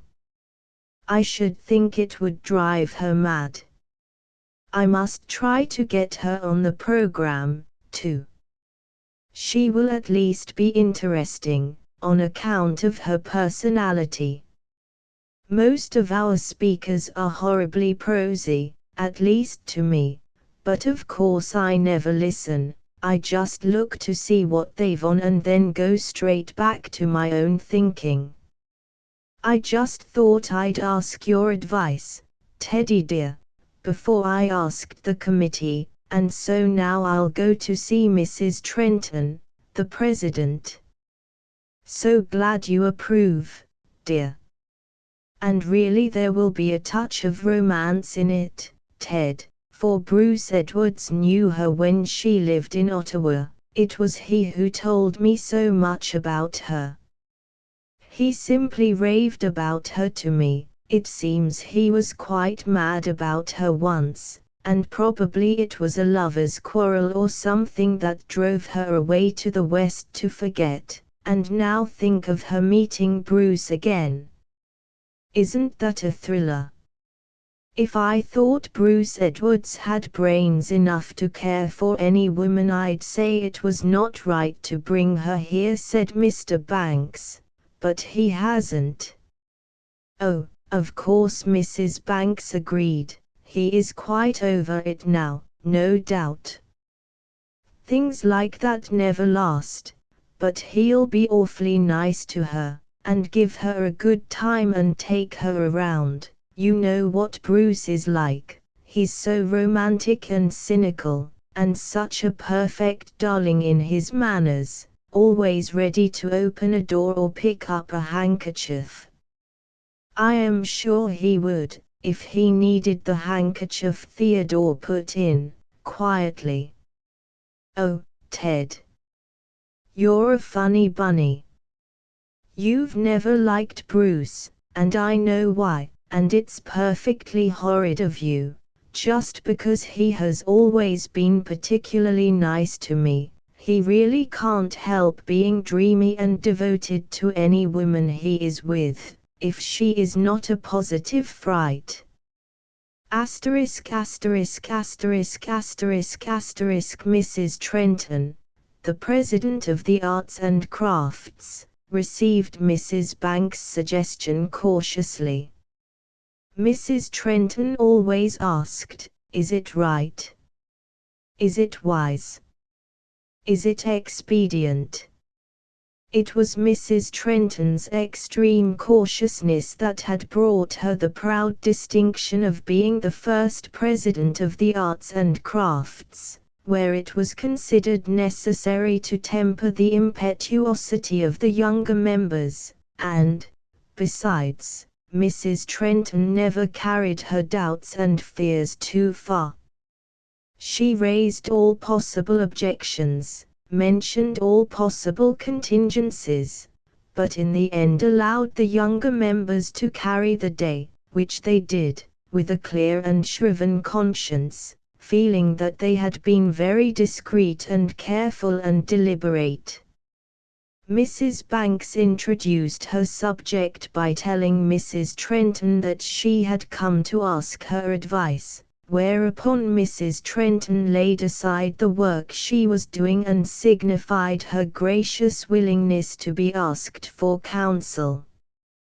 When Mrs. Banks had carefully laid the matter before Mrs. Trenton, dwelling on the utter loneliness of the prairie woman's life, Mrs. Trenton called the vice president, Miss Hastings, who was an oil painter by profession, and a lady of large experience in matters of the heart. Mrs. Trenton asked Mrs. Banks to outline her plan again. When she had finished, Mrs. Trenton asked, "Is it wise, is it kind? She has chosen her life. Why bring her back? It will only fill her heart with vain repinings. This man, illiterate though he may be, is her lawful husband, she owes him a duty. Are we just to him?" "Maybe she is perfectly happy," Miss Hastings said. "There is no accounting for love and its vagaries. Perhaps to her he is clothed in the rosy glow of romance, and all the inconveniences of her life are forgotten. I have read of it," she added in explanation, when she noticed Mrs. Trenton's look of incredulity. Mrs. Trenton sighed, a long sigh that undulated the black lace on her capacious bosom. "It has been written, it will continue to be written, but today marriage needs to be aided by modern." She hesitated, and looked at Mrs. Banks for the word. "Methods," Mrs. Banks supplied, promptly, "housemaids, cooks, autos, theaters, jewelry and chocolates." "You put it so aptly, my dear." Mrs. Trenton smiled, as she patted her pearl bracelet, Mr. Trenton's last offering on the hymeneal altar. "It requires—" She paused again. Mrs. Trenton's pauses were a very important asset in her conversation. "It requires collateral," said Mrs. Banks. Miss Hastings shook her head. "I believe in marriage, all the same," she said heroically. "Now, how shall we do it?" Mrs. Banks was anxious to get the preliminaries over. "You have decided to invite her, of course?" Mrs. Trenton nodded. "I feel we have no choice in the matter," she said slowly. "She is certainly a woman of artistic temperament, she must be, or she would succumb to the dreary prairie level. I have followed her career with interest and predict great things for her, have I not, Miss Hastings?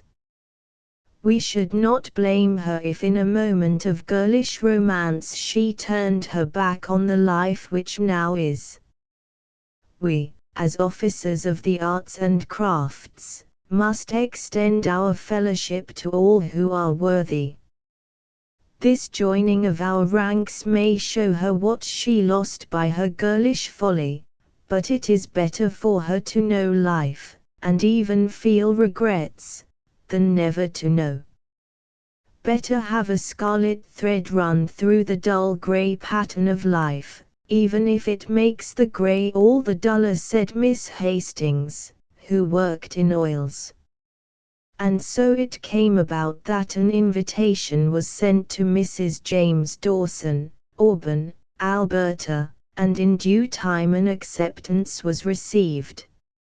From the time she alighted from the Pacific Express, a slight young woman in a very smart linen suit, she was a constant surprise to the arts and crafts. The principal cause of their surprise was that she seemed perfectly happy. There was not a shadow of regret in her clear grey eyes, nor any trace of drooping melancholy in her quick, business-like walk. Naturally, the arts and crafts had made quite a feature of the Alberta author and poet who would attend the convention. Several of the enthusiastic members, anxious to advertise effectively, had interviewed the newspaper reporters on the subject, with the result that long articles were published in the women's section of the city dailies, dealing principally with the loneliness of the life on an Alberta ranch. Kate Dawson was credited with an heroic spirit that would have made her blush had she seen the flattering allusions. Robinson Crusoe on his lonely isle, before the advent of Friday, was not more isolated than she on her lonely Alberta ranch, according to the advance notices. Luckily she had not seen any of these, nor ever dreamed she was the center of so much attention, and so it was a very self-possessed and unconscious young woman in a simple white gown who came before the arts and crafts. It was the first open night of the convention, and the auditorium was crowded. The air was heavy with the perfume of many flowers, and pulsed with dreamy music. Mrs. Trenton, in billows of black lace and glinting jet, presided with her usual graciousness. She introduced Mrs. Dawson briefly. Whatever the attitude of the audience was at first, they soon followed her with eager interest as she told them, in her easy way, simple stories of the people she knew so well and so lovingly understood. There was no art in the telling, only a sweet naturalness and an apparent honesty, the honesty of purpose that comes to people in lonely places. Her stories were all of the class that magazine editors call homely, heart interest stuff, not deep or clever or problematical, the commonplace doings of common people, but it found an entrance into the hearts of men and women. They found themselves looking with her at broad sunlit spaces, where struggling hearts work out noble destinies, without any thought of heroism.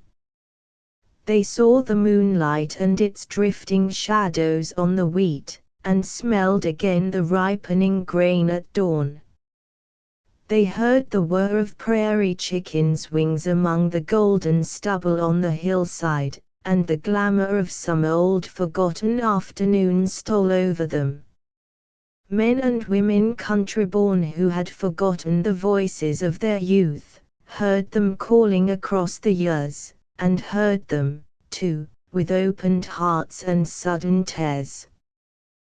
There was one pathetic story she told them, of the lonely prairie woman, the woman who wished she was back, the woman to whom the broad outlook and far horizon were terrible and full of fear. She told them how, at night, this lonely woman drew down the blinds and pinned them close to keep out the great white outside that stared at her through every chink with wide, pitiless eyes, the mocking voices that she heard behind her everywhere, day and night, whispering, mocking, plotting, and the awful shadows, black and terrible, that crouched behind her, just out of sight, never coming out in the open. It was a weird and gloomy picture, that, but she did not leave it so. She told of the new neighbor who came to live near the lonely woman, the human companionship which drove the mocking voices away forever, the coming of the spring, when the world awoke from its white sleep, and the thousand joyous living things that came into being at the touch of the good old sun. At the reception after the program, many crowded around her, expressing their sincere appreciation of her work. Bruce Edwards fully enjoyed the distinction which his former acquaintance with her gave him, and it was with quite an air of proprietorship that he introduced to her his friends. Mrs. Trenton, Mrs. Banks and other members of the arts and crafts, at a distance discussed her with pride. She had made their open night a wonderful success. The papers would be full of it tomorrow. You can see how fitted she is for a life of culture, said Miss Hastings. The oil painter, her shapely white hands were made for silver spoons, and not for handling butter ladles. What a perfect joy it must be for her to associate with people who are her equals. I wonder, said Mrs. Banks, what her rancher would say if he saw his handsome wife now. So much admiration from an old lover is not good for the peace of mind of even a serious-minded author, and such a fascinating man as Bruce. Look how well they look together. I wonder if she is mentally comparing her big, sunburned cattleman with Bruce, and thinking of what a different life she would have led if she had married him. Do you suppose, said Mrs. Trenton, that was her own story that she told us? I think she must have felt it herself to be able to tell it so. Just at that moment Bruce Edwards was asking her the same question. Oh, no, she answered, quickly, while an interested group drew near. People never write their own sorrows. The broken heart does not sing, that's the sadness of it. If one can talk of their sorrows they soon cease to be. It's because I have not had any sorrows of my own that I have seen and been able to tell of the tragedies of life. Isn't she the jolly best bluffer you ever heard? One of the men remarked to another. Just think of that beautiful creature, born for admiration, living 10 miles from anywhere, on an Albertan ranch of all places, and saying she is happy. She could be a top-notcher in any society in Canada. Why, great Scott! Any of us would have married that girl, and been glad to do it. And under the glow of this generous declaration Mr. Stanley Carruthers lit his cigarette and watched her with unconcealed admiration. As the arts and crafts had predicted, the newspapers gave considerable space to their open meeting, and the Alberta author came in for a large share of the reporter's finest spasms. It was the chance of a lifetime. Here was local color, human interest, romance, thrills. Good old phrases, clover-scented and rosa-hued, that had lain in cold storage for years, were brought out and used with conscious pride. There was one paper which boldly hinted at what it called her mésalliance and drew a lurid picture of her domestic unhappiness, so bravely borne. All the gossip of the convention was in it, intensified and exaggerated, conjectures set down as known truths, the idle chatter of idle women crystallized in print. And of this paper a copy was sent by some unknown person to James Dawson, Auburn, Alberta. Asterisk asterisk asterisk asterisk asterisk. The rain was falling at Auburn, Alberta, with the dreary insistence of unwelcome harvest rain. Just a quiet drizzle, plenty more where this came from, no haste, no waste. It soaked the fields, keeping green the grain which should be ripening in a clear sun. Kate Dawson had been gone a week, and it would still be a week before she came back. Just a week, 7 days. Jim Dawson went over them in his mind as he drove the 10 miles over the rain-soaked roads to Auburn to get his daily letter. Every day she had written to him long letters, full of vital interest to him. He read them over and over again. Nobody really knows how well Kate can write, who has not seen her letters to me, he thought proudly. Absence had not made him fonder of his wife, for every day he lived was lived in devotion to her. The marvel of it all never left him, that such a woman as Kate Marks, who had spent her life in the city, surrounded by cultured friends, should be contented to live the lonely life of a rancher's wife. He got his first disappointment when there was no letter for him. He told himself it was some unavoidable delay in the mails. Kate had written all right, there would be 2 letters for him tomorrow. Then he noticed the paper addressed to him in a strange hand. He opened it eagerly. A wavy ink line caught his eye. Western author delights large audience. Jim Dawson's face glowed with pride. My girl, he murmured, happily. I knew it. He wanted to be alone when he read it, and, folding it hastily, put it in his pocket and did not look at it again until he was on the way home. The rain still fell drearily and spattered the page as he read.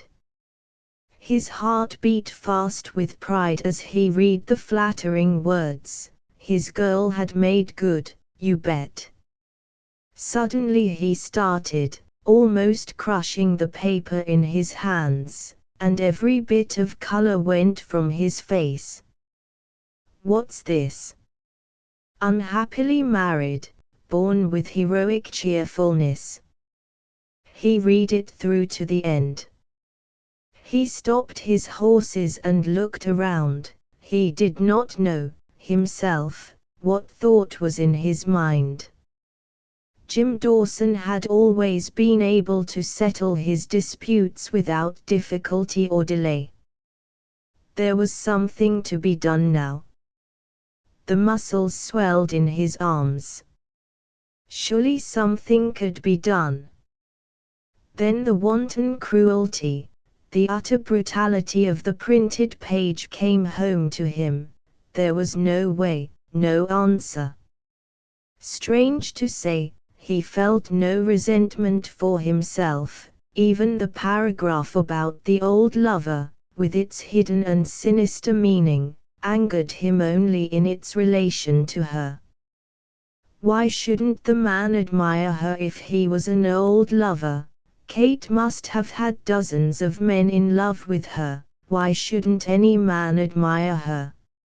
So he talked and reasoned with himself, trying to keep the cruel hurt of the words out of his heart. Everyone in his household was asleep when he reached home. He stabled his team with the help of his lantern, and then, going into the comfortable kitchen, he found the lunch the housekeeper had left for him. He thought of the many merry meals he and Kate had had on this same kitchen table, but now it seemed a poor, cold thing to sit down and eat alone and in silence. With his customary thoughtfulness he cleared away the lunch before going to his room. Then, lamp in hand, he went, as he and Kate had always done, to the children's room, and looked long and lovingly at his boy and girl asleep in their cots, the boy so like himself, with his broad forehead and brown curls. He bent over him and kissed him tenderly, Kate's boy. Then he turned to the little girl, so like her mother, with her tangle of red curls on the pillow. Picking her up in his arms, he carried her to his room and put her in his own bed. "Mother isn't putting up a bluff on us, is she, dearie?" he whispered as he kissed the soft little cheek beside his own. "Mother loves us, surely. It is pretty rough on us if she doesn't, and it's rougher still on Mother." The child stirred in her sleep, and her arms tightened around his neck. "I love my mother, and my dear daddy," she murmured drowsily. All night long Jim Dawson lay wide-eyed, staring into the darkness with his little sleeping girl in his arms, not doubting his wife for a moment, but wondering, all night long, wondering. The next evening Jim did not go for his mail, but one of the neighbors driving by volunteered to get it for him. It was nearly midnight when the sound of wheels roused him from his reverie. He opened the door, and in the square of light the horses stopped. "Hello, Jim, is that you?" called the neighbor. "I've got something for you." Jim came out bareheaded. He tried to thank the neighbor for his kindness, but his throat was dry with suppressed excitement. Kate had written. The buggy was still in the shadow, and he could not see its occupant. "I have a letter for you," Jim said his friend, with a suspicious twinkle in his voice. "A big one, registered and special delivery, a right nice letter, I should say." Then her voice rang out in the darkness. "Come, Jim, and help me out." Commonplace words, too, but to Jim Dawson they were sweeter than the chiming of silver bells. An hour later they still sat over their late supper on the kitchen table. She had told him many things. "I just got lonely, Jim, plain, straight homesick for you and the children. I couldn't stay out the week. The people were kind to me, and said nice things about my work. I was glad to hear and see things, of course. Bruce Edwards was there, you know, I've told you about Bruce. He took me around quite a bit, and was nice enough, only I couldn't lose him, you know that kind, Jim, always saying tiresome, plastery sort of things.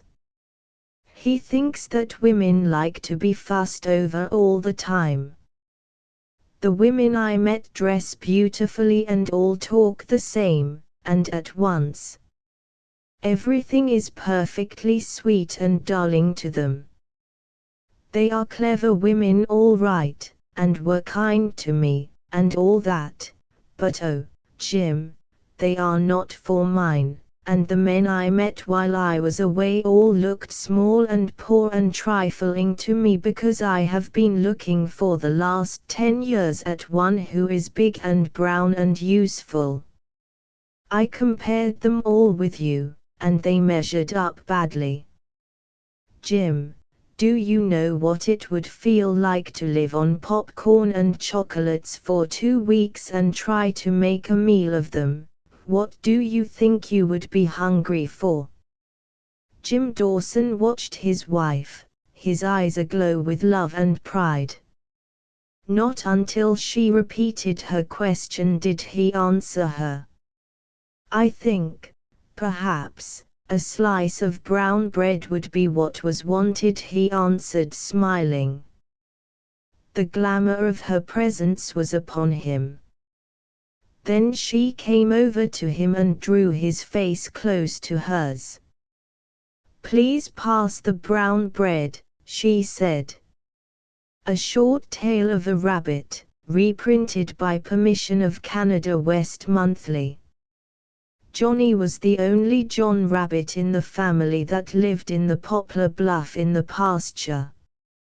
He had a bold and adventurous spirit, but was sadly hampered by his mother's watchfulness. She was as full of warnings as the signboard at the railway crossing. It was "Look out for the cars," all the time with mother. She warned him of dogs and foxes, hawks and snakes, boys and men. It was in vain that Johnny showed her his paces, how he could leap and jump and run. She admitted that he was quite a smart little rabbit for his age, but, oh, well. You know what mothers are like. Johnny was really tired of it, and then, too, Johnny had found out that what mother had said about dogs was very much exaggerated. Johnny had met 2 dogs, so he thought he knew something about them. One was a sleek, fat, black puppy, with a vapid smile, called Juno, and the other was an amber-eyed spaniel with woolly, fat legs. They had run after Johnny one day when he was out playing on the road, and he had led them across a plowed field. Johnny was accustomed to add, as he told the story to the young rabbits that lived down in the pasture, that he had to spurt around the field a few times after the race was over just to limber up his legs. He was so cramped from sitting around waiting for the dogs. So it came about that Johnny, in his poor, foolish little heart, thought dogs were just a joke. Johnny's mother told him that all men were bad, and the men who carried guns were worst of all, for guns spit out fire and death. She said there were men who wore coats the color of dead grass, and drove in rigs that rattled and had dogs with them, and they killed ducks and geese that were away up in the air. She said those men drove miles and miles just to kill things, and they lived sometimes in a little house away out near the lakes where the ducks stayed, and they didn't mind getting up early in the morning or sitting up at night to get a shot at a duck, and when they got the ducks they just gave them away. If half what old Mrs. Rabbit said about them was true, they certainly were the bad men from Bitter Creek. Johnny listened, big-eyed, to all this, and there were times when he was almost afraid to go to bed. Still, when he found out that dogs were not so dangerous, he began to think his mother might have overstated the man question, too. One day Johnny got away from his mother, when she was busy training the other little rabbits in the old trick of dodging under the wire fence just when the dog is going to grab you. Johnny knew how it was done. It was as easy as rolling off a log for him, and so he ran away. He came up at the agricultural grounds. He had often been close to the fence before, but his mother had said decidedly he must never go in. Just beside the gate he found a bread crust which was lovely, and there might be more, mightn't there? There wasn't a person in sight, or a dog. Johnny went a little farther in and found a pile of cabbage leaves, a pile of them, mind you. He really didn't know what to think of his mother. She certainly was the limit. Johnny grew bolder. A little farther on he found more breadcrumbs and some stray lettuce leaves. He began to feel a little sorry for his mother. Lettuce leaves, cabbage leaves and breadcrumbs, and she had said, "Don't go in there, Johnny, whatever you do." The band was playing, and there were flags in the air, but Johnny didn't notice it. He didn't know, of course, that the final lacrosse match of the season was going to be played that afternoon. Johnny had just gone into one of the cattle sheds to see what was there, when a little boy, with flopped-out ears and a cow brand soda cap on, stealthily closed the gate. Johnny didn't know he had on a cow brand soda cap, and he didn't know that the gate was shut, but he did know that that kind of a yell meant business. He wasn't afraid. Pshaw! He'd give young Mr. Flop-Ears a run for his money. Come on, kid, ah ah ah ah ah. Johnny ran straight to the gate with a rabbit's unerring instinct, and hurled himself against it in vain. The flop-eared boy screamed with laughter. Then there were more boys. And dogs. All screaming. The primitive savage in them was awake now. Here was a wild thing who defied them, with all his speed. Johnny was running now with his ears laid back, mad with terror, dogs barking, boys screaming, even men joining in the chase, for the lust for blood was on them. Again Johnny made the circuit of the field. The noise grew, 100 voices, it seemed, not one that was friendly. It was one little throbbing rabbit against the field, with all the odds against him, running for his life, and losing. Sick him, Togo. Sick him, Collie. Gee! Can't he run? But we've got him this time. He'll soon slow up. A dog snapped at him and his hind leg grew heavy. Someone struck at him with a lacrosse stick, and then, he found himself running alone. Behind him a dog yelped with pain, and above the noise someone shouted, "Here, you kids, let up on that. Shame on you. Let him alone. Call off your dogs, there. Poor little duffer, let him go. Get back there, twin." Johnny ran dazed and dizzy, and once more made the circuit and dashed again for the gate. But this time the gate was open, and Johnny was free. Saved, and by whom? Well, of course, old Mrs. Rabbit didn't believe a word of it when Johnny went home and told her who called off the dogs and opened the gate for him. She said, well, she talked very plainly to Johnny, but he stuck to it, that he owed his life to one of the bad men who wear clothes the color of grass, and whose gun spits fire and death. For old Mrs. Rabbit made just the same mistake that many people make of thinking that a man that hunts must be cruel, forgetting that the true sportsman loves the wild things he makes war on, and though he kills them, he does it fairly and openly.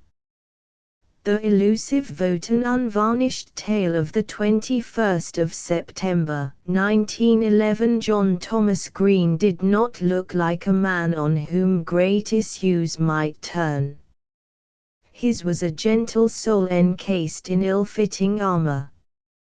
Heavy blue eyes, teary and sad, gave a wintry droop to his countenance. His nose showed evidence of much wiping, and the need of more. When he spoke, which was infrequent, he stammered. When he walked he toed in. He was a great and glorious argument in favor of women's suffrage. He was the last word, the piece de resistance. He was a living, walking, yellow banner, which shouted votes for women, for in spite of his many limitations there was one day when he towered high above the mightiest women in the land, one day that the plain John Thomas was clothed with majesty and power, one day when he emerged from obscurity and placed an impress on the annals of our country. Once every 4 years John Thomas Green came forth, at the earnest solicitation of friends, and stood before kings. The reciprocity fight was on, and nowhere did it rage more hotly than in Morton, where Tom Brown, the well-beloved and much-hated Conservative member, fought for his seat with all the intensity of his Irish blood. Politics were an incident to Tom, the real thing was the fight. And so fearlessly did he go after his assailants, and they were many, that every day greater enthusiasm prevailed among his followers, who felt it a privilege to fight for a man who fought so well for himself. The night before the election the committee sat in the committee rooms and went carefully over the lists. They were hopeful but not hilarious. There had been disappointments, desertions, lapses. Billy Weaver, loyal to the cause, but of pessimistic nature, testified that Sam Cowery had been talking pretty shrewd about reciprocity, by which Billy did not mean shrewd at all, but rather crooked and adverse. However, there was no mistaking Billy's meaning of the word when one heard him say it with his inimitable down-the-Ottawa accent. It is only the feeble written word which requires explanation. George Burns was reported to have said he did not care whether he voted or not. If it were a wet day he might, but if it were weather for stacking he'd stack, you bet. This was a gross insult to the president of the Conservative Association, whose farm he had rented and lived on for the last 5 years, during which time there had been 2 elections, at both of which he had voted right. The president had not thought it necessary to interview him at all this time, feeling sure that he was within the pale. But now it seemed that some trifler had told him that he would get more for his barley and not have to pay so much for his tobacco if reciprocity carried, and it was reported that he had been heard to say, with picturesque eloquence, that you could hardly expect a man to cut his throat both ways by voting against it. These and other kindred reports filled the committee with apprehension. The most unmoved member of the company was the redoubtable Tom himself, who, stretched upon the slippery black leather lounge, hoarse as a frog from much addressing of obdurate electors, was endeavoring to sing just before the battle, Mother hitting the tune only in the most inconspicuous places. The secretary, with the list in his hand, went over the names. Jim Stewart, Jim's solid, he doesn't want reciprocity, because he sent to the States once for a washing machine for his wife, and smuggled it through from St. Vincent, and when he got it here his wife wouldn't use it. Abe Collins, Abe's not right and never will be. He saw Sir Wilfrid once. John Thomas Green, say, how about Jack? Surely we can corral Jack. He's working for you, Milt, isn't he, addressing one of the scrutineers. Leave him to me, said Milt, with an air of mystery. There's no one has more influence with Jack than me. No, he isn't with me just now. He's over with my brother Angus, but when he comes in to vote I'll be there, and all I'll have to do is to lift my eyes like this. He showed them the way it would be done, and he'll vote, right. How do you know he will come, though? Asked the secretary, who had learned by much experience that many and devious are the bypaths which lead away from the polls. Your brother Angus will be sure to bring him in, won't he, Milt?" asked John Gray, the trusting one, who believed all men to be brothers. There was a tense silence. Milt took his pipe from his mouth. "My brother Angus," he began, dramatically, girding himself for the effort, for Milt was an orator of 12th of July fame. "Angus Kennedy, my brother, bred and reared and bred, in the principles of conservatism, as my poor old father often says, has gone over, has deserted our banners, has steeped himself in the false teachings of the Grits. Angus, my brother," he concluded, impressively, "is not right." "What's wrong with him?" asked Jim Grover, who was of an analytical turn of mind. "Too late to discuss that now," broke in the secretary. "We cannot trace Angus's downfall, but we can send out and get in John Thomas. We need his vote, it's just as good as anybody's." Jimmy Rice volunteered to go out and get him. Jimmy did not believe in leaving anything to chance. He had been running an auto all week and would just as soon work at night as any other time.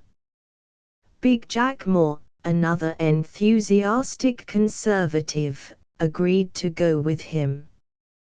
When they made the 10-mile run to the home of the apostate Angus, they met him coming down the path with a lantern in his hand on the way to feed his horses. They, being plain, blunt men, unaccustomed to the amenities of election time, and not knowing how to skillfully approach a subject of this kind, simply announced that they had come for John Thomas. "He's not here," said Angus, looking around the circle of light that the lantern threw. "Are you sure?" asked James Rice, after a painful pause. "Yes," said Angus, with exaggerated ease, affecting not to notice the significance of the question. "Jack went to Nelson today, and he ain't back yet."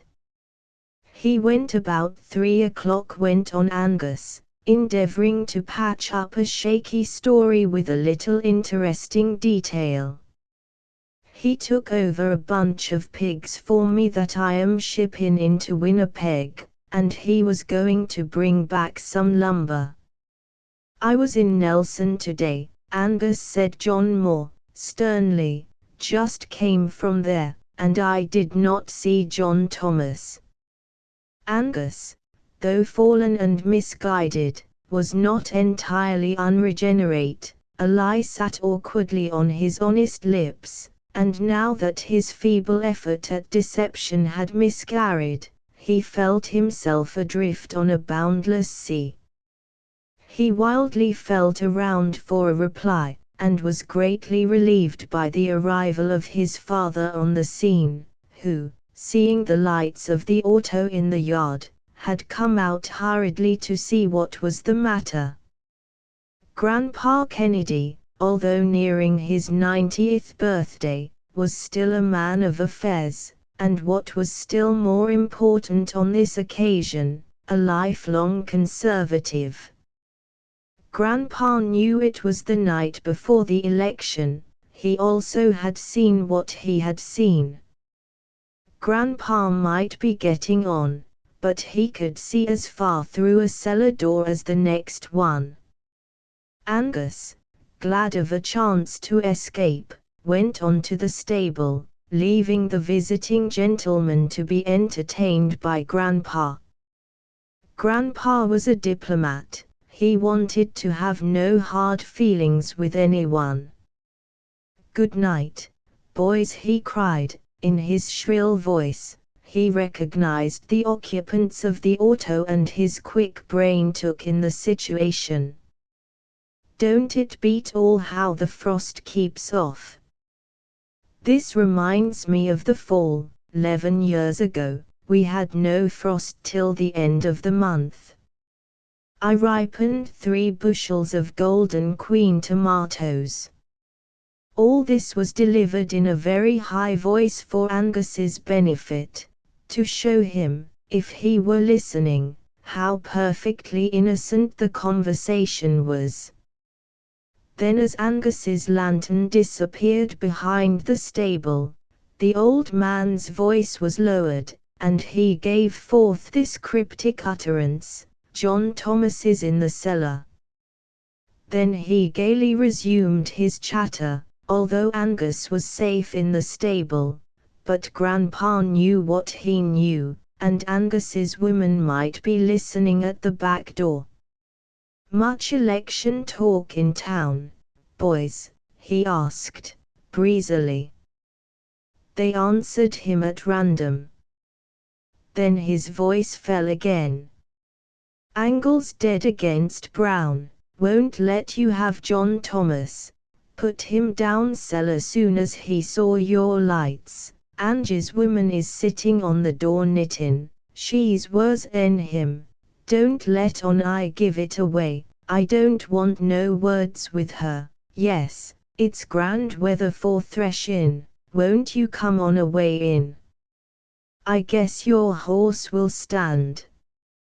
The old man roared with laughter at his own joke. John Moore and James Rice went back to headquarters for further advice. Angus's women sitting on the cellar door knitting was a contingency that required to be met with guile. Consternation sat on the face of the committee when they told their story. They had not counted on this. The wildest plans were discussed. Tom Stubbins began a lengthy story of an elopement that happened down at the Carp, where the bride made a rope of the sheets and came down from an upstairs window. Tom was not allowed to finish his narrative, though, for it was felt that the cases were not similar. No one seemed to be particularly anxious to go back and interrupt Mrs. Angus's knitting. Then there came into the assembly one of the latest additions to the Conservative ranks, William Batters, a converted and reformed Liberal. He had been an active member of the Liberal Party for many years, but at the last election he had been entirely convinced of their unworthiness by the close-fisted and niggardly way in which they dispensed the election money. He heard the situation discussed in all its aspects. Milton Kennedy, with inflamed oratory, bitterly bewailed his brother's defection, not only wrong himself, but led in others, and them innocent lambs. But he did not offer to go out and see his brother. The lady who sat knitting on the cellar door seemed to be the difficulty with all of them. The reformed Liberal had a plan. "I will go for him," said he. "Angus will trust me, he doesn't know I have turned. I'll go for John Thomas, and Angus will give him to me without a word, thinking I'm a friend," he concluded, brazenly. "Look at that now," exclaimed the member-elect. "Say, boys, you'd know he had been a grit, no honest, open-faced Conservative would ever think of a trick like that. There is nothing like experience to make a man able to see every side," said the reformed one, with becoming modesty. An hour later Angus was roused from his bed by a loud knock on the door. Angus had gone to bed with his clothes on, knowing that these were troublesome times. "What's the row?" he asked, when he had cautiously opened the door.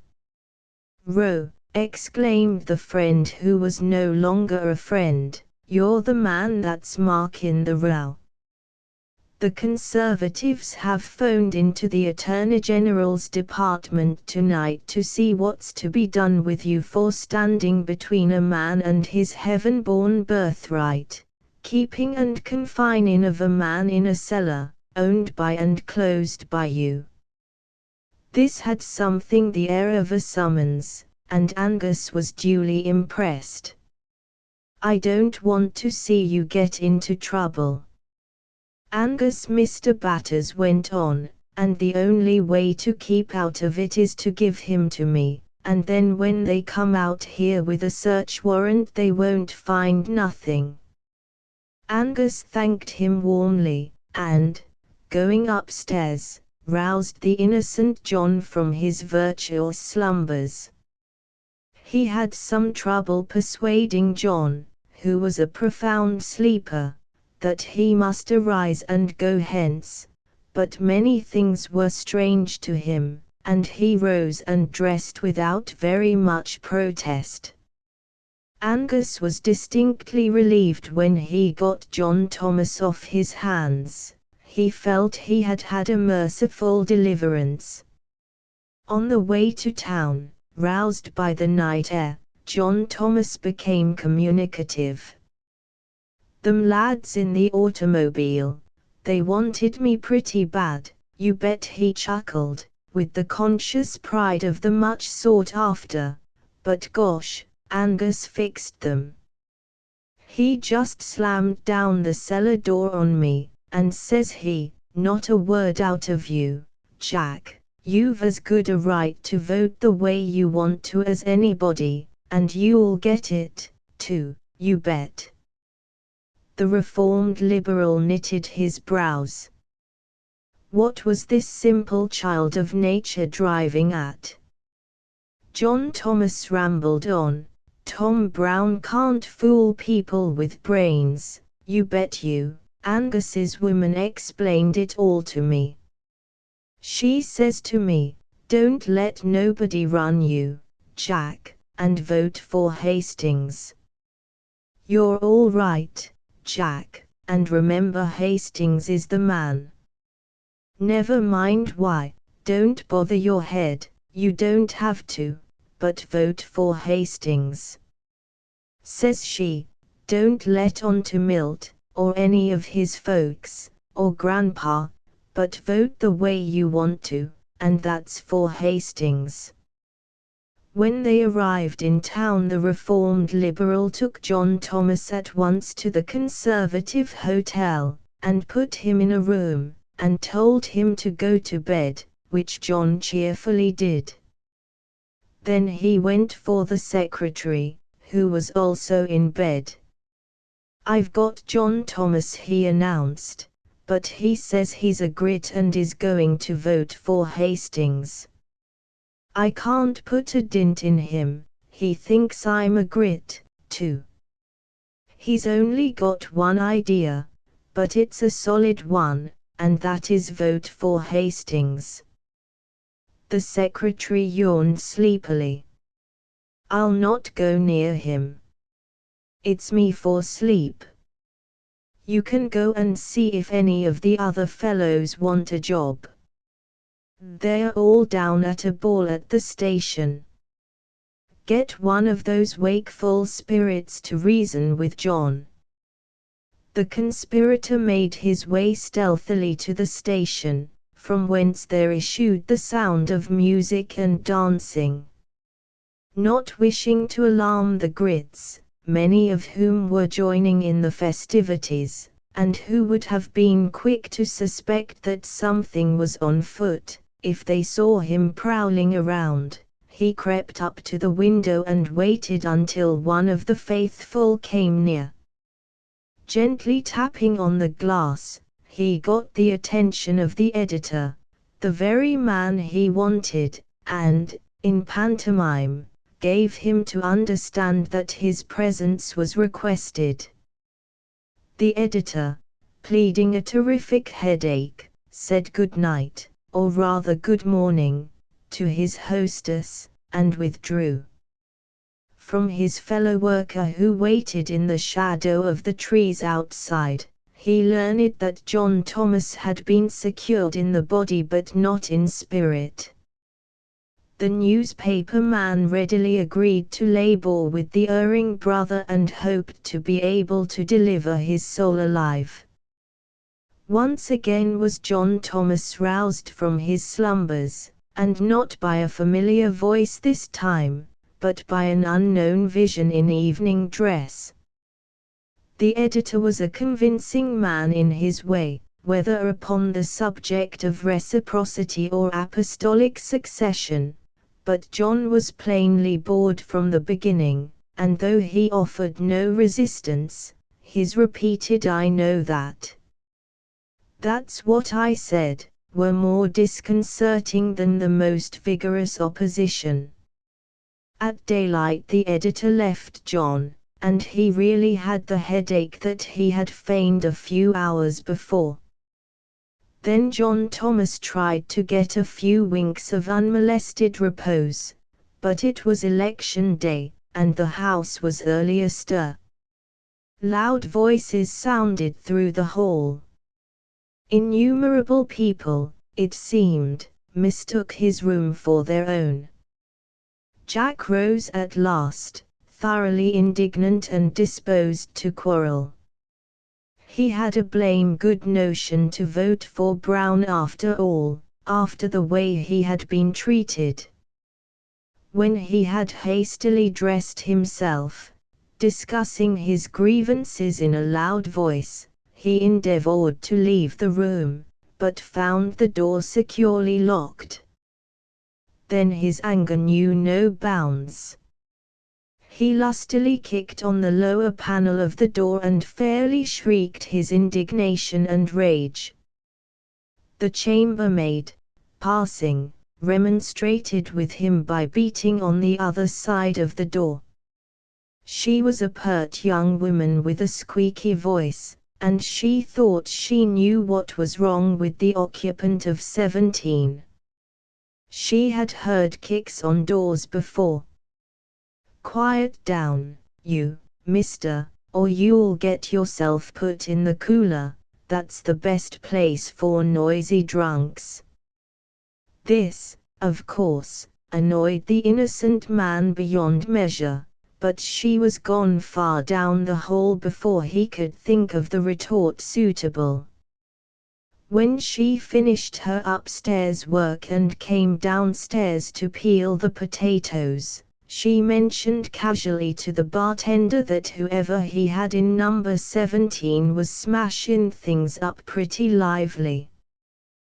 The bartender went up and liberated the indignant voter, who by this time had his mind made up to vote against both Brown and Hastings, and furthermore to renounce politics in all its aspects forevermore.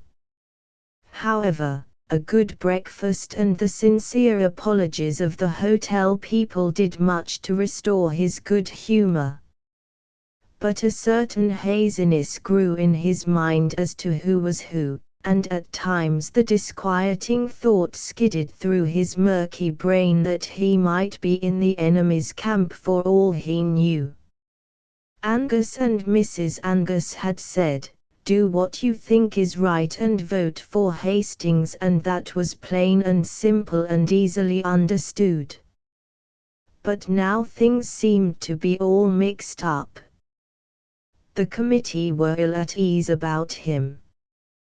The way he wagged his head and declared he knew what was what, you bet, was very disquieting, and the horrible fear haunted them that they were perchance cherishing a serpent in their bosom. The secretary had a proposal: take him out to Milt Kennedy's. Milt said he could work him.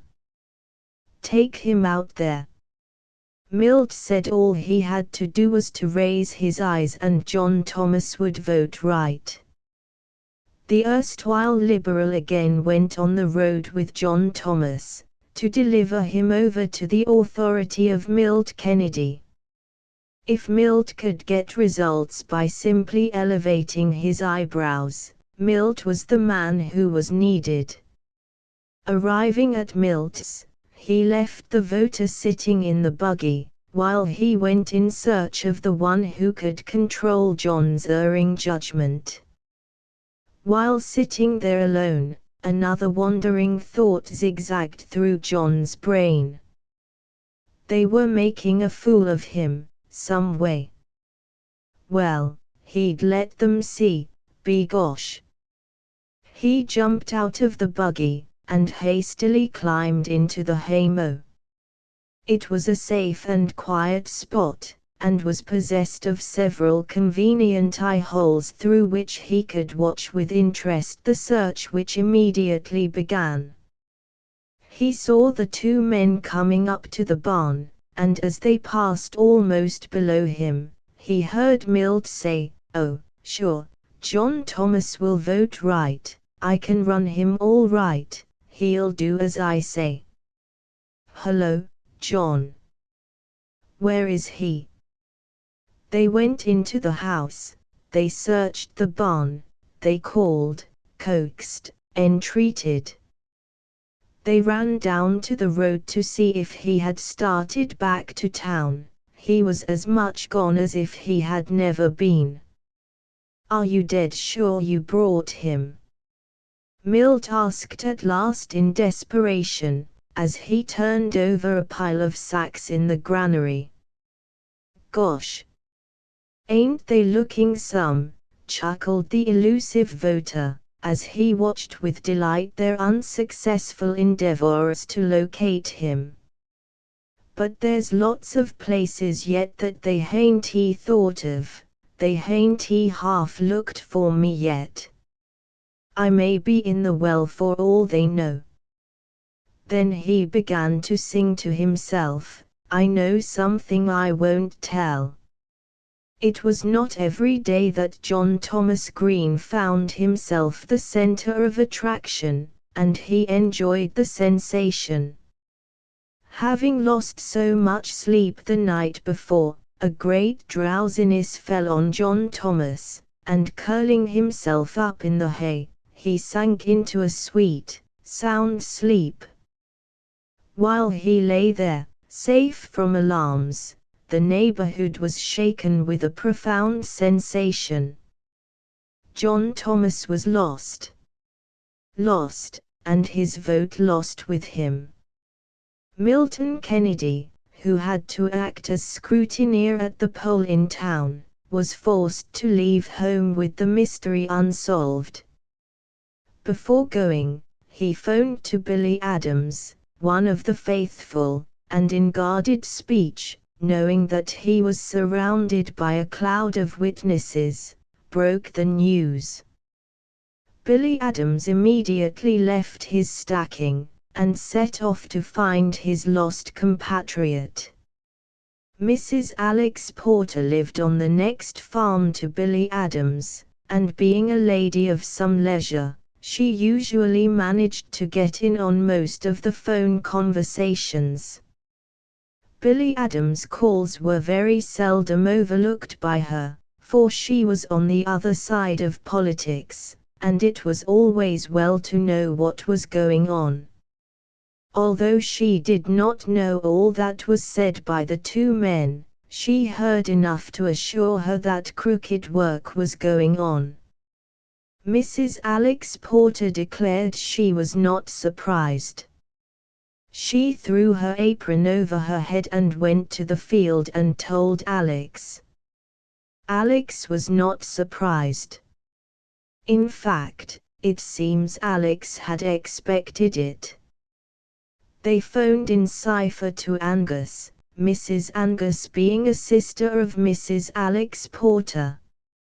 Mrs. Angus told them to speak out plain, and say what they wanted to, even if all the conservatives on the line were listening. Then Mrs. Porter said that John Thomas was lost over at Milt Kennedy's. They had probably drugged him or something. Then Angus's wife said he was safe enough. Billy Batters had come and got him the night before. At the mention of Billy Batters there was a sound of suppressed mirth all along the line. Mrs. Angus's sister fairly shrieked. Billy Batters. Don't you know he has turned conservative? He's working tooth and nail for Brown. Mrs. Angus called Angus excitedly. Everybody talked at once, somebody laughed, one or two swore. Mrs. Porter told Milt Kennedy's wife she'd caught her eavesdropping this time sure. She'd know her cackle any place, and Milt's wife told Mrs. Porter to shut up, she needn't talk about eavesdroppers, good land. And Mrs. Porter told Mrs. Milt she should try something for that voice of hers, and recommended machine oil, and Central rang in and told them they'd all have their phones taken out if they didn't stop quarreling, and John Thomas, in the haymow, slept on, as peacefully as an innocent babe. In the committee rooms, Jack's disappearance was excitedly discussed. The Conservatives were not sure that Bill Batters was not giving them the double cross, once a Grit, always a Grit. Angus was threatening to have him arrested for abduction. He had beguiled John Thomas from the home of his friends, and then carelessly lost him. William Batters realized that he had lost favor in both places, and anxiously longed for a sight of John Thomas's red face, vote or no vote. At 4 o'clock John Thomas awoke much refreshed, but very hungry. He went into the house in search of something to eat. Milton and his wife had gone into town many hours before, but he found what he wanted, and was going back to the haymow to finish his sleep, just as Billy Adams was going home after having cast his vote. Billy Adams seized him eagerly, and rapidly drove back to town. Jack's vote would yet be saved to the party.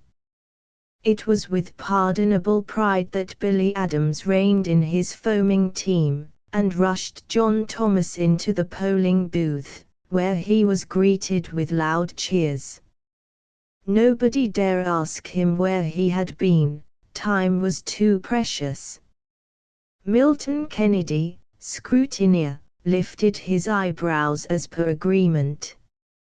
Jack replied with a petulant shrug of his good shoulder and passed into the inner chamber.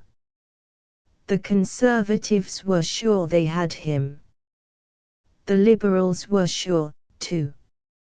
Mrs. Angus was sure Jack would vote right after the way she had reasoned with him and showed him. When the ballots were counted, there were several spoiled ones, of course. But there was one that was rather unique.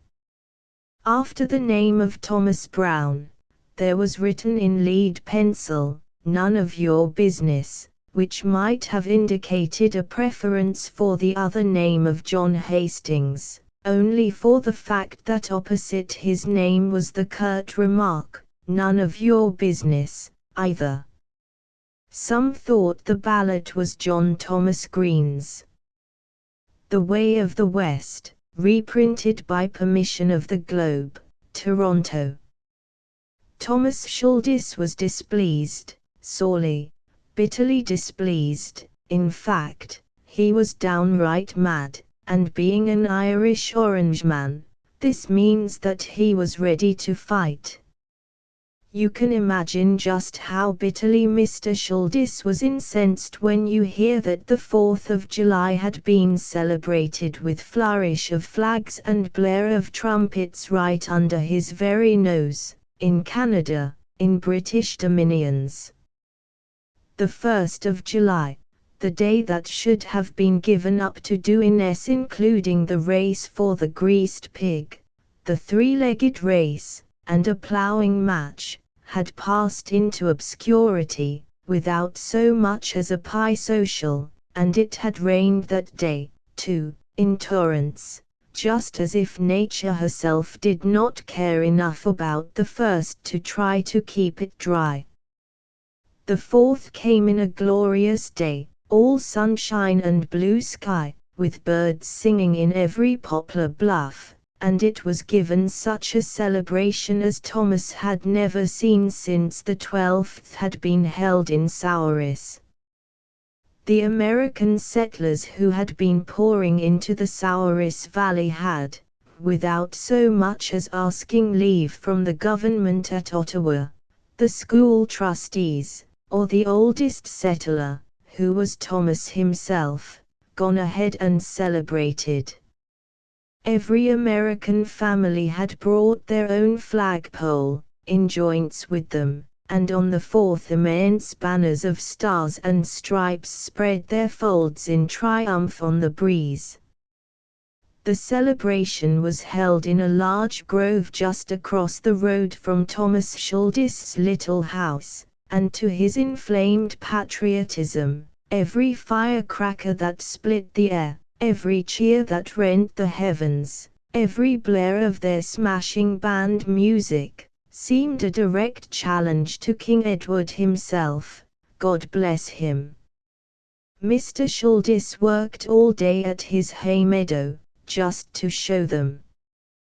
He worked hard, too, never deigning a glance at their carry-ins on, just to let them know that he did not care 2 cents for their 4th of July.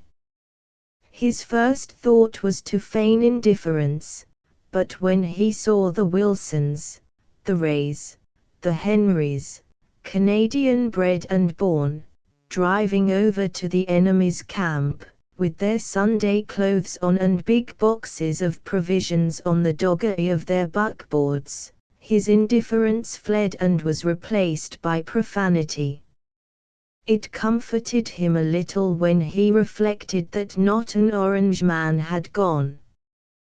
They were loyal sons and true, every one of them. These other ignorant Canadians might forget what they owed to the old flag, but the Orangemen, never. Thomas's rage against the Yankees was intensified when he saw Father O'Flynn walking across the Plover Slough. Then he was sure that the Americans and Catholics were in league against the British. A mighty thought was conceived that day in the brain of Thomas Schuldis, late worshipful master of the Carlton Place Loyal Orange Lodge No. 23. They would celebrate the 12th, so they would. He'd like to see who would stop them. Someone would stand up for the flag that had braved 1,000 years of battle and the breeze. He blew his nose noisily on his red handkerchief when he thought of this. They would celebrate the 12th. They would walk. He would gather up the boys and get someone to make a speech. They would get a fifer from Brandon. It was the fife that could stir the heart in you. And the fifer would play the Protestant boys and rise, sons of William, rise. Anyone that tried to stop him would get a shirt full of sore bones. Thomas went home full of the plan to get back at the invaders.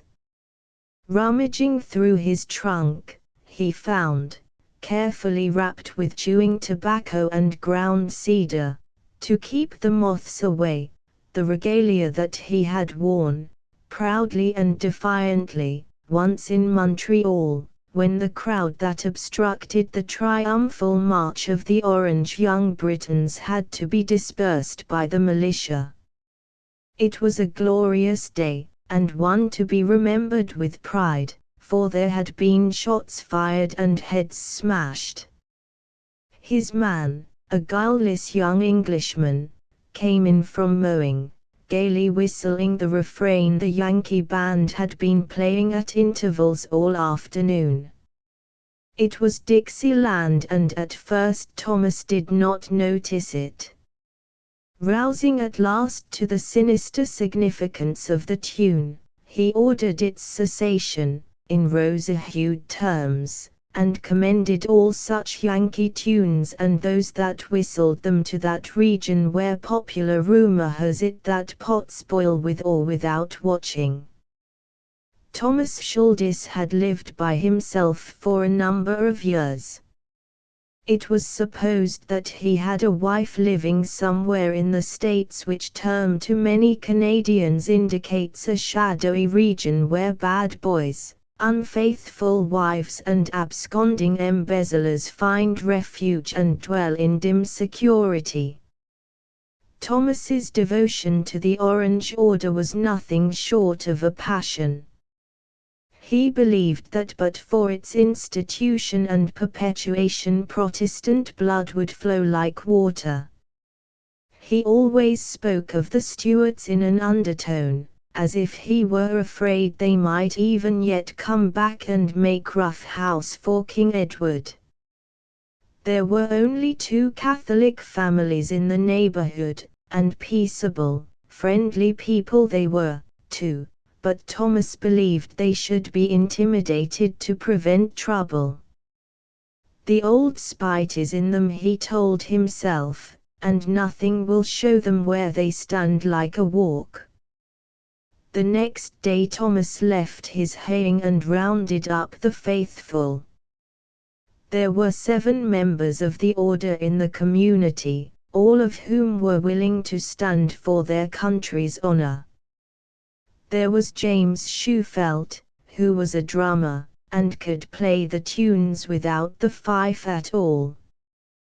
There was John Barker, who did a musical turn in the form of a 23-verse ballad beginning, "When Popery did flourish in dear Ireland o'er the sea, there came a man from Amsterdam to set a Ireland free." To set a Ireland free, boys. To set a Ireland free, there came a man from Amsterdam to set a Ireland free. There was William Breeze, who was a little hard of hearing, but loyal to the core. He had 7 boys in his family, so there was still hope for the nation. There was Patrick Mooney, who should have been wearing the other color if there is anything in a name. But there isn't. There was John Burns, who had been an engineer, but, having lost a foot, had taken to farming. He was the farthest advanced in the order next to Thomas Shuldis, having served a term as district Grand Master, and was well up in the Grand Black chapter. These would form the nucleus of the procession. The 7 little Breezes would be admitted to the ranks if their mother could find suitable decoration for them. Of course, the weather was warm and the subject of clothing was not so serious as it might have been. Thomas drove 19 miles to the nearest town to get a speaker and a fifer. The fifer was found, and, quite fortunately, was open for engagement. The speaker was not so easily secured. Thomas went to the Methodist missionary. The missionary was quite a young man and had the reputation of being an orator. He listened gravely while his visitor unfolded his plan. "I'll tell you what to do, Mr. Shuldis," he said, smiling, when the other had finished the recital of his country's wrongs. "Get Father O'Flynn, he'll make you a speech that will do you all good." Thomas was too astonished for words. "But he's a papist," he sputtered at last. "Oh, pshaw! Oh, pshaw!" "Mr. Shuldis," the young man exclaimed, "there's no division of creed west of Winnipeg. The little priest does all my sick visiting north of the river, and I do his on the south. He's a good preacher, and the finest man at a deathbed I ever saw." "This is not a deathbed," though, as it happens," Thomas replied, with dignity. The young minister threw back his head and laughed uproariously. "Can't tell that until it is over. I've been at a few orange walks down east, you know, took part in one myself once." "Did you walk?"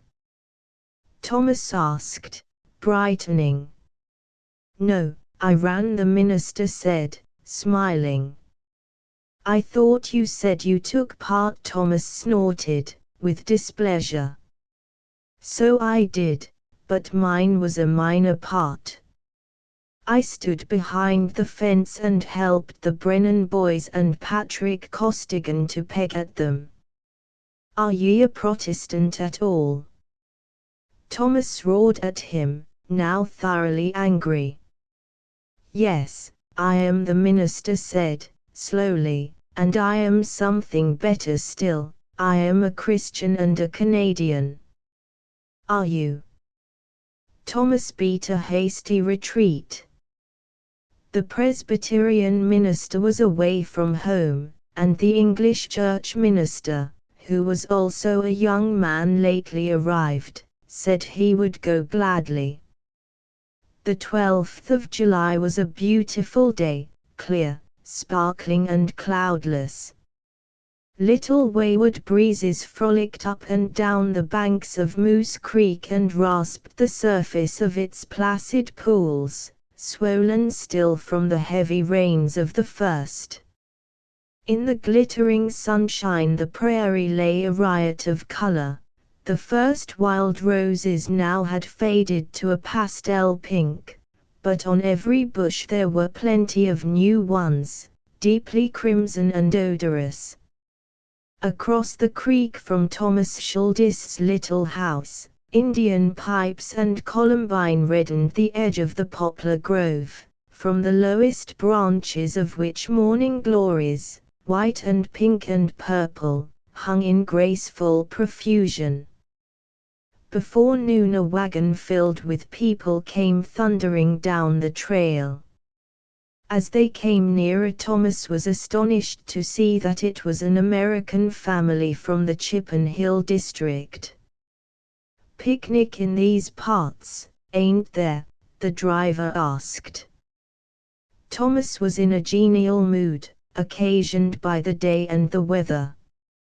"Orange walk and picnic," he replied, waving his hand toward the bluff, where a few of the faithful were constructing a triumphal arch. "Something like a cakewalk, is it?" the man asked, looking puzzled. Mr. Schuldist stared at him incredulously. "Did ye never hear of Orangemen down your way?" he said. "Never did," pard the man answered.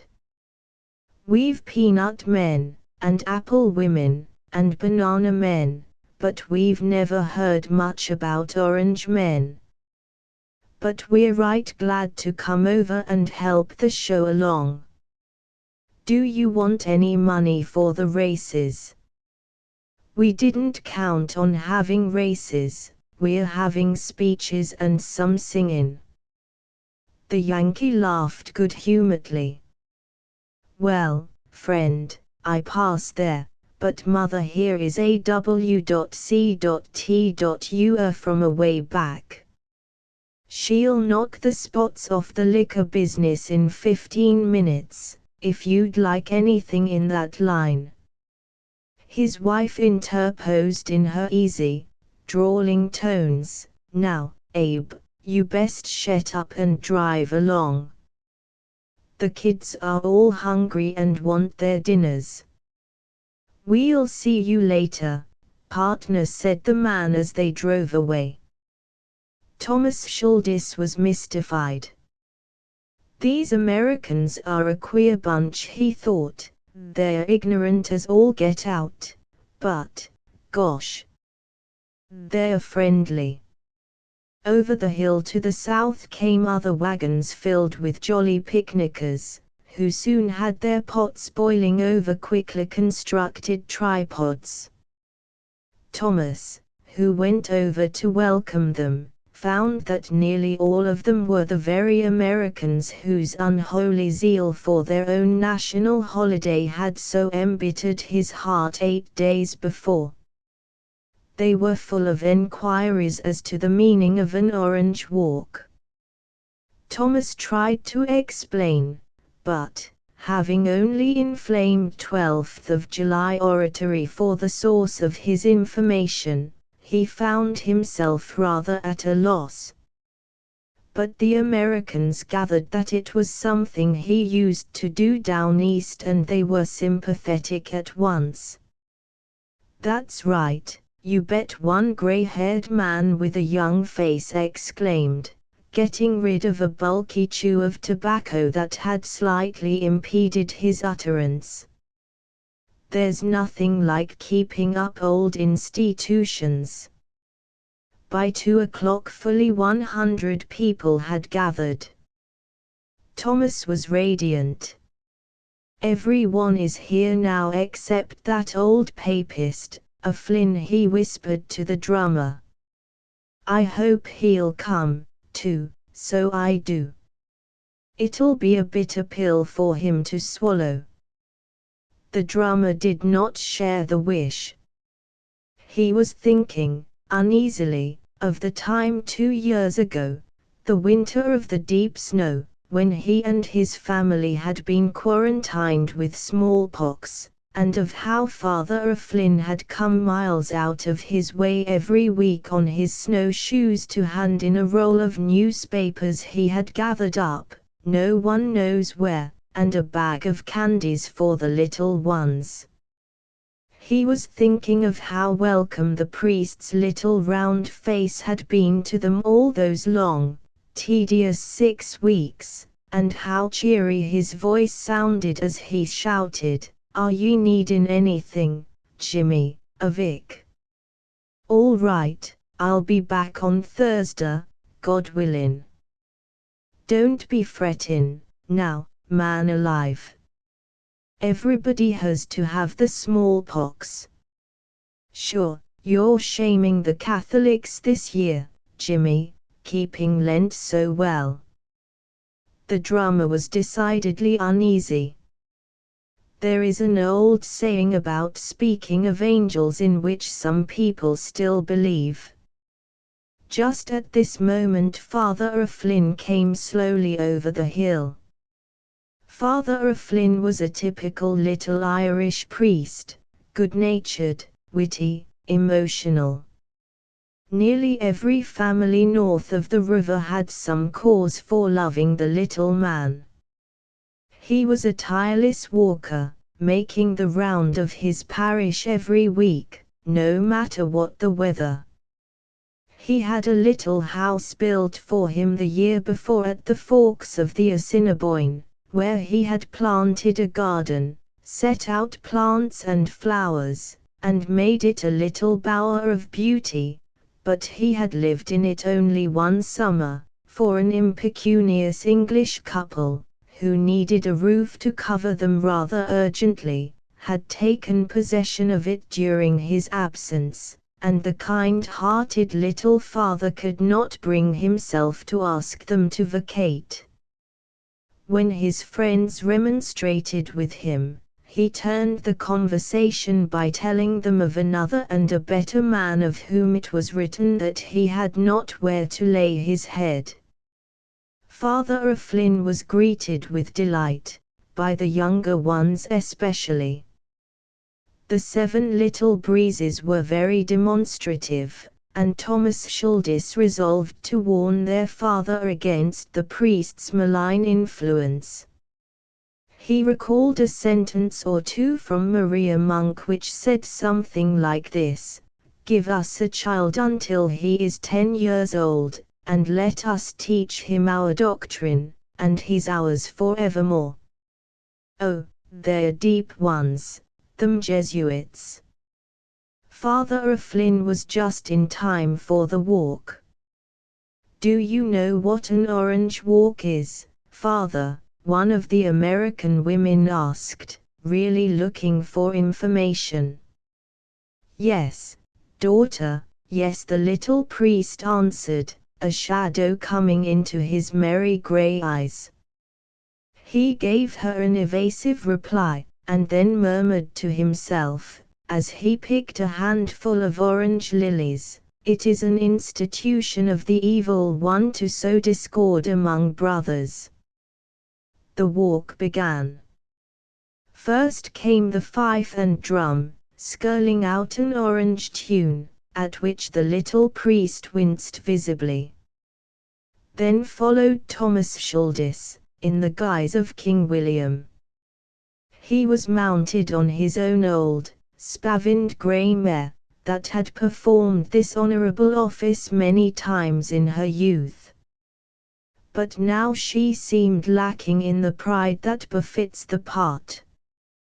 Thomas himself was gay with ribbons and a short red coat, whose gilt braid was sadly tarnished. One of the Yankees had kindly loaned a mottled buggy robe for the saddle cloth.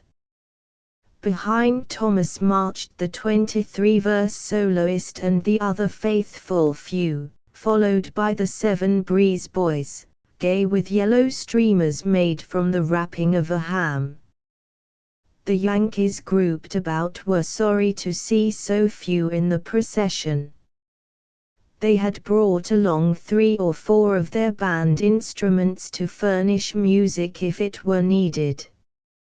As the end of the procession passed them, 2 of the smaller boys swung in behind the last 2 breezes.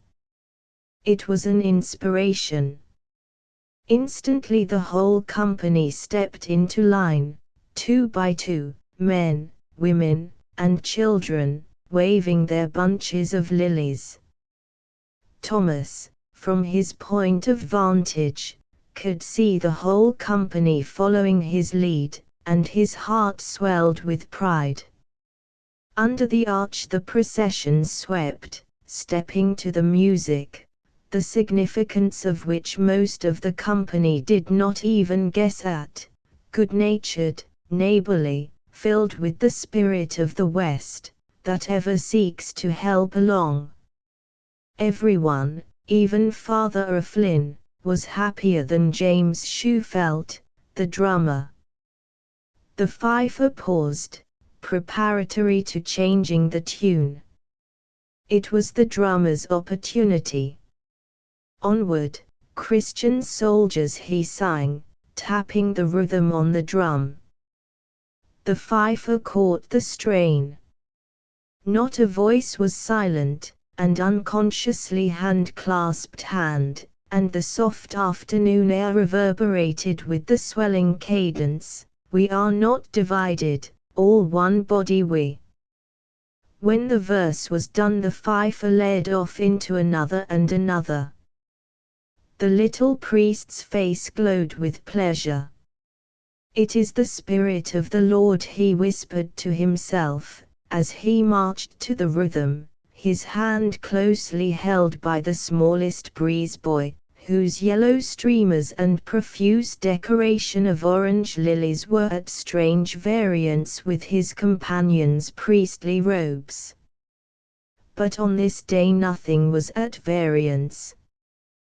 The spirit of the West was upon them, unifying, mellowing, harmonizing all conflicting emotions, the spirit of the West that calls on men everywhere to be brothers and lend a hand. The Church of England minister did make a speech, but not the one he had intended. Instead of denominationalism, he spoke of brotherhood; instead of religious intolerance, he spoke of religious liberty; instead of the Prince of Orange, who crossed the Boyne to give religious freedom to Ireland, he told of the Prince of Peace, who died on the cross to save the souls of men of every nation and kindred and tribe. In the hush that followed, Father O'Flynn stepped forward and said he thanked the brother who had planned this meeting. He was glad, he said, for such an opportunity for friends and neighbors to meet. he spoke of the glorious heritage that all had in this great new country, and how all must stand together as brothers. All prejudices of race and creed and doctrine die before the wonderful power of loving service. The West, he said, is the home of loving hearts and neighborly kindness, where all men's good is each man's care. For myself, he went on, I have but one wish, and that is to be the servant of all, to be the ambassador of him who went about doing good, and to teach the people to love honor and virtue, and each other. Then, raising his hands, he led the company in that prayer that comes ever to the lips of man when all other prayers seem vain, that prayer that we can all fall back on in our sore need, Our Father, who art in heaven, hallowed be thy name, thy kingdom come. 2 hours later a tired but happy and united company sat down to supper on the grass. At the head of the table sat Thomas Shuldis, radiating goodwill. A huge white pitcher of steaming golden coffee was in his hand.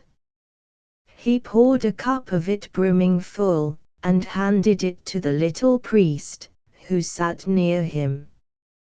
"Have some coffee, Father," he said.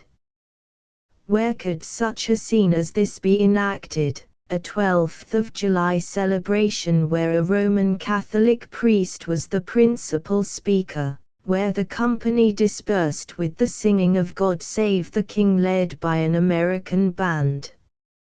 Nowhere, but in the northwest of Canada, that illimitable land, with its great sunlit spaces, where the west wind, bearing on its bosom the spices of a million flowers, woos the heart of man with a magic spell and makes him kind and neighborly and brotherly.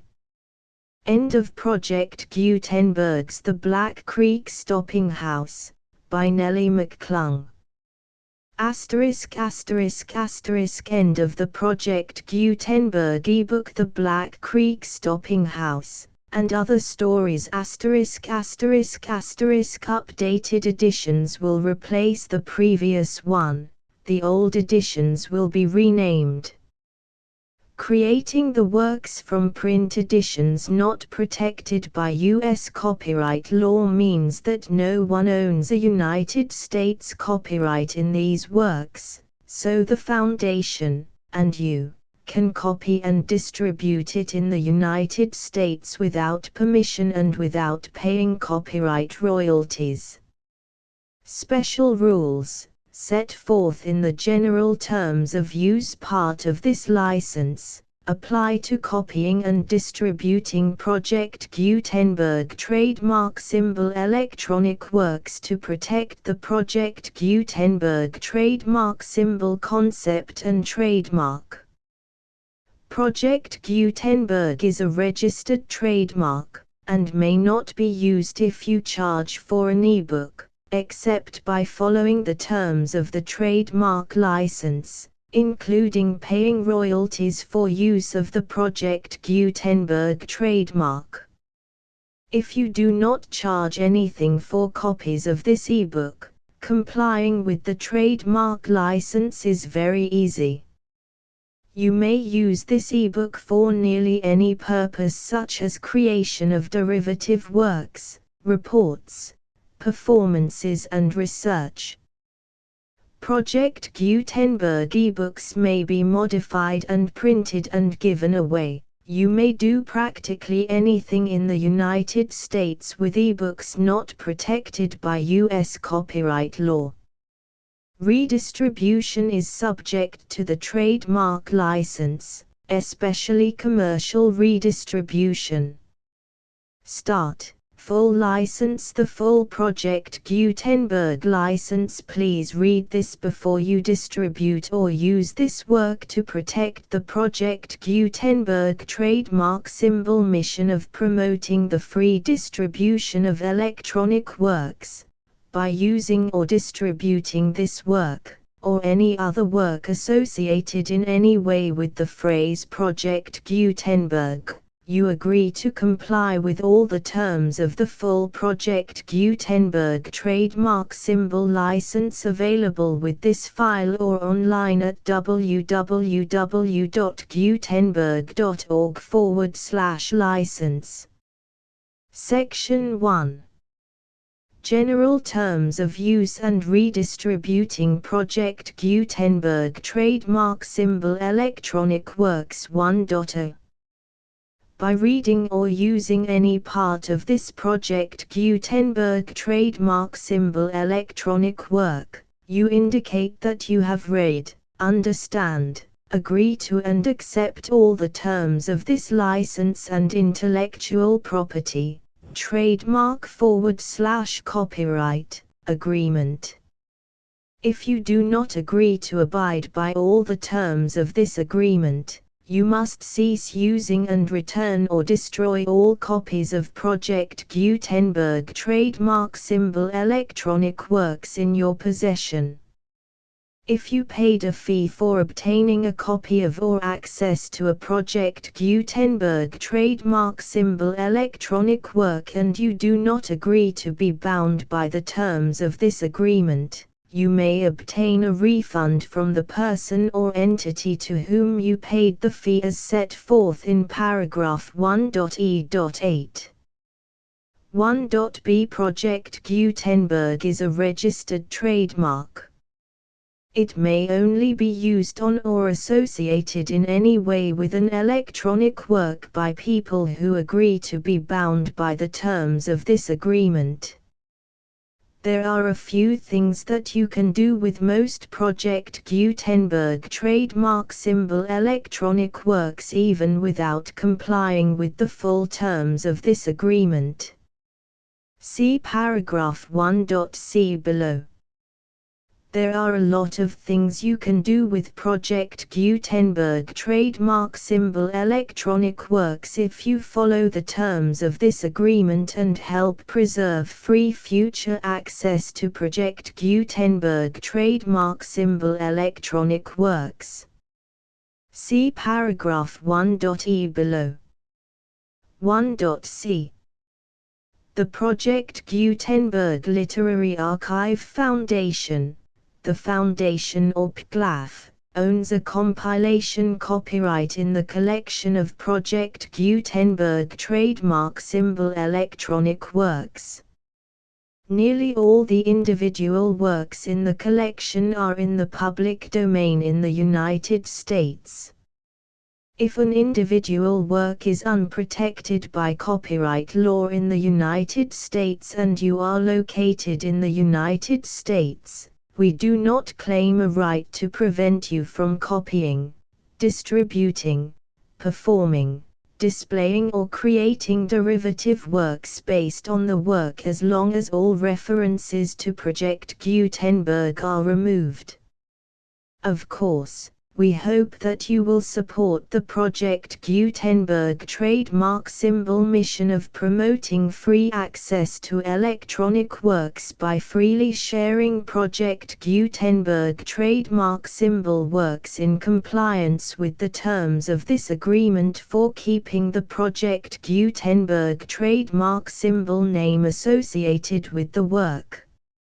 You can easily comply with the terms of this agreement by keeping this work in the same format with its attached full Project Gutenberg trademark symbol license when you share it without charge with others. 1.d.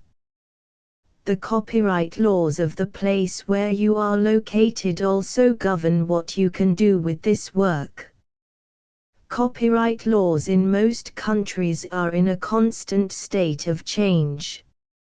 If you are outside the United States, check the laws of your country in addition to the terms of this agreement before downloading, copying, displaying, performing, distributing or creating derivative works based on this work or any other Project Gutenberg trademark symbol work. The Foundation makes no representations concerning the copyright status of any work in any country other than the United States. 1.e Unless you have removed all references to Project Gutenberg. 1.e.1. The following sentence, with active links to, or other immediate access to, the full Project Gutenberg trademark symbol license must appear prominently whenever any copy of a Project Gutenberg trademark symbol work, any work on which the phrase Project Gutenberg appears, or with which the phrase Project Gutenberg is associated, is accessed, displayed, performed, viewed, copied or distributed. This ebook is for the use of anyone anywhere in the United States and most other parts of the world at no cost and with almost no restrictions whatsoever. You may copy it, give it away or reuse it under the terms of the Project Gutenberg license included with this ebook or online at www.gutenberg.org. If you are not located in the United States, you will have to check the laws of the country where you are located before using this ebook. 1.e.2. If an individual Project Gutenberg trademark symbol electronic work is derived from texts not protected by U.S. copyright law, does not contain a notice indicating that it is posted with permission of the copyright holder, the work can be copied and distributed to anyone in the United States without paying any fees or charges. If you are redistributing or providing access to a work with the phrase Project Gutenberg associated with or appearing on the work, you must comply either with the requirements of paragraphs 1.e.1 through 1.e.7 or obtain permission for the use of the work and the Project Gutenberg trademark symbol trademark as set forth in paragraphs 1.e.8 or 1.e.9. 1.e.3. If an individual Project Gutenberg trademark symbol electronic work is posted with the permission of the copyright holder, your use and distribution must comply with both paragraphs 1.e.1 through 1.e.7 and any additional terms imposed by the copyright holder. Additional terms will be linked to the Project Gutenberg trademark symbol license for all works posted with the permission of the copyright holder found at the beginning of this work. 1.e.4. Do not unlink or detach or remove the full Project Gutenberg trademark symbol license terms from this work, or any files containing a part of this work or any other work associated with Project Gutenberg trademark symbol. 1.e.5.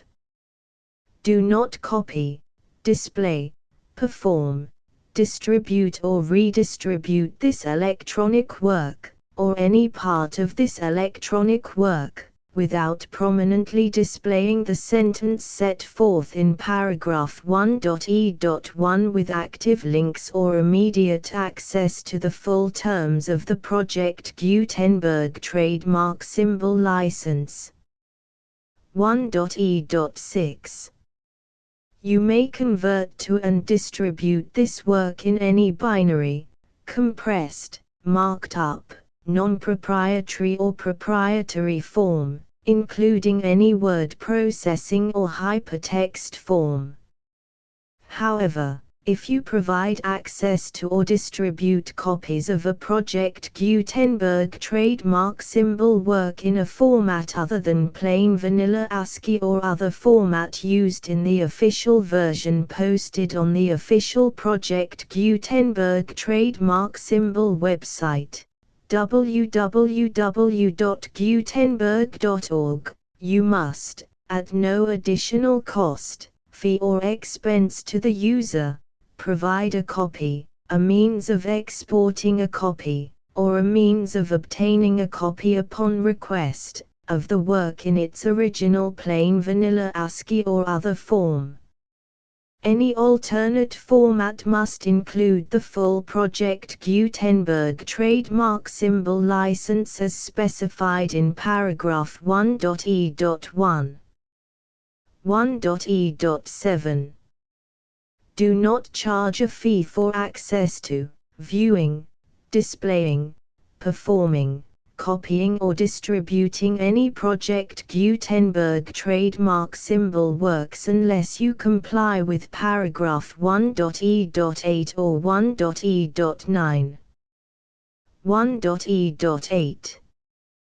You may charge a reasonable fee for copies of or providing access to or distributing Project Gutenberg trademark symbol electronic works provided that you pay a royalty fee of 20% of the gross profits you derive from the use of Project Gutenberg trademark symbol works calculated using the method you already use to calculate your applicable taxes.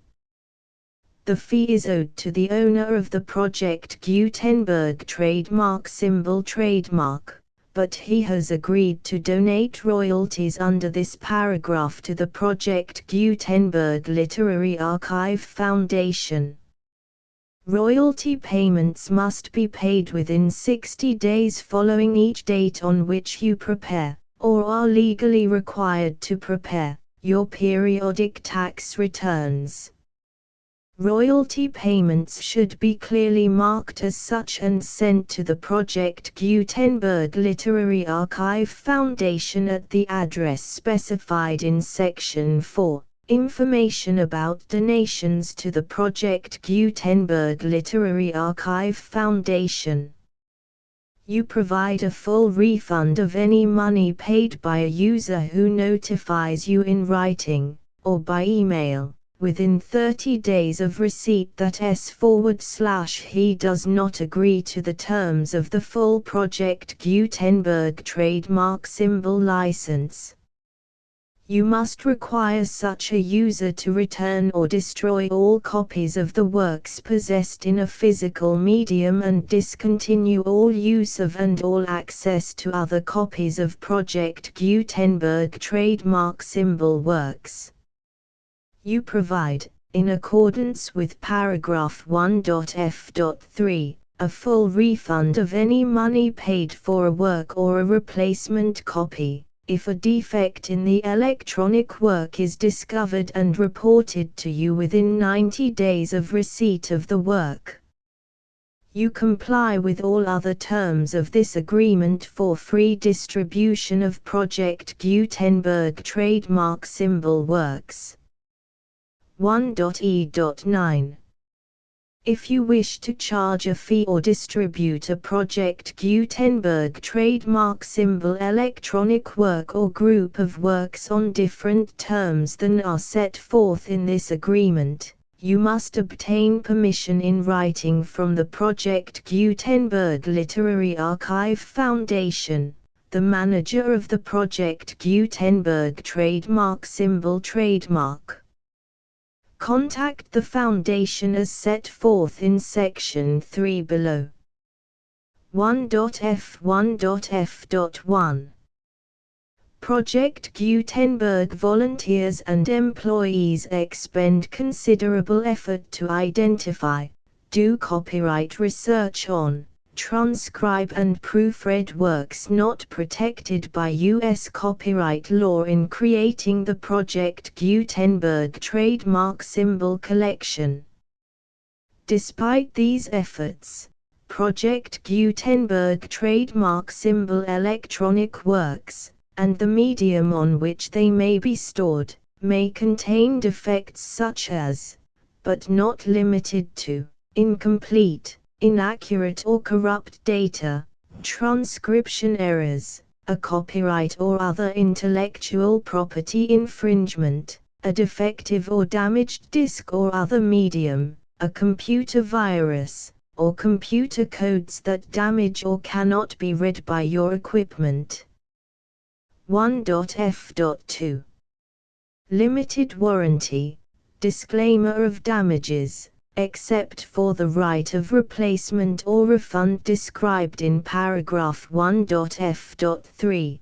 The Project Gutenberg Literary Archive Foundation, the owner of the Project Gutenberg trademark symbol trademark, and any other party distributing a Project Gutenberg trademark symbol electronic work under this agreement, disclaim all liability to you for damages, costs and expenses, including legal fees.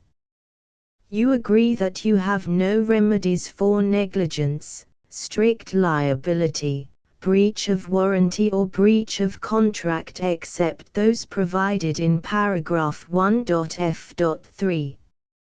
You agree that the Foundation, the trademark owner, and any distributor under this agreement will not be liable to you for actual, direct, indirect, consequential, punitive or incidental damages even if you give notice of the possibility of such damage.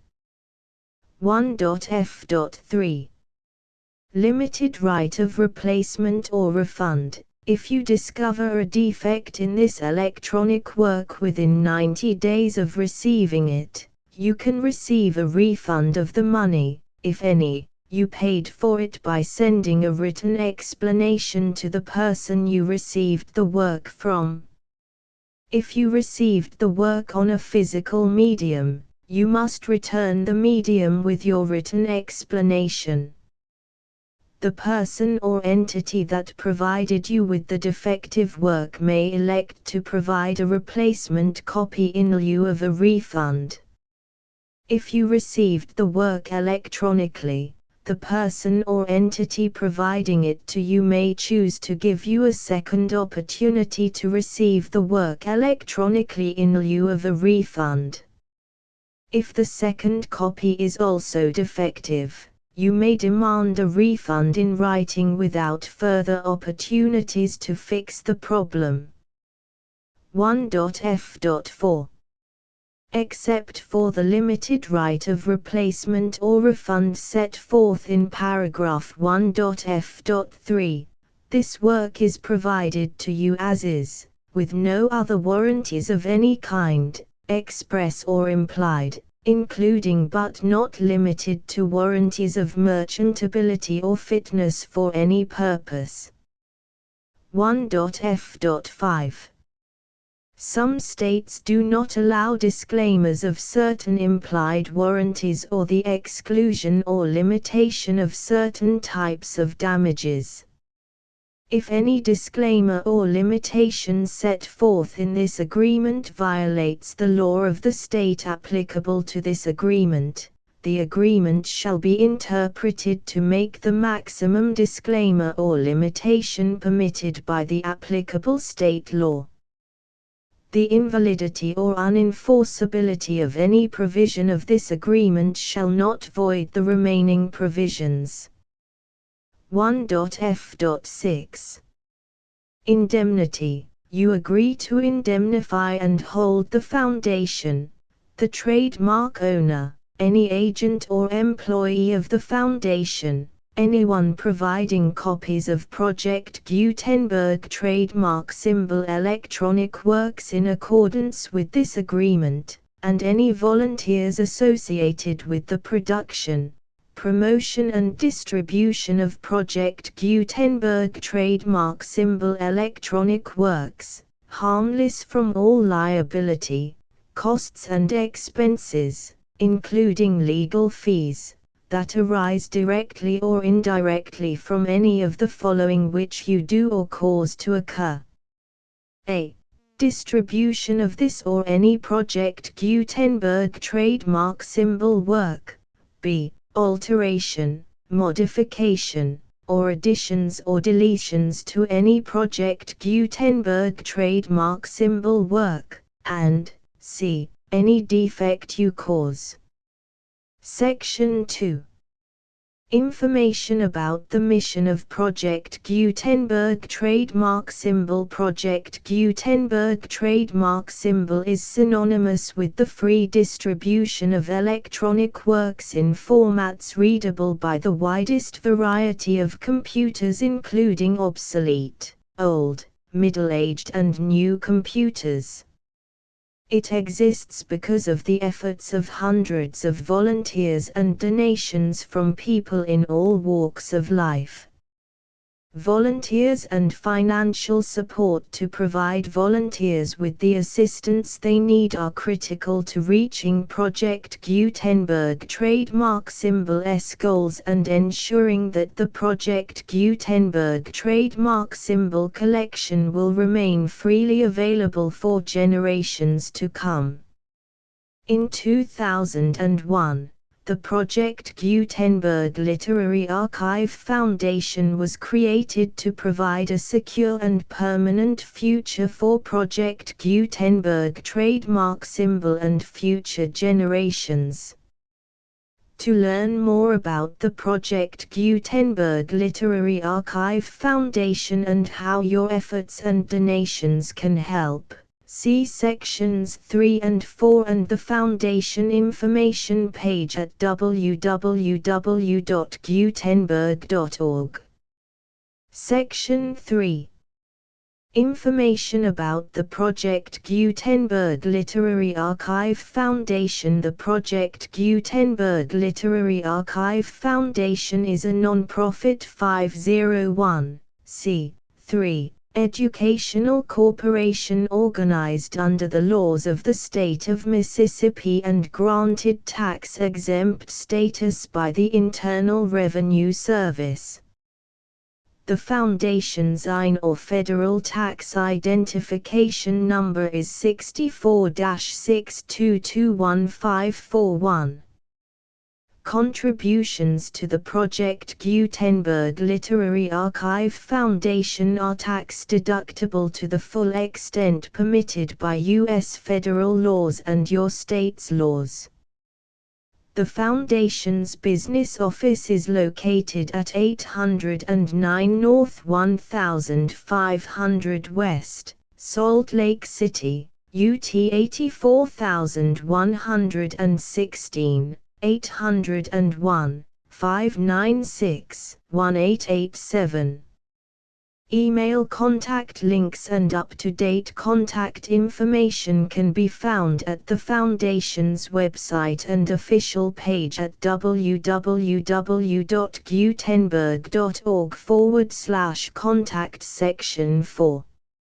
Information about donations to the Project Gutenberg Literary Archive Foundation. Project Gutenberg trademark symbol depends upon and cannot survive without widespread public support and donations to carry out its mission of increasing the number of public domain and licensed works that can be freely distributed in machine-readable form accessible by the widest array of equipment, including outdated equipment. Many small donations, $1 to $5,000, are particularly important to maintaining tax-exempt status with the IRS. The Foundation is committed to complying with the laws regulating charities and charitable donations in all 50 states of the United States. Compliance requirements are not uniform and it takes a considerable effort, much paperwork and many fees to meet and keep up with these requirements. We do not solicit donations in locations where we have not received written confirmation of compliance. To send donations or determine the status of compliance for any particular state, visit www.gutenberg.org/donate. While we cannot and do not solicit contributions from states where we have not met the solicitation requirements, we know of no prohibition against accepting unsolicited donations from donors in such states who approach us with offers to donate. International donations are gratefully accepted, but we cannot make any statements concerning tax treatment of donations received from outside the United States. U.S. laws alone swamp our small staff. Please check the Project Gutenberg web pages for current donation methods and addresses.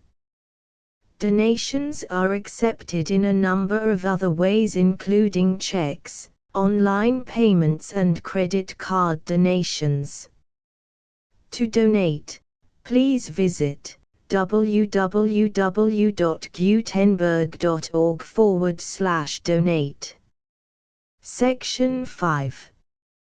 General information about Project Gutenberg Trademark Symbol Electronic Works. Professor Michael S. Hart was the originator of the Project Gutenberg trademark symbol concept of a library of electronic works that could be freely shared with anyone. For 40 years, he produced and distributed Project Gutenberg trademark symbol ebooks with only a loose network of volunteer support.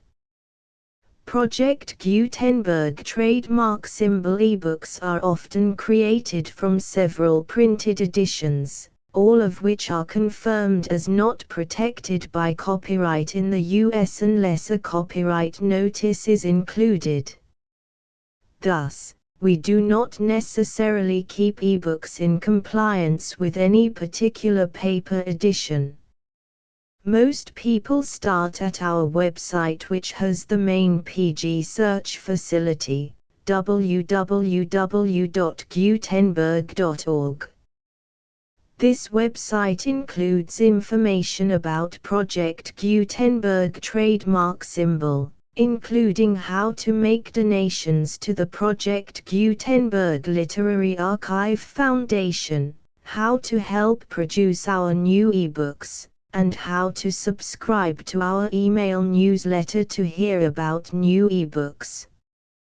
The Black Creek Stopping House contents: the Black Creek Stopping House Chapter I, Chapter 2, Chapter 3, Chapter 4, Chapter V, Chapter 6, Chapter 7, Chapter 8, Chapter 9, Chapter X, Chapter 11, Chapter 12. The Runaway Grandmother, the Return Ticket, the Ungrateful Pigeons, You Never Can Tell, A Short Tale of a Rabbit, The Elusive Vote, The Way of the West, the Full Project Gutenberg License,